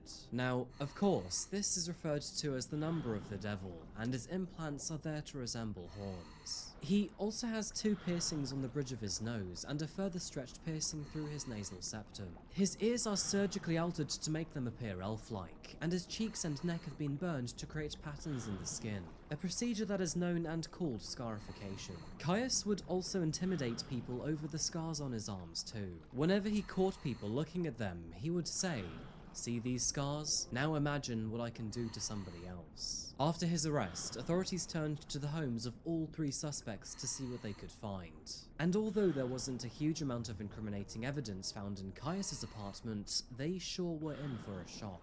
Living in an apartment at 10 Cloverdale Street outside of Pittsfield, Caius lived in very cheap accommodation at the end of a runway. Everything inside was painted black, including the walls, floors, and doors. Hell's Angels memorabilia was scattered throughout the room, and anatomical drawings from medical textbooks hung on the walls. Scary enough, this included images of human dissections and amputation of body parts. Ammunition boxes, fake skulls, and a mobile phone with the battery removed were all discovered. Detectives also found a machete, a cleaver, a sickle, various army knives, a pack of blackened mild cigars, and 2 baseball bats with spikes driven through them. Excluding the baseball bat, most of these items were consistent with the types of tools used against David, Edward, and Robert. Almost in a trophy-like manner, but inside of a separate metal box, they found a newspaper article dated from September the 6th, which described the disappearance of all 3 men. In addition to this, they also found another article from September the 8th, describing the ongoing search for them. Now, it is worth mentioning our third and, relatively speaking, most mundane accomplice in this case. Living 20 miles north of Pittsfield in North Adams and 44 years old at the time, Shalou was a good friend of Adams. He had known him for several years and was often found at the Hells Angels clubhouse. But otherwise, I don't really know what to tell you. The man was as dull as ditch water. Following their arrests, all 3 men pleaded not guilty to all counts of murder, kidnapping, and witness intimidation. And so Adam, Shalou, and Caius would all face the judge and jury in their own separate trials. The evidence available at the disposal of the prosecution varied slightly from case to case, but through all 3 trials, a highly damning and grim story was unearthed. In the months, weeks, and then days leading up to the disappearance of David, Robert, and Edward, Adam Hall repeatedly told friends and acquaintances that David Glasser had to disappear. In mid-August of 2011, Adam Hall purchased an old Buick SUV for $500 from a mechanic. The vehicle ran well, but nothing to write home about. Several days later, on August 24th, Caius was recorded purchasing a hacksaw from a Home Depot in Pittsfield. In the afternoon of Saturday 27th of August, Robert made his way across the street to spend some time with Edward and David Glasser. The wind was picking up speed, and all three men were planning to spend some quality time hanging out together. A surveillance camera captured Adam Hall with David Chalou and Caius Vovis just 4 hours prior to the other three men's disappearances. Witnesses spotted Adam getting into Caius's black Jeep that very same evening, and later that same night, further witnesses placed all three men in Caius's home, where they cleaned their guns together. At 10:30 p.m, a neighbor spotted a fourth man through the window of David and Edward's home. It is not confirmed who this person was, but it was likely Adam Hall, and hours later this house would be entirely empty. Sadly, later that night, David Glasser, Edward Frampton, and Robert Chadwell were reportedly forced into Adam's and Caius's Jeeps. They were then lured out into the woods, and, in the middle of the storm, were murdered in cold blood. All three assailants were after David Glasser alone, and for Edward and Robert, it was merely a case of being in the wrong place at the wrong time. Sparing the details, all three men were tortured, stabbed, and eventually shot. And David Casey, the man with the excavator, would later testify that Adam bragged about murdering them. He referred to his three victims as the N-slur, the R-slur, and the fat guy. He further said that one of his boys, presumably Caius, really enjoyed torturing and cutting them up. It was raining extremely hard that night, but Adam didn't care at all. He said he felt great about his actions, and apparently slept soundly afterwards. At 5:30 a.m. the following day, a store clerk at the A-Mart in Pittsfield served Adam Hall. He walked in to buy 3 candy bars and a pack of cigarettes. That's 3 candy bars, perhaps for himself and 2 other people.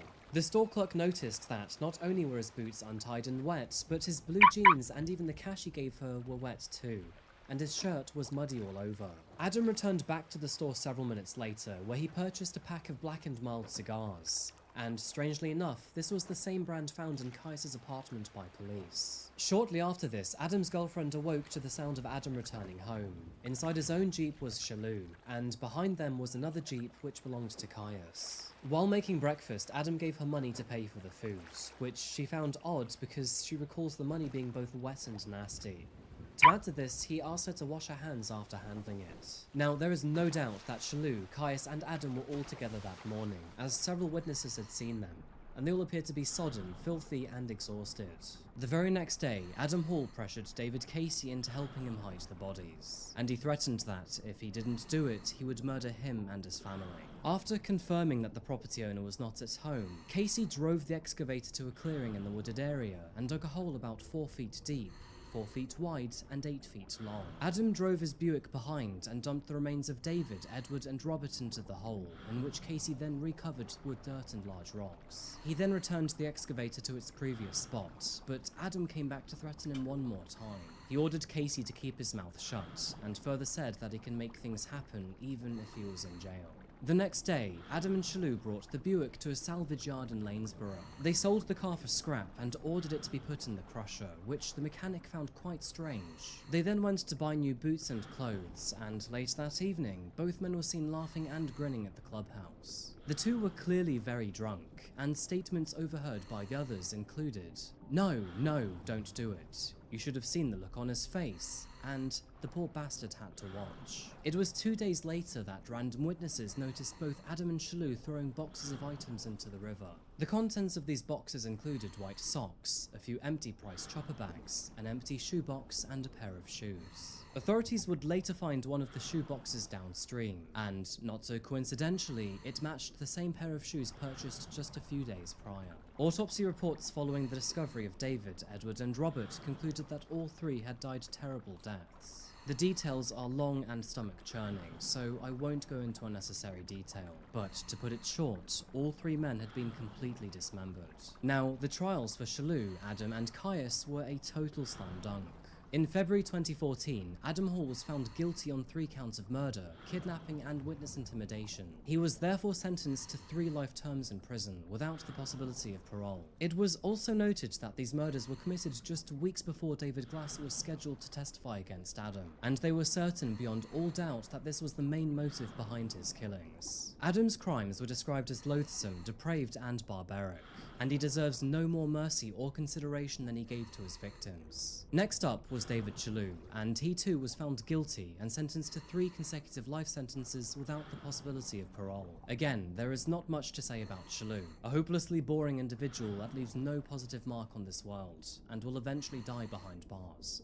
Caius would be the 3rd man to stand trial, and the legal proceedings of this case were both interesting and turbulent to say the least. He was eventually found guilty on all 3 counts of murder, and as soon as the jury read out their verdict, Caius screamed and shouted to say, "I will see you all in hell." Yeah, I'll see you all in hell too, you remember that. Every one of you, I'll see you in hell.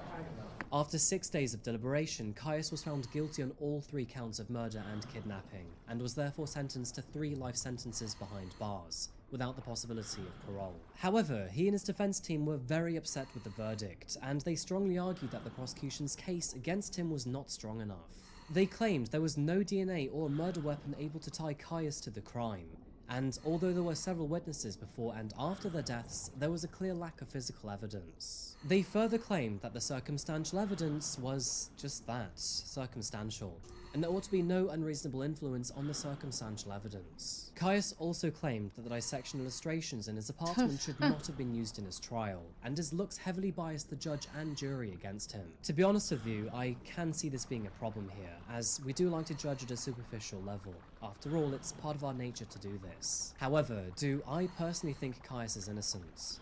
Well, looking at all the peripheral evidence available, not at all. Anyway, here's a spectacular video of him throwing a tantrum in court. When I was first arrested, the police made it clear to me that they did not actually believe I had anything to do with the disappearance and murder of these men, but that they did believe I possessed some knowledge that would greatly assist in their investigation.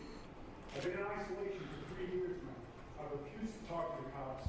I've turned down all the numerous plea deals offered me from the beginning. Just 1 month before this trial began, DA Capers called my attorney, Gavin Reardon, and told me he knew I did not kill these men. He offered me conspiracy after the fact, 7 years.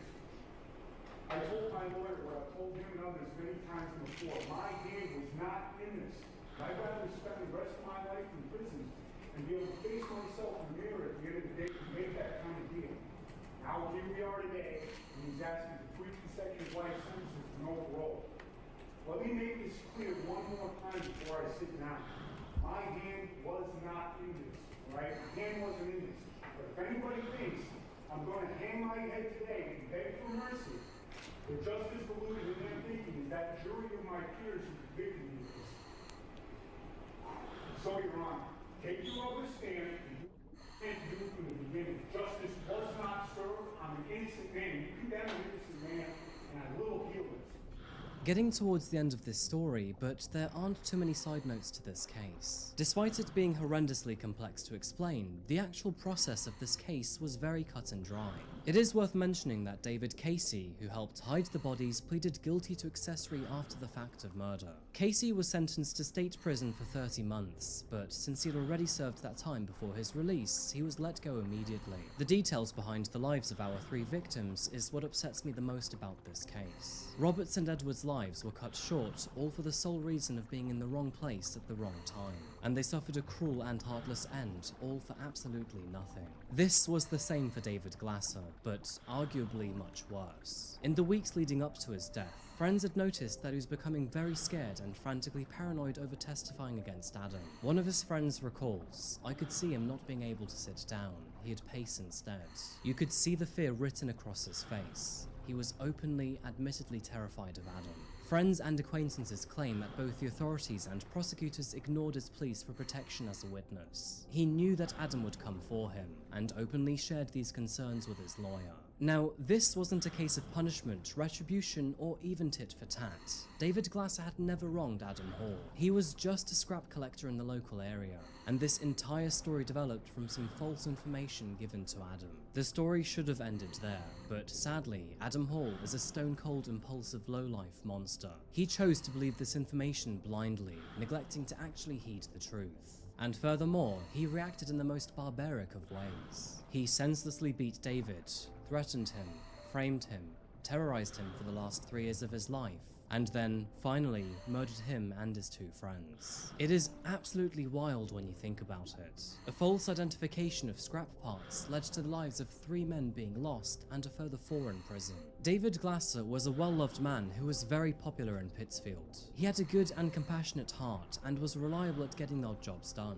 And despite rarely having any money, he often made the effort to buy gifts for his friends and their children. In the year 2005, he sent a letter to an editor working for the local newspaper in an effort to spark an awareness of how we treat each other. In his first sentence, David said he was mentally and physically challenged, but his main point was to bring an awareness of how we treat one another. His physician of 20 years called him kind and generous, humble and courageous, and said he was a man who overcame many challenges and special hardships to stand tall among us. And Edward was equally likable and noble. He was someone who liked to take care of others, and his death left a very personal loss for all of those who loved him. Many were touched by his love and his humour, but on a much larger educational scale, his death also leaves a gap in the understanding of the early disability world. Robert Chadwell was another man who was unable to know that he was in the wrong place at the wrong time. He is described as a happy-go-lucky man who was also well-known and well-liked, and sadly, he now leaves a child behind. To be honest with you, I can't even believe this case happened, and the consequences behind just stealing some scrap motorbike parts is astounding. At the end of the day, all 3 men were planning to enjoy a storm together, and how this weekend full of fun and excitement can turn into one so grisly is absolutely devastating. Anyway folks, I'm going to wrap this case up here, so thank you so much for watching another video today by Coffee House Crime. If you found this case interesting or insightful, then please remember to like the video and subscribe if you haven't yet. So, what do you think about this case? Do you think Caius Phaeovis is guilty of these murders? Or do you think the evidence is too circumstantial to convict him? Anyway, thank you again so much for watching another video today.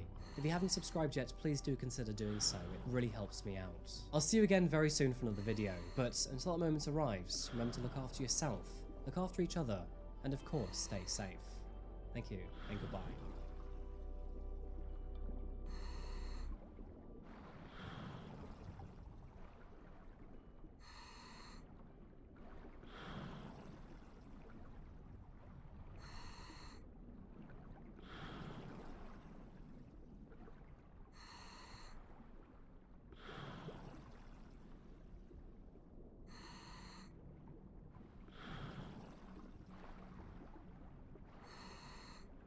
Aw, hamster.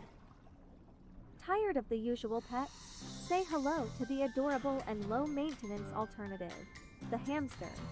Why should you consider a hamster as your next pet? They're low cost and easy to feed. Hamsters enjoy a simple diet of pellets, fruits, and veggies. Busy lifestyle? No problem. Hamsters are independent and don't need much attention, making them perfect for working individuals and students. Got kids? Hamsters make great first pets. They teach responsibility, and their small size makes them easy to handle. Just remember, adult supervision is essential. Hamsters are low allergen pets, so if you're allergic to cats or dogs, this cute furball might be the solution. Plus, they come in various breeds and colors. You're sure to find one that's perfect for you. Ready to welcome a hamster into your life? Visit your local pet store and discover your perfect pet match today. Tired of the usual pets? Say hello to the adorable.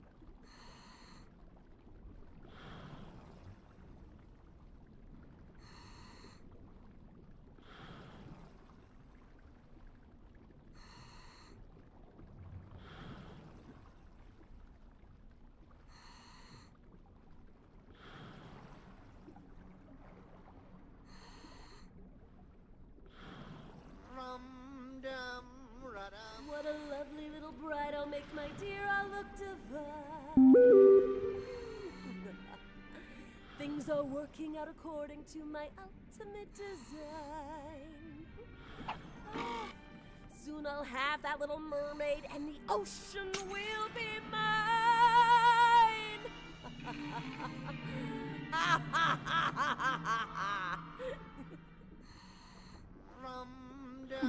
It was a very good impression. What a lovely little bride I'll make, my dear.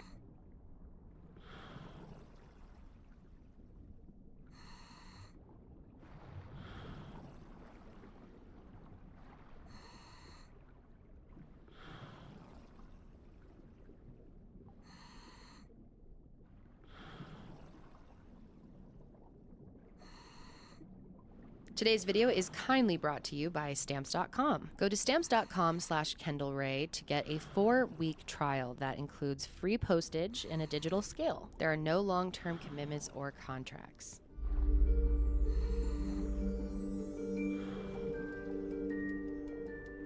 Hello everyone and welcome back to my channel. I am so happy to have you back for another video. If you are new, welcome. So I'm sure many of you have heard of the Chippendales. And I'm not talking about Chip and Dale. Nope, something very different here. I'm talking about the Chippendales performances, the tours, and the Chippendales clubs. I'm sure many of you have been to the Chippendales show, and let me know how it is. I've never been myself. But even if you know what the Chippendales are, or if you've been to a show before, there's a good chance you may not know the full story behind the Chippendales, about how it got started, and all the chaos that happened along the way, and the murders that were committed. And for those of you who aren't familiar with the Chippendales, maybe you have heard of or seen the movie Magic Mike. That's kind of the easiest thing to compare it to because it's based off of the Chippendales. The true story behind the Chippendales is very, very interesting and very dark. It's filled with greed, jealousy, and a murder for hire plot that took the FBI across the globe. And while there are many people involved in this story, there are two kind of key players, if you will. And these two men are Steve Banerjee and Nick DeNoia. So let's start with Steve Banerjee. He was born on October 8th, 1948 in Mumbai, India. His birth name was actually Showman, which he changed when he first came to the United States in 1969. And he came here hoping to fulfill a dream. And that dream was to become a nightclub impresario. I hope I'm saying that right. I had actually never heard this word before, but an impresario is someone that handles finances and kind of organizes and oversees the musical and theatrical performance within a nightclub. So Steve really came over here with the idea of achieving the classic American dream. And his life really was that. He had kind of the classic rags to riches story. His father was also a businessman himself and was pretty successful. He owned a printing company and he really looked up to his dad. But Steve really wanted to make a name for himself. Instead of working in his dad's printing company, he wanted to have his own success story. So he wanted to start his own business and really start from the bottom up. And when Steve first came to America, he stayed in Playa del Rey in California. And when he first got there, he started working as a janitor. And he did this for a little while, but not too long, because he ended up getting a loan from a friend and used it to start a business right away. He ended up actually becoming the owner of a few mobile gas stations. Now, it's kind of unclear if he just got lucky or if he had some type of inside knowledge or was told to make these investments in the mobile gas stations, but it ended up being a big jackpot for him. Gas prices started skyrocketing in the 70s and he came into a bunch of money very quickly. But even though this was life-changing for him and he was definitely successful, he wanted a different type of success. He wanted to be known for something. Steve wanted to do something big in the world, leave a mark on it. In fact, his two role models were Walt Disney and Hugh Hefner. So the success from the gas stations was great, but it is nowhere near what Steve was looking for. But Steve wasn't that typical, go-getter, success above all else kind of power personality. He had those skills, but he was very reserved. He wasn't as confident in himself as you may think. He wanted this kind of larger than life lifestyle, but he was very socially awkward and timid. and just quiet. Steve was also known to be incredibly private and would barely even talk about his childhood or his family. And as time went on, he became more and more about the money and really less about anything else in his life. He was very cutthroat and extremely competitive, and all he really cared about was making as much money as he possibly could. Now, the other kind of key player in this story is Nick DeNoia. So Nick was born on May 14th, 1941 in New Jersey, and in his professional career, Nick is best known for his talents as a producer and a choreographer. One of his more famous productions was a show called Unicorn Tales, which was an 8-part series of musical shows that were for kids. Unicorn Tales was produced and aired in the late 1970s in association with NBC. Fairy tales are marvelous, wonderful stories that were supposed to have happened a long time ago. Nick also produced a handful of other movies, including The Stowaway, Ladies' Night, and The Magic Pony Ride. And there was never a doubt in anyone's mind, especially people that knew him growing up in his family, that Nick was destined for big things, that he was meant for show business. Nick, unlike Steve, was said to have a larger-than-life personality, and he was often the loudest and most noticeable person in the room, versus Steve, would barely talk. Nick was also a perfectionist, but even the people that knew him said that the perfection almost wasn't enough for him. He always wanted more, better than perfection. That's what Steve expected from the people that he worked with, the people in his life. He had very high standards. So even though he was a very hardworking, creative, very innovative person, he was also known to be very pushy and rude to get what he wanted. He definitely fits that, classic Hollywood stereotype of the successful creative director who's also kind of a dick. He was from New York, so he had a strong accent and was very fast talking. He was the type of guy who just didn't care if he made enemies along the way. Like, he could be really friendly to you, but he was always prepared to do whatever needed to squash you if he needed to. Nick himself even said that he can be a nice guy as long as people do what he asks. But Nick doesn't really enter the story until a little bit later. So we're gonna go back in time a little bit to West Hollywood in 1975. So Steve Banerjee at this time has made quite a bit of money with these several mobile gas stations, but he wants more. And eventually he has enough money to take the next step in his career. He and a business partner were able to go in together on this dumpy bar at 3795 Overland Avenue in West LA. And like I said earlier, Steve wanted to be involved in the nightclub scene. And so they decided to open a nightclub. So in 1975, the two of them purchased this space and they named their new club Destiny 2, even though there had not been a Destiny 1. They just thought it would make it look more successful, cause a little more hype around it if people thought that it was the second version of a previously successful club that did not exist. Unfortunately, this did not work, and the Destiny 2 was kind of a big flop. There was a lot of competition for clubs in that area, so getting people through the door just wasn't as easy as they thought it was going to be. So Steve kind of ended up throwing many different ideas against the wall, just waiting for something to stick. I mean, he tried disco dancing lessons, magic shows, mud wrestling nights, and a lot more. And he even would keep the Destiny 2 open until 4 a.m., even though sometimes he would lose money by doing that. But he hoped that it would, kind of attract the later night party crowds. But it was his dream to open and run a successful nightclub, so he decided he had to make some changes. He felt like it might really be the name of the club that was causing it to not bring in as many people as they were hoping for. Destiny 2 just wasn't catching on like he hoped, so he decided to go with a new name, and that was Chippendales. Now, the name Chippendales actually comes from a type of 18th century furniture, and Steve decorated the club with some knockoff Chippendales style furniture to give off a nicer appearance. He was really hoping to attract kind of a classier crowd this time. And it definitely helped business a little bit, but it didn't boom like Steve was hoping for.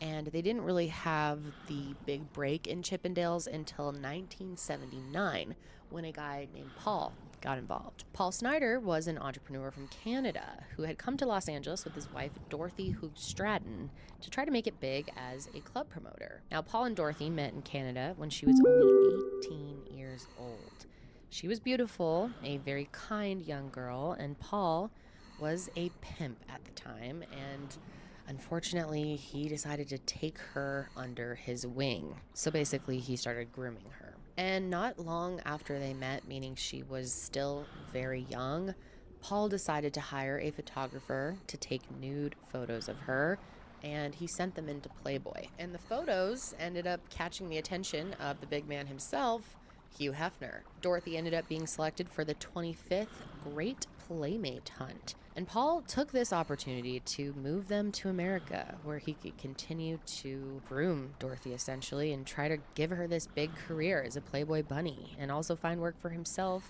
possibly as a club promoter. Eventually, Dorothy became a full-time Playboy bunny and even landed the title Miss August 1979. And Mr. Hefner took a particularly strong liking to Dorothy and would give her a lot of advice while they were working together. At one point, he even convinced her to change her last name from Hugh Stratton to just Stratton. He thought it was just easier to say, would help her career, and her career started taking off pretty quickly. Now, with all the attention that Dorothy was getting from the public and just from other men, it caused a lot of relationship issues between her and Paul. Hugh would even suggest to her many times that Dorothy should just end their relationship because Paul had been very controlling and protective of her lately. Plus, Hugh just didn't think it looked good for her image as a Playboy model. He wanted her to live in the spotlight and be part of every media appearance that she had. And being married was just not ideal for Hugh, considering she was now a playmate. And being publicly married kind of took away from the allure that Hugh was trying to create. So because of this and many other reasons,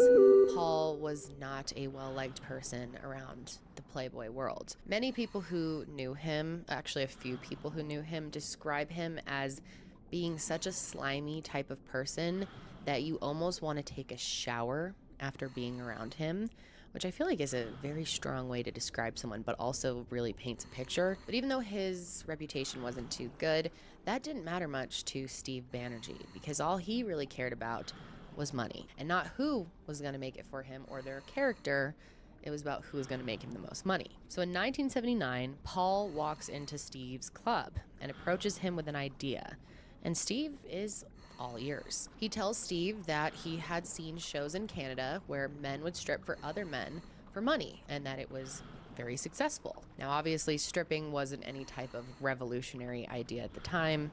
It's been around for a very long time. But for the most part, throughout time, stripping has mainly been for men to be entertained by women. So Paul thought, why shouldn't men strip for the pleasure of women? I mean, it's a whole untapped market for half the population. So he convinces Steve that he should try something similar in his club. So Steve thinks it's a great idea and wants to see how it plays out. But his only condition is that Paul stays and MCs the shows. Paul actually really liked that idea, and he agreed. So to find guys for these shows, Paul and Steve literally go out on the beaches in Los Angeles and just start looking for hot guys. Any guy who is working out on the beach, running on the beach, has the body they're looking for, they just walk right up to them and tell them they're interested. Now, these weren't the most cream of the crop men that you would find at a Chippendales show now. The standards are really high now, but this is what they could work with at the time. They just needed, pretty attractive guys who could listen, take orders, and weren't afraid to take off their clothes and perform for women. So the very first night that Chippendales has this new show featured, quite a few women actually showed up. And it was such a success that they would go and tell their friends, and word started getting around that this was an awesome show, that it was really fun. And so every night after that, every single Chippendales show going forward would just get a bigger and bigger audience. It was really the first time that a show like this was catering to women's needs. And Chippendales kind of hit it out of the park from the very first night. But, it's Paul and Steve that are in charge of all this, so it wasn't what it is today at all. There was almost no structure to these shows. It was just kind of whatever goes, goes. There was no choreography, no costumes, no real themes, but it still managed to attract a lot of attention and a lot of women. And week after week, the audience just continued to grow, and so did the amount of excitement. I mean, people would just scream in the audience, people would go wild, especially because around this time, women were just starting to really express themselves as sexual beings. And it was something very freeing, very cathartic. Women felt like they could just be themselves, be as sexual as they wanted to be, have fun with it, because it felt like there would really be no consequence to it all. This was something different than how a lot of them had been raised, you know, how they had seen their mothers raised. And it was a really exciting time. It all began in 1979, when the very first Chippendales opened on the west side of LA. The popularity, I think, was the first time that the equality door was kicked open for women to get the same kind of entertainment options that men have had for years. They could be rowdy, rude, vulgar even, like men. I think it's a great place for role reversal. The men are allowed to go wherever they want. Why can't ladies?